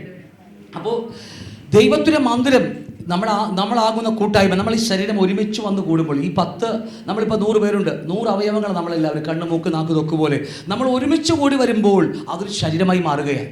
അവിടെയാണ് ദൈവാത്മാവ് ഇറങ്ങി നിൽക്കുന്നത്, അല്ലെങ്കിൽ കർത്താവ് ഇറങ്ങി വരുന്നത്, അല്ലെങ്കിൽ ത്രിയേക ദൈവം തന്നെ ഇറങ്ങി വരുന്നത്. സംശയമൊന്നുമില്ലല്ലോ. പഴയ നിയമം പഠിച്ചാൽ, പഴയ നിയമത്തിൽ സമാഗമന കൂടാരം നമുക്ക് എല്ലാവർക്കും അറിയാം. 12 ഗോത്രങ്ങൾ തെക്ക്, 12 ഗോത്രങ്ങളിൽ 3 ഗോത്രങ്ങൾ തെക്ക്, 3 ഗോത്രങ്ങൾ കിഴക്ക്, വടക്ക്, പടിഞ്ഞാറായിട്ട് 12 ഗോത്രങ്ങൾ ഇരുന്നു, അല്ലേ? നമുക്കറിയാം. എന്നിട്ട് പറയുന്നത്, സഹോദരന്മാർ ഒത്തൊരുമിച്ച് വസിക്കുന്നത് എത്ര ശുഭവും മനോഹരവും. അഹരോൻ താടി എന്നൊക്കെ പറഞ്ഞ് ഒരുപാട് കാര്യം പഠിപ്പിച്ചു വരികയാണ്. ഞാൻ എവിടെയോ ക്ലാസ് എടുത്തിട്ടുണ്ടായിരുന്നു. അപ്പോൾ ഇതുപോലെ സഹോദരന്മാർ 4 വശവും കൂടി വരുമ്പോൾ അതിന് നടുവിൽ വസിക്കുവാൻ ദൈവം ആഗ്രഹിക്കുന്നു. ആണല്ലോ? ദൈവത്തിന് ആഗ്രഹമാണ് നമ്മുടെ നടുവിൽ വസിക്കുവാൻ. ഇത് പഴയ നിയമം മുതൽ ദൈവം പഠിപ്പിക്കുക, ആഗ്രഹിക്കുക. മറന്നുപോകരുത് ഈ സിസ്റ്റം. ദൈവത്തിന് നമ്മുടെ ഇടയിൽ വസിക്കുവാൻ ആഗ്രഹിക്കുന്നു. പക്ഷേ ഇവിടെ ഒരുത്തൻ ഭിന്നത ഉണ്ടാക്കിയാൽ അവിടെ ദൈവത്തിന് വസിക്കാൻ ദൈവത്തിന് തേജസ് ഇറങ്ങി വരാൻ കഴിയുന്നില്ല. അവന് തേജസ് ഇറങ്ങി വരുമ്പോഴാണ് നമുക്ക് മാനസാന്തരം ഉണ്ടാകുന്നത്, പാപബോധം വരുന്നത്. നമുക്ക് കൂടി വന്ന ഒരു ബോധവും ഇല്ല, നമുക്ക് തന്നെ ബോധമില്ല, പിന്നെ ഭാവബോധം ഇങ്ങനെ ഉണ്ടാവുമല്ലോ നമുക്കില്ലേ. അത് നമ്മുടെ ഗതികേട്.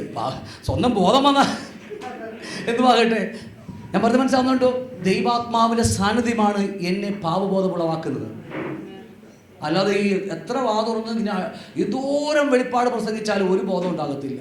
കാരണം ദൈവാത്മാവ് നമ്മുടെ കഴിവല്ല ഇത്. ദൈവാത്മാവിൻ്റെ സാന്നിധ്യം ഇറങ്ങി വരുമ്പോഴാണ് അത് സംഭവിക്കുന്നത്. അപ്പോൾ ഇതായിരുന്നു ദൈവം ആഗ്രഹിച്ച സമാഗമന കൂടാരത്തിലും യെരൂശലേം ദേവാലയത്തിലൊക്കെ ദൈവത്തിൻ്റെ ആത്മാവ് ഇറങ്ങി വരുമായിരുന്നു അവിടെയൊക്കെ. ഓക്കെ, അപ്പോൾ ഇവിടെ പറയുന്നു 1 കൊരിന്ത്യർ 3:17 പറയുന്നു, ദൈവത്തിൻ്റെ മന്ദിരം നശിപ്പിക്കുന്നവരെ ദൈവം നശിപ്പിക്കും, ദൈവത്തിൻ്റെ മന്ദിരം വിശുദ്ധമല്ലോ, നിങ്ങളും അങ്ങനെ തന്നെ എന്ന് പറഞ്ഞാൽ ദൈവത്തിന് ഇവിടെ ഇറങ്ങി വരാൻ കഴിയാതെ വണ്ണം നാം ഭിന്നത വെച്ചുകൊണ്ടിരിക്കുകയാണെങ്കിൽ നാം ദൈവത്തിൻ്റെ സഭയെ മന്ദിരത്തെ നശിപ്പിക്കുകയാണ്. ദൈവം നമ്മെ തീർച്ചയായും നശിപ്പിച്ചിരിക്കും. ഇപ്പം നമുക്ക് പറയാം കർത്താവ് സ്നേഹമുള്ളവനല്ലേ, കർത്താവ് വിളിച്ച കർത്താവ് അങ്ങനെ നമ്മൾ നശിപ്പിക്കുമോ എന്നൊക്കെ നമുക്ക് ഒരുപാട് നമ്മുടെ മനസ്സ് കബളിപ്പിക്കും. പക്ഷേ ഇതിന് മാറ്റമില്ലാത്ത വചനമാണ് അതൊക്കെ. നിങ്ങൾ എൻ്റെ കൂടെ ഉണ്ടോ എല്ലാവരും? വചനം സത്യമാണെന്നേ. നമ്മുടെ ഭിന്നതയിൽ ജീവിക്കാതിരിക്കുവാൻ ദൈവം നമ്മെ സഹായിക്കുകയാണ്. എന്നിട്ടും ഭിന്നത വെച്ചുകൊണ്ടിരിക്കുമ്പോൾ പറഞ്ഞ് മനസ്സിലാവുന്നുണ്ടോ? പലവട്ടം 1 2 പേർ പോയി പറയുക, ഒറ്റക്ക് പോയി പറയുക, 1 2 പേരായിട്ട് പോയി പറയുക, സഭയോട് അറിയിക്കുക. 3 പ്രാവശ്യം കഴിഞ്ഞ് 4ാമതാണ് എന്ത് ചെയ്യേണ്ടത്? അവനെ പുറത്താക്കാൻ പറയുന്നത്. ഇത് കർത്താവിൻ്റെ വചനം തന്നെയാ. എന്തിനു വേണ്ടി അതൊക്കെ കർത്താവ് പറയുന്നത്? ദൈവത്തിന് നമ്മുടെ ഇടയിൽ വസിക്കണം, അത്രയേ ഉള്ളൂ. ദൈവത്തിന് നമ്മുടെ ഇടയിൽ വസിക്കണം. അല്ലാതെ നമ്മുടെ പ്രശ്നമല്ല ദൈവത്തിന് ആവശ്യം. ദൈവത്തിന് നമ്മുടെ ഇടയിൽ വസിച്ച് ദൈവത്തിന് നമ്മുടെ കൂടെ നടക്കണം, നമ്മൾ ഓരോരുത്തരും കൂടെ നടക്കണം. അതിന് ഭിന്നത ഉളവാക്കിയാൽ കർത്താവ് പറയാം, ഞാൻ നിങ്ങൾ നശിപ്പിച്ചിരിക്കുമെന്ന്. ഈ ചരിത്രം മുഴുവൻ ഇസ്രായേൽ മക്കളെ കുറിച്ച് പഠിച്ചാൽ മതി. അവരെ ബാബിലോൺ പ്രവാസം, അവരുടെ അശൂരിലെ പ്രവാസം, ഓരോ പ്രവാസങ്ങൾ, അത് മാത്രമല്ല പലസ്തീൻകാർ വന്ന് അവരെത്ര പ്രാവശ്യമാണെന്ന് അറിയാമോ അവരുടെ കൃഷികളൊക്കെ നശിപ്പിച്ച് കളഞ്ഞത്, അടിച്ചുകൊണ്ട് പോയി കളഞ്ഞത്. അതൊക്കെ ന്യായവിധികളായിരുന്നു, ശിക്ഷാവിധികളായിരുന്നു അവർക്ക്. ക്ലിയർ ആണല്ലോ? എടുക്കാൻ പോയി ഒരുപാട് പറയേണ്ടി വരും ഞാനത്. എന്നിട്ട് പറയാം 1 കൊരിന്ത്യർ 11:29 പറയുന്നു, തിന്നുകയും കുടിക്കുകയും ചെയ്യുന്നവൻ ശരീരത്തെ വിവേചിക്കാന്നാൽ തലയ്ക്ക് ശിക്ഷാവധി തിന്നുകയും കുടിക്കുകയും ചെയ്യുകയാണ്. അപ്പോൾ നമ്മൾ ശരീരത്തെ വിവേചിക്കാൻ കർത്താവ് പറഞ്ഞതിന് അർത്ഥം, നമ്മൾ ആ കർത്തൃമേശ മുമ്പിൽ വന്ന് ആ കരങ്ങൾ നീട്ടുമ്പോൾ നമ്മൾ ഇത് വിവേചിക്കുന്നില്ലെങ്കിൽ ഏത് ശരീരത്തെയാണ് വിവേചിക്കേണ്ടത്? സഭയാകുന്ന ശരീരം, അംഗങ്ങളാകുന്ന ശരീരം, അല്ലേ? അതെ, നമ്മൾ പല അവയവങ്ങൾ കൂടി വന്നിരിക്കുക. ആ ശരീരത്തെ വിവേചിക്കുന്നില്ലെങ്കിൽ നാം നമുക്ക് തന്നെ ശിക്ഷാവിധി വിധിക്കുക. ഞാൻ ഒരാളോട് ഭിന്നത വെച്ചുകൊണ്ടിരിക്കുക, വർഷങ്ങളായി ഞാൻ ക്ഷമിക്കുന്നില്ലെങ്കിൽ ഞാൻ കർത്തൃമേശ എടുക്കുമ്പോൾ ഞാൻ തന്നെ പറയാ, നീ ഡില്ലേ, നീ നരകത്തിപ്പോ. ഞാൻ തന്നെ ഡയറക്റ്റ് എടുക്കുക, ഞാൻ എന്നെ തന്നെ കൊല്ലുകയാ. സുബോധം നഷ്ടപ്പെട്ടു പോയതുകൊണ്ടാണ്. അതൊക്കെ മനസ്സിലാവുന്നുണ്ട്. അപ്പം അതുകൊണ്ട് ഇത് ഹേതുവായി അനേകർ ബലഹീനന്മാരായിത്തീരുന്നു. ആത്മീയ ബലഹീനത. പണ്ടൊക്കെ നമ്മൾ എല്ലാ ദിവസവും കർത്തൃമേശ എടുക്കുമായിരുന്നു. എല്ലാ ദിവസവും എല്ലാ സൺഡേയും മുടങ്ങാതെ ചർച്ച വരുമായിരുന്നു. ബൈബിൾ ക്ലാസ്സിനും മറ്റെല്ലാ ക്ലാസ്സിനും വരുമായിരുന്നു. പക്ഷേ ഇടയ്ക്ക് എവിടെയോ ഇതൊക്കെ കയറി വന്ന് കർത്തൃമേശ എടുത്ത നിമിത്തം പതിയെ അതിൻ്റെ ഭവിഷ്യത്തുകൾ അനുഭവിക്കാൻ തുടങ്ങി. ഏതാണ്? ബലഹീനത സംഭവിക്കാൻ തുടങ്ങി. നമുക്ക് വരും ദിവസങ്ങളിൽ നിങ്ങളുടെ കൂട്ടു സഹോദരന്മാർ, നിങ്ങളുടെ കൂടെ ഇരിക്കുന്നവർ, നിങ്ങളുടെ അയൽവക്കത്തുള്ളവർ നമ്മുടെ സഭയിൽ വരുമ്പോൾ ഒരുമിച്ച് പോകുന്നവരൊക്കെ നിങ്ങൾ പരിശോധിക്കുക. വിധിക്കാൻ വേണ്ടിയില്ല ഞാൻ പറഞ്ഞത്. നമ്മുടെ സഹോദരന്മാർ ഇപ്പോഴും ഉണ്ടോ? അതോ അവരുടെ ആത്മീയ ജീവിതത്തിൽ വളർച്ചയുണ്ടോ? അവർക്ക് എവിടെയും കുറവുണ്ടോ? ഇതൊക്കെ നമ്മെ തന്നെ നമ്മൾ പരിശോധിച്ച് നമ്മൾ അവരെയും കൂടി പരിശോധിച്ച്, അതുകൊണ്ട് യൂദയുടെ ലേഖനവും പത്രോസ് ലേഖനമൊക്കെ പഠിക്കുമ്പോൾ വാക്യമുണ്ട്, അവരെ തീയിൽ നിന്ന് വലിച്ചെടുക്കുക. നിങ്ങൾ നശിക്കാതിരിക്കുക, അത് സൂക്ഷിക്കണം. നാം അവരെ കൂടെ പോകരുത്. അല്ലാതെ നമ്മൾ അവരെ രക്ഷിക്കാൻ വേണ്ടി അവരുടെ അടുക്ക പോയിട്ട് അവസാനം അവരെ കൂടെ കറങ്ങാൻ പോയേക്കരുത്. ഗതി കേട്ടതാണ്, അല്ലേ? നമ്മൾ അവരൊക്കെ വിളിച്ചു വിടാൻ വേണ്ടി പോയി അവസാനം അവരുടെ സ്വഭാവം നമ്മെ പഠിപ്പിച്ച് നമ്മൾ അവരുടെ കൂടെ അങ്ങോട്ട് പോകും. വല്ല ബാറിലേക്കോ അല്ലേ വല്ല സിനിമക്കൊക്കെ നമുക്ക് കറങ്ങാൻ പോയി കളയും. അപ്പോൾ എന്തുമാകട്ടെ, മറന്നു പോകരുത്. ഇത് നിമിത്തം ബലഹീനന്മാരായിത്തീരുന്നു, രോഗികളായിത്തീരുന്നു, നിദ്ര കൊള്ളുന്നു. ഇത് പ്രോസസ്സാണ്. ഇത് പെട്ടെന്നൊരു ദിവസമല്ല മരണം സംഭവിക്കുന്നത്, പെട്ടെന്നൊരു ദിവസമല്ല രോഗം സംഭവിക്കുന്നത്, ഒരു ദിവസം കൊണ്ടല്ല ആത്മീയ ബലഹീനത സംഭവിക്കുന്നത്. ദിവസങ്ങൾ, ആഴ്ചകൾ, മാസങ്ങൾ, വർഷങ്ങൾ കൊണ്ടാണ്. ക്രിസ്തുവിൻ്റെ ദീർഘക്ഷമയാണത്. മനസ്സിലാവുന്നുണ്ടോ? ക്രിസ്തുവിന്റെ ദീർഘക്ഷമയുടെ വലിപ്പമാണത്. ഒരു ദിവസം കൊണ്ടല്ല മരിക്കുന്നത്. അയ്യോ ബ്രദർ, അത് ബ്രദർ പെട്ടെന്ന് ബ്രദർ വന്നില്ലല്ലോ, ഇപ്പോൾ വരുന്നില്ലെന്നൊക്കെ പറയാം. അല്ല, പെട്ടെന്നല്ലത്. എത്രയോ നാൾ മുമ്പേ ആത്മീയ ബലഹീനത സംഭവിച്ചിട്ടുണ്ട്.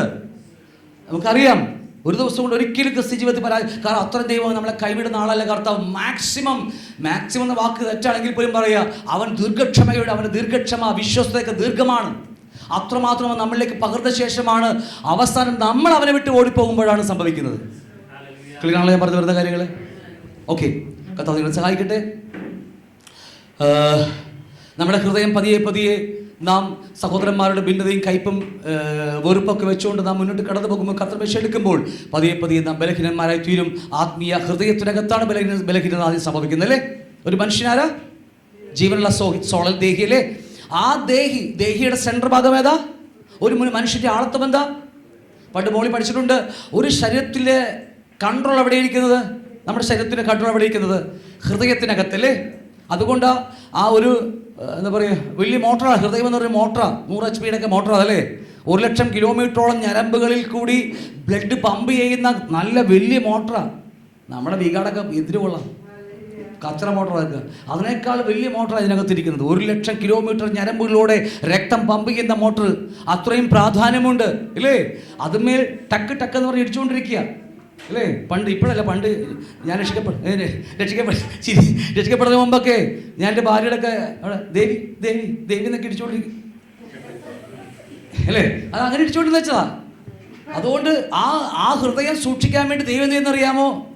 ഞാൻ പറഞ്ഞ അവിടുത്തെ ദേവിയല്ല, അഞ്ചുമനാമ്പതി ദേവിയെ കുറിച്ചല്ല പറയുന്നത്, എൻ്റെ ഭാര്യയെക്കുറിച്ചാണ് പറഞ്ഞത്. അതുകൊണ്ട് ദൈവം കമ്പിയൊക്കെ വെച്ച് വെള്ളി തിരിച്ചിരിക്കുന്നു അല്ലേ? കമ്പി അല്ലേ? എത്ര കമ്പിയാണ് നിങ്ങൾക്ക്? ഒരുപാട് കമ്പിയൊക്കെ വെച്ച് പുറയും കമ്പി വെച്ച് വെളി വെച്ചിരിക്കുക. അതിനകത്താണ് ഈ മോട്ടോർ വെച്ചിരിക്കുന്നത്. അപ്പോൾ അതിൽ നിന്ന് പമ്പ് ചെയ്യുന്ന രക്തമാണ് ഈ ശരീരം നിലനിൽക്കുന്നത്. രക്തത്തിനല്ലോ ജീവൻ നിൽക്കുന്നത്. ലേവ്യ 17 ലേവ്യ 7 അധ്യായത്തിൽ പറയുന്നത് അല്ലേ? അപ്പം അതുകൊണ്ട് അത്രയും സൂക്ഷിച്ച് വെച്ചിരിക്കുക. നമ്മുടെ ബൈബിൾ ക്ലാസ്സിൽ വരുന്നവർക്ക് ഈ കേൾക്കുന്നതായിട്ട് നല്ല മാച്ചായിരിക്കും, പെട്ടെന്ന് മനസ്സിലാവും. അപ്പോൾ അതുപോലെ തന്നെ ഈ ശരീരത്തിൻ്റെ സെൻട്രൽ ഭാഗത്തിൽ നിന്ന് ഹൃദയത്തിൽ നിന്ന് ജീവൻ ഒഴുകുന്നത് പോലെ, ഇതിന് ജീവൻ കൊടുക്കുന്നത് പോലെ ഹൃദയത്തിനകത്ത് സോൾ എന്ന് പറയുന്ന മനുഷ്യനും ഒരു ഹൃദയമുണ്ട്. ആ ഹൃദയത്തിനകത്ത് അവിടെയാണ് അല്ലേ? അതുകൊണ്ട് സദൃശവാക്യം 4 അധ്യായം 23 പറയുന്നു എന്താ? സകല ജാഗ്രതയോടുകൂടി നിന്റെ ഹൃദയത്തെ കാത്തു സൂക്ഷിച്ചു കൊള്ളുക. കാരണം അറിയാമോ? ആ ഹൃദയത്തിൽ നിന്നാണ് യഥാർത്ഥ മനുഷ്യൻ്റെ ജീവൻ ഒഴുകുന്നത്. ഇത് വെറുതെ വണ്ണം കട്ടിയല്ലേ? ഇത് ജീവിച്ചാൽ ഭൂമി ജീവിക്കാം, അത്രയേ ഉള്ളൂ. ഇത് കഴിഞ്ഞാൽ മരിച്ചു പോയാൽ മണ്ണിലേക്ക് പോകും. മറ്റതല്ല, നിത്യതയുമായി ബന്ധപ്പെട്ട് കിടക്കുകയാണ് എൻ്റെ സോളിൻ്റെ ഹൃദയം. അപ്പോൾ ആ ഹൃദയത്തിൽ എന്ത് സംഭവിക്കുന്നത് അറിയാമോ? ബലഹീനത വരും. ആ ഹൃദയത്തിലാണ് ബലഹീനത ആരംഭിക്കുന്നത്. അത് പതിയെ ആ ബലഹീനത എന്ത് വരുന്നറിയാമോ?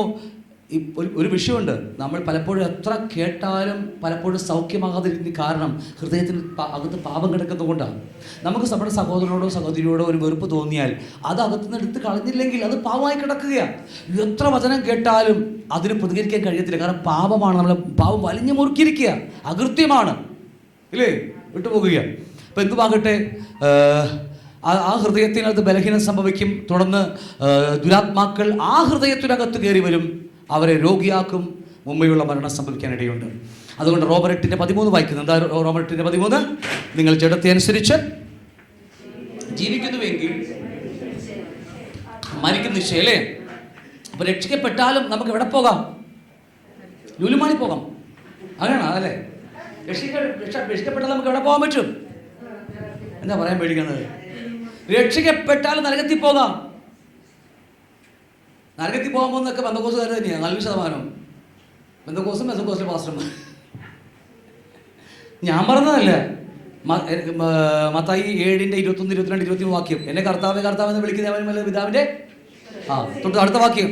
എന്റെ നാമത്തിൽ ഭൂതങ്ങളെ പുറത്താക്കി പ്രവർത്തിച്ചു, വീര്യപ്രവൃത്തി ചെയ്ത്. കർത്താവ് ഞാൻ ഇതിനെ അറിയുന്നത് പോലുമില്ല, ഒരു നാളും അറിയുന്നില്ല.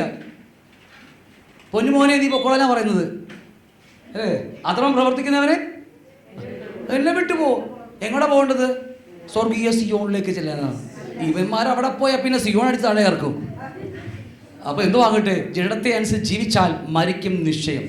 ഇത് പഴയ നിയമം മുതൽ എഴുതാൻ വിഷയം നമ്മുടെ ഇതിൽ ജസ്റ്റ് ഒന്ന് പറഞ്ഞു പോകുക. ഉൽപ്പത്തി മുതൽ ഏത് മനുഷ്യൻ്റെയും മുമ്പിൽ ദൈവം ഒരു ടെസ്റ്റ് വെച്ചിട്ടുണ്ട്. ഏതൻ തോട്ടത്തിൽ ടെസ്റ്റ് ഉണ്ടായിരുന്നത് അറിയാമോ? നന്മ തിന്മ വൃക്ഷത്തിൻ്റെ ഫലം. 2, ന്യായപ്രമാണ യുഗത്തിൽ ഒരു ടെസ്റ്റ് ഉണ്ടായിരുന്നു, ആത്മാവ് ഈ മനസാക്ഷിയുടെ പ്രമാണം. ന്യായപ്രമാണ യുഗത്തിൽ ഒരു ടെസ്റ്റ് വെച്ചു, ജീവനും മരണവും. കൃപായുഗത്തിൽ, ഇപ്പോൾ കൃപായുഗത്തിൽ ടെസ്റ്റ് വെച്ചിട്ടുണ്ട്. ഏതാ ടെസ്റ്റ്? ജഡവും ആത്മാവും. ആത്മാവിനനുസരിച്ച് ജീവിച്ചാൽ നിത്യതയിൽ പോകാം, ജഡത്തെ ജീവിച്ചാൽ മരിക്കുന്ന നിശ്ചയം. ഇനി 3.5 വർഷം, ആദ്യത്തെ 3.5 വർഷം പീഡനകാലത്തിൽ ടെസ്റ്റ് ഉണ്ട്, ചിപ്പും സഹിഷ്ണുതയും. കറക്റ്റ് വാക്യം, നല്ല അതാ കറക്റ്റ് വാക്ക് അല്ലേ. രണ്ടാമത്തെ 3.5 വർഷമുണ്ട്, 1000 ആണ്ടിലും ഉണ്ട്. ടെസ്റ്റിനെ കുറിച്ച് നല്ല മനോഹരമായ ടെസ്റ്റ് ഒരു ടോപ്പിക്ക് നമുക്കുണ്ട്, ബൈബിൾ ഇതിനകത്തുണ്ട്. അപ്പോൾ ഇത് ഓരോ തലമുറയിലും ദൈവം പരിശോധിക്കുക നമ്മൾ ടെസ്റ്റ് മുമ്പിൽ വെച്ച് ആണല്ലോ. അപ്പോൾ രക്ഷിക്കപ്പെട്ടാലും ജഡത്തെ അനുസരിച്ച് ജീവിച്ചാൽ ജഡം പറയും അവളോട് ക്ഷമിക്കരുത്, അവനോട് ക്ഷമിക്കരുത്, ഞാനാണ് അവനേക്കാൾ മൂത്ത വിശ്വാസി, അവൻ എൻ്റെ അടുക്കൽ വരട്ടെ എന്നൊക്കെ പറഞ്ഞിരുന്നാൽ ജഡം പറയുന്നത് കേട്ടാൽ നമുക്ക് നരകത്തിലേക്ക് പോകാം. കർത്താവിൻ്റെ ആത്മാവ് എന്താ പറയുന്നത് അറിയാമോ? നീ പോയി ക്ഷമിക്കുമോനെ, ഞാൻ ക്രിസ്തുവിൽ നിന്നെ സ്നേഹിച്ചതുപോലെ നീ പോയി സ്നേഹിക്ക്, ആണില്ലയോ? അപ്പം അതുപോലെ മറന്നു പോകരുത്. ഇതൊക്കെ വചനം തന്നെയാണ്, ഇതൊക്കെ നമ്മുടെ ജീവിതത്തിൽ സംഭവിക്കാനിടയുണ്ട്, ഒരിക്കലും മറന്നു പോകരുത്. അപ്പം അതുകൊണ്ട് വ്യക്തിമായിട്ട് ആ നമ്മുടെ സഹോദരനോട് പിണക്കം വെച്ചുകൊണ്ട് കർത്തൃമേശ എടുത്താൽ, ശ്രദ്ധിച്ചേ, കർത്തൃമേശ എടുത്തില്ലെങ്കിൽ അത് പ്രശ്നം, എടുത്താൽ അതും പ്രശ്നം അല്ലേ?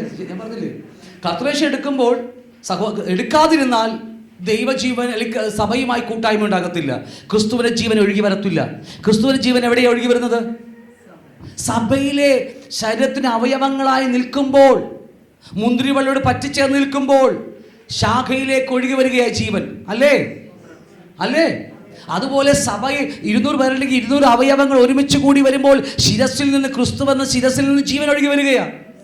സഭയിൽ നിന്ന് മാറി നിന്നാലോ, കർത്തൃമേശ നിന്ന് മാറി നിന്നാലോ, കർത്തൃമേശ എന്താണെന്നറിയാമോ? അത് നമ്മൾ ഒരു അപ്പൻ്റെ മക്കളെന്ന് ഏറ്റുപറയുക. അവൻ എനിക്ക് വേണ്ടി മരിച്ചു, അവൻ്റെ ജീവനാൽ ഞങ്ങളെ ഒരുമിച്ച് വിളിച്ചിരിക്കുന്നു, ഞങ്ങളൊക്കെ ഒരപ്പൻ്റെ മക്കളായെന്ന് വിളിച്ചു പറയുകയാണ്. നമ്മൾ കർത്തൃമേശ എടുക്കുന്നില്ലെങ്കിലോ, ഞാൻ ഈ കൂട്ടക്കാരനും ഞാൻ ഉലൈഫുകാരൊന്നും അല്ല, പിന്നെ ജസ്റ്റിൽ പോയപ്പോൾ കയറുന്ന. ഞാൻ നിങ്ങൾ പറയുന്ന അർത്ഥം മനസ്സിലാവുന്നുണ്ടോ? എന്നാൽ ബലഹീനത, ദുഷ്ടത വെച്ചുകൊണ്ട്, സഹോദരന്മാരുമായി ഭിന്നത വെച്ചുകൊണ്ട് നീ കർത്തൃമേശ എടുത്താലോ അതിനേക്കാൾ വലിയ പ്രശ്നം. എന്ത് മിണ്ടാതിരിക്കുന്നത് എല്ലാവരും അല്ലേ?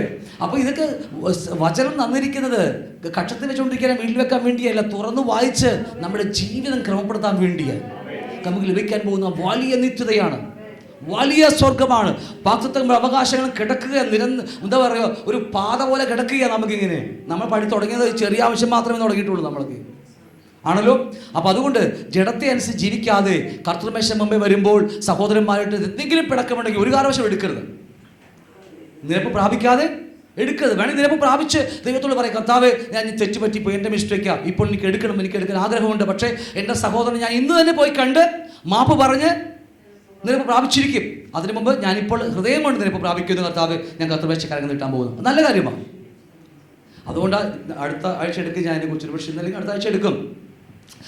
പിണക്കമുണ്ടെങ്കിൽ മത്തായി 6-ാം അധ്യായത്തിലല്ലേ, പിണക്കമുണ്ടെങ്കിൽ നിങ്ങൾ ആ യാഗവസ്തു അവിടെ വെച്ചിട്ട് പോയിട്ട് നിരപരാധിക്കാനാണ് കർത്താവ് പഠിപ്പിക്കുന്നത്. അതിനെക്കുറിച്ച് അടുത്ത ഒരുപക്ഷെ ഇന്നല്ലെങ്കിൽ അടുത്ത മാസം അതിനെക്കുറിച്ച് പഠിക്കും ആഴമായി. 3 കോടതികൾ അവിടെ, 3 കോടതികൾ അവിടെ നമ്മൾ വിധിക്കാൻ പോകുകയാണ്. അനേക വിശ്വാസികളെയും ജയിലിൽ അടച്ചു വെച്ചിരിക്കുക കർത്താവ്. അതുകൊണ്ട് നമുക്ക് തോന്നും അതൊന്നുമില്ലല്ലോ അല്ലേ, പക്ഷേ പഴയ എന്താ പറയുക തീഷ്ണതയും പഴയ ജീവൻ്റെ തുടിപ്പും ഒന്നും കാരണം എന്നറിയാമോ? പ്രവർത്തിക്കാതിരിക്കുന്നത് നമ്മൾ എവിടെയും അടിബദ്ധത്തിൽ കിടക്കുകയാണ്. അതിനെക്കുറിച്ച് അടുത്ത മാസം നിങ്ങൾ വളരെ ശ്രദ്ധയോടെ മുടങ്ങാതെ കടന്നു വരിക. ഇത്തിരി ആഴമായി പഠിക്കേണ്ട ഒരു ചിന്താവിഷയമാണതല്ല. പലപ്പോഴും നമ്മളൊക്കെ നല്ലൊരു ശതമാനം വിശ്വാസികളൊക്കെ അങ്ങനെ ദൈവത്തിൻ്റെ ശിക്ഷയേറ്റ് പിശാചിനാൽ ബന്ധിക്കപ്പെട്ട് കിടക്കുകയാണ്. ഞാൻ ഈ വാക്ക് പറഞ്ഞത് പേടിക്കാൻ വേണ്ടി പറഞ്ഞതല്ല, ഇത് വേദവസം അടിവരട്ട് പഠിപ്പിക്കുക അല്ലേ. അതുകൊണ്ട് സഭ ഒക്കെ വിട്ടുപോകുക. തീത്തോസിന്റെ പുസ്തകം 3-ാം അധ്യായം 10 മുതൽ 11 വരെ പഠിക്കുമ്പോൾ സഭയിൽ ഭിന്നത വരുത്തുന്ന മനുഷ്യനോട് 1-2 വട്ടം ബുദ്ധി പറഞ്ഞ ശേഷം കർത്താവ് പിന്നെ അപ്പുറത്ത് വായിക്കുമ്പോൾ കർത്താവ് എന്താ പറയുന്നത്? നിങ്ങളെല്ലാവരും ക്ഷമിച്ച് നിങ്ങളെ ചേർത്ത് പിടിക്ക്, ശത്രുക്കളെ സ്നേഹിക്ക്, വീട്ടടിച്ചാൽ നീ അവിടെയും കാണിച്ചു കൊടുക്ക് അല്ലേ. ആരെങ്കിലും എൻ്റെ നിന്ന് ഷർട്ട് ഓടിച്ചാൽ നീ ബനിയനും കൂടി ഉരി കൊടുക്ക്. കർത്താവ് ഇതൊക്കെ പഠിപ്പിക്കുന്നു. പക്ഷെ ഇവിടെ എന്താ പഠിപ്പിക്കുന്നത്? 1-2 വട്ടം പറഞ്ഞ ശേഷം അവന് ഒഴിവാക്കുക. എന്താ, എന്തിനു വേണ്ടി ഒഴിവാക്കേണ്ടത്?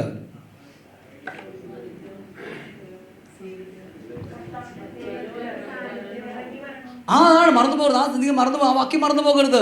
കർത്താവിന് എവിടെയാ വസിക്കാൻ ആഗ്രഹിക്കുന്നത്? നമ്മുടെ നടുവിൽ. നമ്മൾ ഒരുമിച്ച് അവയവങ്ങൾ കൂടി വരുമ്പോഴാണ് അതിൻ്റെ ടെമ്പിൾ ആലയമാകുന്നത്. അവൻ നമ്മുടെ നടുവിൽ വസിക്കുവാൻ, ആ പടങ്ങൾ കണ്ടത് ഓർമ്മയില്ലേ? നമ്മുടെ നടുവിൽ വസിക്കുവാൻ ആഗ്രഹിക്കുന്നു. ഈ വാക്യം നിങ്ങൾ മറന്നു പോകരുത്. ദൈവം ക്രിസ്തുവിൽ സ്നേഹിച്ചതുപോലെ ആ വാക്യം മറക്കരുത്, ഇത് മറക്കരുത്. ദൈവം സഹോദരന്മാരെ നടുവിൽ വസിക്കാൻ ദൈവം ആഗ്രഹിക്കുന്നു. അതുകൊണ്ട് തമ്മിൽ ഭിന്നത വെച്ചാൽ ദൈവത്തിൽ ഇറങ്ങി വരാൻ കഴിയത്തില്ല. ശത്രുക്കളെ സ്നേഹിക്കാൻ പറഞ്ഞ കർത്താവ് ഇവിടെ വചനം പറയുന്നത് എന്താ? 1-2 വട്ടം അവനെ ബുദ്ധി ഉപദേശിക്കുക. അനുസരിച്ചില്ലെങ്കിൽ 18-ാം അധ്യായത്തിൽ പഠിച്ചൊരു വാക്യമുണ്ട്. നിങ്ങൾ ഒറ്റക്ക് പോയി പറയുക, 2-3 പേരായിട്ട് പറയുക അല്ലേ, സഭയോട് പറയുക. എന്നിട്ടും അനുസരിച്ചില്ലെങ്കിൽ പുറംജാതിക്കാരെ പോലെ കാണുക. ഇത് വചനം തന്നെയാണ് പറയുന്നത്. എന്തുകൊണ്ടെന്നറിയാമോ? ദൈവം ആഗ്രഹിക്കുന്നത് നമ്മുടെ നടുവിൽ വസിക്കാൻ വേണ്ടിയാണ്. ഇത് ഈ പകൽക്കാലം നമ്മുടെ ഹൃദയങ്ങളൊക്കെ ഒന്ന് കേൾക്കുമ്പോൾ തന്നെ ശോധന ചെയ്യട്ടെ നമുക്ക് അല്ലേ. ദൈവത്തിന് തടസ്സമായി ഞാൻ നിൽക്കുന്നുണ്ടോ? ഞാൻ ഭിന്നത വെച്ചുകൊണ്ട് നിൽക്കുകയാണെങ്കിൽ ദൈവത്തിൻ്റെ ആലയത്തെ ഞാനാണ് നശിപ്പിക്കുന്നത്. എൻ്റെ സഹോദരനോട് ഞാൻ നിരപ്പ് പ്രാപിക്കുന്നില്ലെങ്കിൽ ഞാനാണ് ഇതിനെ തകർത്തു കളയുന്നത് അല്ലേ? അങ്ങനെയാണ്, സത്യമാണ് ഞാൻ പറയുന്നത്. നമ്മുടെ കർത്താവിൻ്റെ സഭയെ തകർക്കുന്നത് നാം ഓരോരുത്തരുമാണ്. ഞാൻ എൻ്റെ സഹോദരനോട് കയ്പോ ഭിന്നതയോ വെച്ചുകൊണ്ട് ഞാൻ ഇരിക്കുകയാണെങ്കിൽ നമുക്കൊരിക്കൽ പോലും, ശ്രദ്ധിക്കണമേ, ദൈവത്തിൻ്റെ ആത്മാവിൽ ഇറങ്ങി വരാൻ കഴിയത്തില്ല. അതുകൊണ്ട് അനേക സഭകളും വെറും ക്ലബ്ബുകളായി മാറുന്നതിന് കാരണം മറ്റൊന്നും കണ്ടില്ല. ദൈവത്തിന് ആലയമായി മാറണമെങ്കിൽ, ഒരു ചർച്ചായി മാറണമെങ്കിൽ ദൈവം ഇറങ്ങി വരുമ്പോഴാണ്. 2-3 പേർ എൻ്റെ നാമത്തിൽ ഞാൻ അവരുടെ നടുവിൽ ഉണ്ട്. കർത്താവ് വരുവോ? 2-3 പേർ ഒരുമിച്ച് കൂടിയ കർത്താവ് വരുവോ? മറന്നു പോകരുത്. നമ്മൾ പ്രാർത്ഥിക്കുമ്പോഴൊക്കെ നമ്മളിങ്ങനെ എടുത്തു പറയുന്ന വാക്യമാണ് 2-3 പേർ അല്ലേ എൻ്റെ നാമത്തിൽ എവിടെ കൂടിയാലും കർത്താവ് നമ്മൾ നടുവിലുണ്ടെന്ന് പറഞ്ഞു. ഇല്ല, വരില്ല. നാം പ്രാർത്ഥിക്കുമ്പോൾ പറയുന്ന കാര്യമാണ്, ഇതെല്ലാവരും പറയും. പക്ഷേ അങ്ങനെയൊന്നും കർത്താവ് വരത്തില്ല. ഐക്യതയുടെ നടുവിലാണ് വരുന്നത്. ഞാൻ പറഞ്ഞ അർത്ഥം മനസ്സിലാവുന്നുണ്ടോ?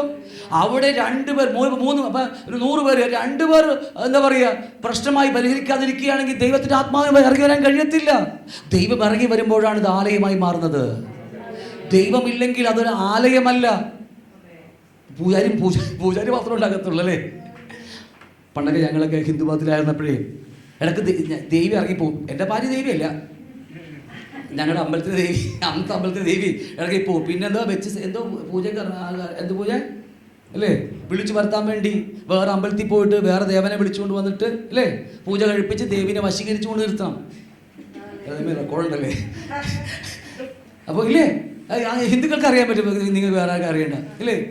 ഇതാ ഓക്കെ. അപ്പോൾ ദേവി ഇല്ലാത്ത അമ്പലങ്ങളുണ്ട്, ദേവനില്ലാത്ത അമ്പലങ്ങൾ ഉണ്ട്. അവർ പൂജാരിനെ പൂജിച്ചുകൊണ്ടിരിക്കും. എന്നെപ്പോലത്തെ പൂജാരി, ഇവിടുത്തെ അല്ലേ പാസ്റ്റർമാരില്ലെങ്കിൽ ഇവിടുത്തെ ദൈവാസന്മാർ, ഇവിടെ ശുശ്രൂഷ ദൈവാസന്മാരിങ്ങനെ പൂജിച്ചുകൊണ്ടിരിക്കും. വർഷപ്പെട്ട് പാട്ട് പാടിക്കൊണ്ടിരിക്കും, പാസ്റ്റർമാർ വന്ന് വചനം പറഞ്ഞുകൊണ്ടിരിക്കും. പക്ഷെ ആരില്ല. കാരണം ദൈവമില്ലായിരിക്കും. ദൈവം ഉണ്ടാകണമെങ്കിൽ അവിടെ രണ്ട് പേരെ ഉള്ളെങ്കിൽ 2 പേരും ഐക്യമധ്യപ്പെട്ട് കൂടിയാൽ മാത്രമേ ദൈവത്തിന് വസിക്കാൻ കഴിയത്തുള്ളൂ. മറന്നു പോകരുത്. ഒരു 100 പേരുണ്ടെങ്കിൽ 2 പേർ തമ്മിൽ ഭിന്നതയോ പിണക്കോ വെച്ചുകൊണ്ടിരുന്നാൽ ദൈവത്തിൻ്റെ ആത്മാവിനെ ഇറങ്ങി വരാൻ കഴിയത്തില്ല. അതുകൊണ്ട് ദൈവം പറഞ്ഞത്, അങ്ങനെ എൻ്റെ സഭയെ നശിപ്പിക്കുന്നവനെ, എൻ്റെ മന്ദിരത്തെ നശിപ്പിക്കുന്നവനെ ഞാൻ നശിപ്പിച്ചു കളഞ്ഞിരിക്കും. 2 വട്ടം അവനെ പറഞ്ഞു കൊടുക്കുക. ഇല്ലെങ്കിൽ സഭയിൽ നിന്ന് മാറ്റിക്കളയാനാണ് പറയുന്നത്. കാരണം എനിക്ക് നിങ്ങളുടെ ഇടയിൽ വസിക്കണം. നിങ്ങൾ കൂടി വരുമ്പോൾ എനിക്ക് നിങ്ങളുടെ ഇടയിൽ വസിക്കണം. അതുകൊണ്ട് ഭിന്നത വളരെ ഇമ്പോർട്ടൻ്റ് വിഷയമാണ്. അത് നിങ്ങൾക്ക് നിങ്ങളുടെ ഹൃദയത്തിൽ ആരോടെങ്കിലും ഉണ്ടെങ്കിൽ, ഭാര്യയ്ക്ക് ഭർത്താവിനോട്, ഭർത്താവിന് ഭാര്യയോട്, മക്കളോട് അല്ലേ, അപ്പനോട് അമ്മയോട്, സഹോദരങ്ങൾ ആരോടെങ്കിലും പിണക്കമുണ്ടെങ്കിൽ കേൾക്കുമ്പോൾ തന്നെ പരിഹരിച്ചേക്കുക. കാരണം നാം ദൈവത്തെ ഭൂമിയിൽ ഇറങ്ങുവാൻ നാം ദൈവത്തിന് ഇടം കൊടുക്കുകയാണ്. എത്രമാത്രം ദൈവം നമ്മളെ സ്നേഹിക്കും, മനസ്സിലായി? എത്രമാത്രം ദൈവം നമ്മെ സ്നേഹിക്കും. നാം ദൈവത്തിൻ്റെ ആലയത്തെ പണിയുക. നാം ദൈവത്തിന് ആലയം പണിയുകയാണ്. അങ്ങനെയാണ് നാം ആലയം പണിയുന്നത്. അല്ലാതെ കല്ലും കുറേ മാർബിളും മേടിച്ച് വെച്ചല്ലേ, കുറേ പെയിൻറ്റ് മേടിച്ച് അതല്ല ആലയം പണിയുന്നത്. ആലയം പണിയുന്നത് എങ്ങനെയാണെന്നറിയാമോ? ഭിന്നത കൂടാതെ എൻ്റെ കർത്താവിന് ഇറങ്ങി വരുവാൻ ഞാൻ ഭിന്നതകളില്ലാതെ ആലയത്തെ പണിതുയർത്തുകയാണ്. എത്ര പേർക്ക് പറയാൻ കഴിയത്? ഞാൻ ദൈവത്തിന് ആലയത്തെ പണിയും. ഹല്ലേലൂയ. അവിടെയാ ദൈവത്തിന് പ്രസാദമുണ്ടാകുന്നത്, അവിടെയാ ദൈവം ഇറങ്ങി വരുന്നത്. അവനെ ദൈവം എത്രമാത്രം സ്നേഹിക്കും സഹോദരങ്ങളെ, പറഞ്ഞു നിങ്ങൾ അല്ലേ? എത്രമാത്രം ദൈവം അവനെ സ്നേഹിക്കും. കാരണം ദൈവത്തിന് ഇറങ്ങി വരാൻ ആഗ്രഹിക്കുക. ഇസ്രായേൽ മക്കൾ ഉൾപ്പെടെ അല്ലേ, നമ്മൾ നേരത്തെ പഠിച്ചതുപോലെ ആ സമാഗമന കൂടാരത്തിന് നടുവിൽ 3 ഗോത്രങ്ങൾ കിഴക്ക്, 3 ഗോത്രങ്ങൾ പടിഞ്ഞാറ്, 3 ഗോത്രങ്ങൾ തെക്ക്, 3 ഗോത്രങ്ങൾ വടക്കായിട്ട് ഇസ്രായേൽ മക്കളുടെ നടുവിൽ ദൈവം ഇറങ്ങി വന്നു. ദൈവ തേജസ് ഇറങ്ങി വന്നു അല്ലേ? അതുപോലെ തന്നെ നമ്മുടെ നടുവിലും ദൈവം ഇറങ്ങി വരാൻ ആഗ്രഹിക്കുന്നു. പക്ഷെ വെറുതെ അല്ല. 2-3 പേർ നാമത്തിൽ എവിടെ കൂടുമ്പോൾ ഞാനുണ്ടെന്ന് പറഞ്ഞ വാക്യം ശരി തന്നെയാണ്. പക്ഷേ ഭിന്നതയില്ലാതെ കൂടി വരണം. എന്താ പറയുക, അപ്പൊല്ലോസിന്റെ പക്ഷക്കാരൻ, കേഫാവിന്റെ പക്ഷക്കാരൻ എന്നൊക്കെ പറഞ്ഞ് ആ പക്ഷം തിരിഞ്ഞ് സഭയിൽ വന്നിട്ട് കാര്യമില്ല. അവിടെ ദൈവത്തിന്റെ ആത്മാവിന് പ്രവർത്തനം ഉണ്ടാകത്തില്ല. ദൈവാത്മാവ് ഇറങ്ങി വരുമ്പോഴാണ് അകത്ത് പാവബോധം ഉണ്ടാകുന്നത്. കുറച്ച് സഭയുടെ വാക്യം പറയുന്നുണ്ട്, നിങ്ങൾ അന്യഭാഷയിൽ കുറെ പറഞ്ഞുകൊണ്ടതിന് കാര്യമില്ല അല്ലേ? ഒരു പ്രവചിക്കുന്നവൻ പ്രവചിക്കുമ്പോൾ ജാതികൾ വന്ന് കടന്നു വരുമ്പോൾ അവർക്ക് പാവബോധം ഉണ്ടാകുന്നു ഇല്ലേ? അത് ശരി തന്നെയാ. കാരണം എന്താണെന്നറിയാമോ? ദൈവത്തിന്റെ ആത്മാവ് നടുവിൽ വസിക്കുക. ഹല്ലേലൂയ. ക്ലിയറാണ് ഞാൻ പറയുന്നത്. അപ്പം അതുകൊണ്ട് ഇവിടെ മറന്നു പോകരുത്. സഭയിൽ ഭിന്നത ഉണ്ടാക്കിയാൽ തീർച്ചയായും ദൈവം നമ്മെ വേറൊരു ഭാഗത്ത് പറയുന്ന പോലെ ഞാൻ നിങ്ങളെ നശിപ്പിക്കും, എൻ്റെ ആലയത്തെ നശിപ്പിക്കുന്നവനെ ഞാൻ നശിപ്പിക്കും. നാശം എന്ന വാക്ക് നരകത്തെക്കുറിച്ച് പറയുന്ന വാക്യമാണ്. ആ ക്ലാസ് എടുക്കുമ്പോൾ നമുക്ക് ആഴമായി പഠിക്കാം. നാശപുത്രൻ, നാശയോഗ്യൻ എന്നൊക്കെ പല ഭാഗത്ത് കാണുന്ന വാക്യം നാശം, അത് ഗഹന എന്ന് പറയുന്ന ഒരു വാക്കിയോട് ബന്ധപ്പെട്ട് കിടക്കുന്ന വാക്കാണ് നരകത്തെക്കുറിച്ച്. ഞാൻ നിങ്ങളെ നശിപ്പിക്കുമെന്ന് പറഞ്ഞാൽ ദൈവം നരകത്തിലേക്ക് തള്ളുമെന്ന അർത്ഥം. എല്ലാം ബന്ധിക്കപ്പെട്ട് കിടക്കുകയാണ്. നമ്മുടെ ചെറിയ വാക്കുകളൊക്കെ ആഴമുണ്ട്, അതിനൊക്കെ വിട്ടു പോകുകയാണ്. അപ്പം അതുകൊണ്ട് ദൈവത്തിൻ്റെ ആലയത്തെ തകർക്കുന്നവനെ ദൈവം തകർക്കും. എങ്ങനെയാണ് നമ്മൾ ദൈവത്തിൻ്റെ ആലയത്തെ തകർക്കുന്നത്? അതുകൊണ്ട് നമ്മൾ ഓരോരുത്തരും ദൈവത്തിന് ആലയം പണിയുന്നവരാണോ, ആലയത്തെ തകർക്കുന്നവനാണോ? മറ്റൊരുത്തി പറഞ്ഞാൽ നമ്മൾ ആലയത്തെ പണിയുന്നവനാണോ, നമ്മൾ മാർട്ടിൻ്റെ സഹോദരങ്ങളാണോ? മാർട്ടിൻ ബോംബ് വെച്ച് പൊട്ടിച്ചില്ലേ സഭയെ തകർക്കാൻ വേണ്ടി? മാർട്ടിനല്ലേ പുള്ളിയുടെ പേര്? അത്രക്ക് മനസ്സിലാവുന്നേ പറഞ്ഞു. ക്ലിയർ ആണോ? ഹല്ലേലൂയ. അതുകൊണ്ട് തീത്തോസ് 3:10-11 വാക്യം പഠിച്ചത്, സഭയിൽ ഭിന്നത വരുത്തുന്നവനെ 1-2 പാട്ട് ഒരുപാടൊന്നും വേണ്ട. നീ പറയണമെന്ന് ചുമ്മാ പാടാ സഹോദര, അതൊന്നും നിരപ്പാകിടാമ. ഞാൻ തന്നെ 5-8 പ്രാവശ്യമെങ്കിലും ഒരാൾക്ക് വേണ്ടി പോയിട്ടുണ്ട്. ഇവിടുത്തെ കാര്യമാണ്. പാസ്റ്റർമാരായിട്ട് ഒക്കെ മാറി എന്തോരം പ്രാവശ്യം പോയിട്ടുണ്ട്. എന്ത് പാകട്ടെ, 2-3 വട്ടം അല്ലേ, 1-2 വട്ടം ബുദ്ധിപതിച്ച ശേഷം അവനെ ഒഴിവാക്കുക. കാരണം ഒറ്റ കാര്യം മാത്രം, സഭയിൽ ദൈവത്തിന് സാന്നിധ്യം ഇറങ്ങി വരണം. നമ്മുടെ ആഗ്രഹം അതായിരിക്കണം. വേണ്ടതും സഹോദരങ്ങളെ. ഓക്കെ, ഇനി ക്ലാസ് ഇനി ഉച്ചയ്ക്ക് ശേഷം നമുക്ക് സമയം മുന്നോട്ട് കടന്നു പോവുകയാണ്. ഇതുകൂടി ജസ്റ്റ് ഒന്നും എടുത്ത് പോകാൻ മുന്നോട്ട് പോകാം. അപ്പോൾ അതുകൊണ്ട് ഈ മറന്നു പോകരുത്, നാം സഭയെ പണിയുന്നവരാണോ, നാം സഭയെ നശിപ്പിക്കുന്നവരാണോ എന്നുള്ള ചോദ്യം നിൽക്കണം. യേശുവിൻ്റെ രക്തം അല്ലേ, യേശുവിൻ്റെ ശരീരവും രക്തം നമുക്ക് വേണ്ടി എന്തിനു വേണ്ടി കൊടുത്തു എന്നൊരു ചോദ്യം നമുക്കുണ്ട് അല്ലേ? ശരീരത്തെ തകർക്കുന്നതിനെ കുറിച്ചാണ് പഠിച്ചുകൊണ്ടിരിക്കുന്നത്.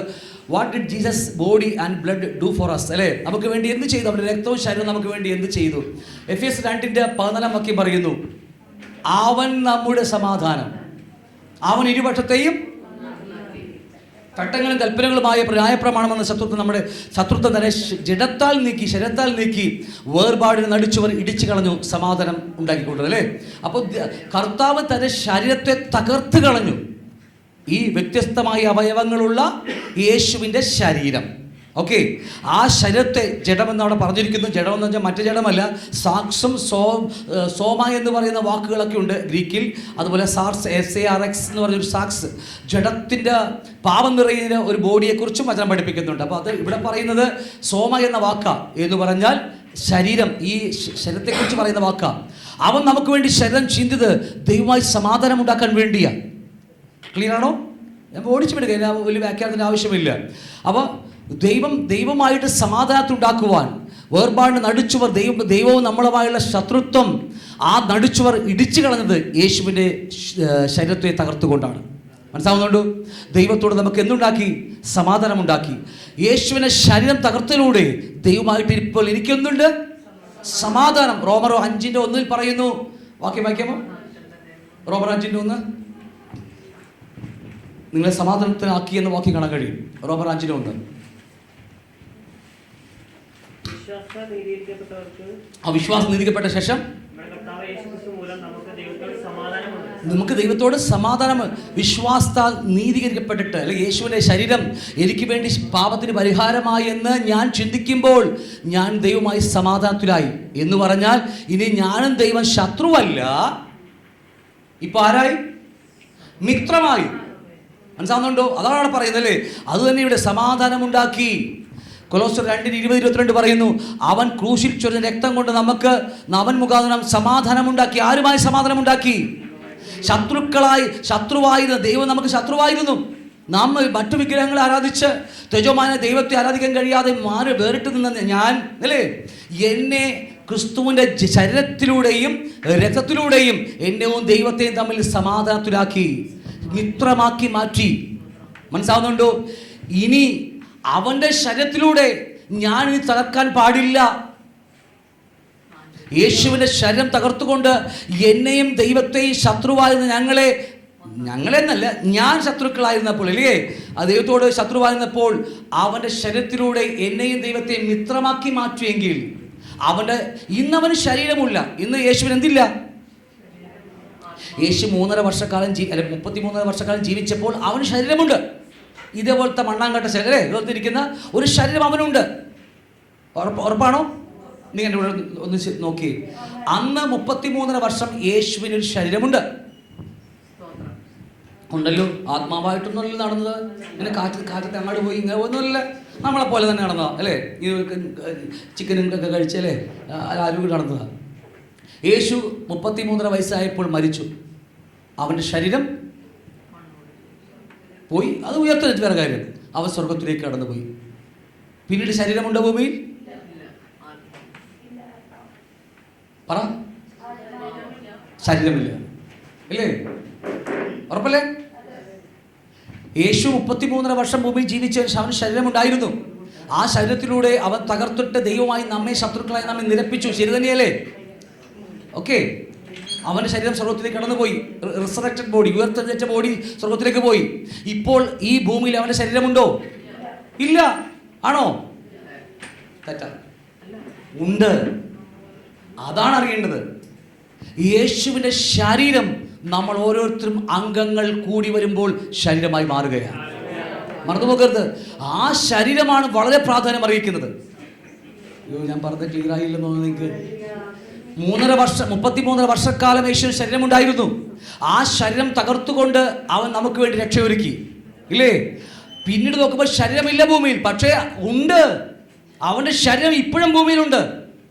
ആ ശരീരമാണ് ലോകത്തിൽ അവൻ ജീവിച്ച പോലെ ജീവിക്കുന്നത്. അന്ന് അവൻ ഒരു വ്യക്തിയായി ജീവിച്ചെങ്കിൽ ഇന്ന് 10 ലക്ഷങ്ങൾ ആയ ജനങ്ങൾ ഒരുമിച്ച് ചേർന്നുകൊണ്ട് ശരീരമായി നിന്ന് ലോകത്തിന് മുമ്പിൽ സാക്ഷിയായി ജീവിക്കുന്നു. ഇന്നും അവൻ്റെ ശരീരം ലോകത്തിലുണ്ട്. അയ്യോ, ഞാൻ പറഞ്ഞതിന് മർമ്മം മനസ്സിലായത് നിങ്ങൾക്ക്? ക്ലിയറാണോ? ഇന്നും അവൻ്റെ ശരീരമുണ്ട്. അവൻ ജീവിച്ചതുപോലെ ജീവിക്കുവാൻ ഇന്നും നമ്മൾ ഓരോരുത്തരുമായിട്ട് അവൻ വിളിച്ചിരിക്കുകയാണ്. നമ്മളാണ് അവൻ്റെ ശരീരം. ആ ശരീരത്തിലെ അവയവങ്ങൾ നമ്മൾ ഒരുമിച്ച്, ആ അവയവങ്ങളാവുന്ന നമ്മൾ ഒരുമിച്ച് കൂടി വരുമ്പോൾ ക്രിസ്തുവിൻ്റെ ശരീരമായി മാറുകയാണ്. ക്രിസ്തു ഭൂമിയിൽ പ്രവർത്തിക്കാൻ തുടങ്ങുകയാണ്. ക്ലിയറാണല്ലോ? ആ ശരീരത്തെ തകർത്താൽ ദൈവം ക്ഷമിക്കുമോ? ഇല്ല. മുന്നേ വന്ന ശരീരം 33 വർഷം ജീവിച്ച ശരീരത്തെ ദൈവം തകർത്തെങ്കിൽ നമ്മെ നിരപ്പിക്കാൻ വേണ്ടിയായിരുന്നു. എന്നാൽ നിരപ്പ് വന്ന ശേഷം അവൻ്റെ ശരീരത്തെ വീണ്ടും തകർക്കുന്നുവെങ്കിൽ ദൈവം ക്ഷമിക്കുമോ? ഇല്ലെന്നേ. അതുകൊണ്ട് എബ്രായരുടെ കർത്താവ് പറയുന്നില്ലേ, നിങ്ങൾ മഴ വന്ന് വെള്ളം കുടിച്ചിട്ടും ഇങ്ങനെ പലവട്ടം മഴ പെയ്തിട്ട് വെള്ളം കുടിച്ചിട്ട് പിന്നെയും അവിടെ വേറെ വാക്യമുണ്ട്, പിന്നെയും നിങ്ങൾ എല്ലാം കേട്ട് ദൈവത്തെ സൗഖ്യം അനുഭവിച്ച് ആത്മാവിനെ അനുഭവിച്ചിട്ട് നിങ്ങൾ വീണ്ടും പഴയ ഭാവത്തിലേക്ക് പോയാൽ അല്ലേ? അങ്ങനെ വാക്യമുണ്ട് പ്രേലേഖനത്തിൽ 6-7 കണ്ടോ? അപ്പോൾ എന്തുമാകട്ടെ, ഇവിടെ കാര്യം ക്രിസ്തുവിൻ്റെ ശരീരത്തിലൂടെ അവൻ നമ്മെ നിരപ്പിച്ചെങ്കിലും ഇന്നും അവൻ്റെ ശരീരം ഭൂമിയിലുണ്ട്. അവൻ പുതിയൊരു ശരീരം സ്ഥാപിച്ചിട്ടാണ് പോയത്. അത് ഒറ്റ ശരീരമല്ല, വ്യത്യസ്തമായ നമ്മളെ അവയവങ്ങളാക്കി മാറ്റിയിട്ട് നമ്മളെ ചേർത്ത് വെച്ചിട്ട് ക്രിസ്തുവിൻ ശരീരം ഭൂമിയിൽ പ്രവർത്തിക്കുക. ആ ശരീരത്തെ തകർക്കുവാൻ ദൈവം സമ്മതിക്കത്തില്ല. കാരണം ഓൾറെഡി തകർത്തതാണത്.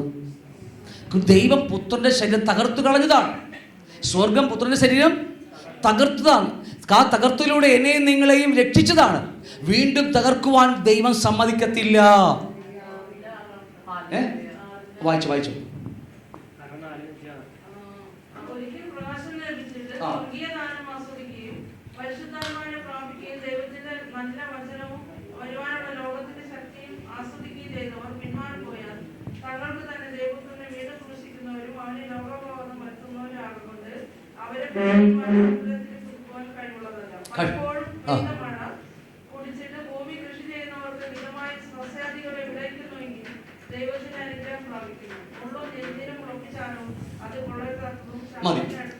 അത് തള്ളിക്കളയുക, കത്തിച്ച് കളയുക.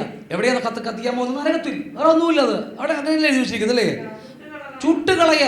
ആ വാക്യമാണ്, വളരെ മനോഹരമായ വാക്യമാണ് എഴുതി വെച്ചിരിക്കുന്നത്. ഭയപ്പെടുത്തുന്ന വാക്യങ്ങൾ. എന്തുമാകട്ടെ, കർത്താവ് തൻ്റെ 33.5 വർഷത്തിലെ ശരീരം കൊണ്ട് ജീവിച്ചു. അവൻ തകർത്തിട്ട്, ദൈവം തകർത്ത് കളഞ്ഞിട്ട്, ദൈവമാണ് അവൻ്റെ ശരീരം തകർത്തിട്ട്. അവൻ്റെ ശരീരത്തെ ആരാണ് തകർത്തത്? 33 വർഷമായപ്പോൾ യേശുവിൻ്റെ ശരീരത്തെ ആരാണ് തകർത്തത്? ഇസ്ലാമക്കളല്ല കേട്ടോ. അവർ കുത്തിയതാ, ശരി തന്നെയാ. അവർ കുത്തി പറിച്ചെടുത്ത് ആണിയടിച്ചൊക്കെ ശരി തന്നെയാ അല്ലേ, മുൾക്കിലടിച്ച്. പക്ഷെ അതല്ല, ദൈവമാണ് തകർത്ത് കളഞ്ഞത്. ദൈവം തകർത്തു. പുത്രന്റെ മേൽ പാപത്തെ കണ്ടപ്പോൾ ദൈവത്തിന് കോപം ചൊലിച്ച് യേശുവിന്റെ ശരീരത്തെ ദൈവമാണ് തകർത്ത് കളഞ്ഞത്. ആണല്ലോ. ഒരു പ്രാവശ്യം തകർത്തു, വീണ്ടും ഭൂമിയിൽ ഒരു ശരീരം അവൻ സ്ഥാപിച്ചു നമ്മളിലൂടെ അല്ലേ. അതിനെ തകർത്താൽ ദൈവം ഒരിക്കലും ക്ഷമിക്കുകയില്ല.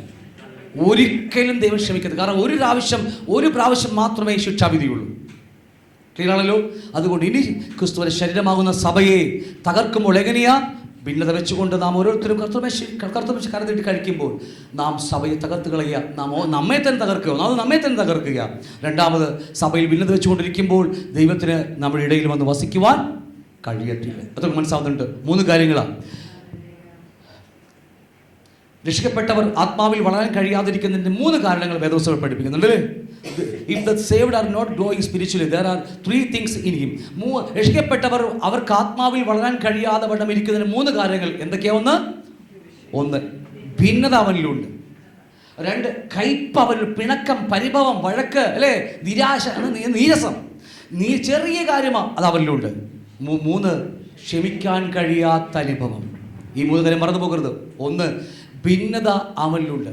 ഒരുപക്ഷെ ജനിക്കുമ്പോൾ മുതൽ നമ്മുടെ ഹൃദയത്തിൽ ഉണ്ടായിരിക്കുന്നതായിരിക്കാം. പക്ഷേ അത് കളയുന്നില്ലെങ്കിൽ നമ്മുടെ ജീവിതത്തിൽ വൻ പരാജയം, നരകം തുടങ്ങുകയാണ്. നരകം അവിടെ പോയിട്ടല്ല നരകം ആരംഭിക്കുന്നത്. നരകം ഇപ്പോഴാണ് ആരംഭിക്കുന്നത്. സ്വർഗം അവിടെ പോയിട്ടല്ല നമ്മൾ അനുഭവിക്കാൻ പോകുന്നത്. സ്വർഗം ഇപ്പോഴാണ് അനുഭവിക്കുന്നത്. ആണെങ്കിലോ?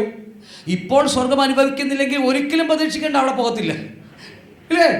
ഇവിടെ സ്വർഗം അനുഭവിക്കുവാൻ, ദൈവത്തെ അനുഭവിക്കാൻ നമുക്ക് കഴിയുന്നില്ലെങ്കിൽ നമ്മൾ ഒരിക്കൽ പോലും ചിന്തിക്കേണ്ട ഒരു വ്യാമോഹവും വേണ്ട നമ്മൾ അവിടെ പോകുമെന്ന്. എൻ്റെ വാക്ക് ക്ലിയർ ആണ്. ഒരു മാറ്റവും ഇല്ല. ഇവിടെയാണ് എല്ലാത്തിൻ്റെയും ആരംഭം. നമ്മുടെ ഹൃദയത്തിലാണ് സകല അശുദ്ധിയുടെയും വിശുദ്ധിയുടെ ആരംഭം. സ്വർഗത്തിൻ്റെയും നരകത്തിൻ്റെയും ആരംഭം നമ്മുടെ ചിന്തയിലാണ്. എല്ലാം നമ്മുടെ ഹൃദയത്തിൽ ആരംഭിക്കുക. അതിലെ പരിണത ഫലങ്ങളാണ് ഏത് ഡെസ്റ്റിനേഷൻ വേണമെന്ന് നമ്മൾ ചിന്തിക്കുന്നത് അല്ലേ. സ്വർഗമാണോ നരകമാണോ എന്നൊക്കെ നമ്മൾ അറിയുന്നത്. 1, അവനകത്ത് ഭിന്നതയുണ്ട്. അതൊരു അസുഖമാണ്, ദേഹിയുടെ അസുഖമാണത്. ഇപ്പോൾ ഇതില്ലേ വയറുവേദന, പിന്നെ എന്തൊക്കെയാ, തലവേദന, അസുഖം പറ, കിഡ്നി അല്ലേ, കിഡ്നിയുടെ വേദന, ചട്നിയുടെ എന്തുവാകട്ടെ, ഇതൊക്കെ നമ്മുടെ ശരീരത്തിൻ്റെ രോഗങ്ങളാണ് അല്ലെ. ശരീരത്തിൻ്റെ രോഗങ്ങളാണ് അതൊക്കെ അല്ലേ.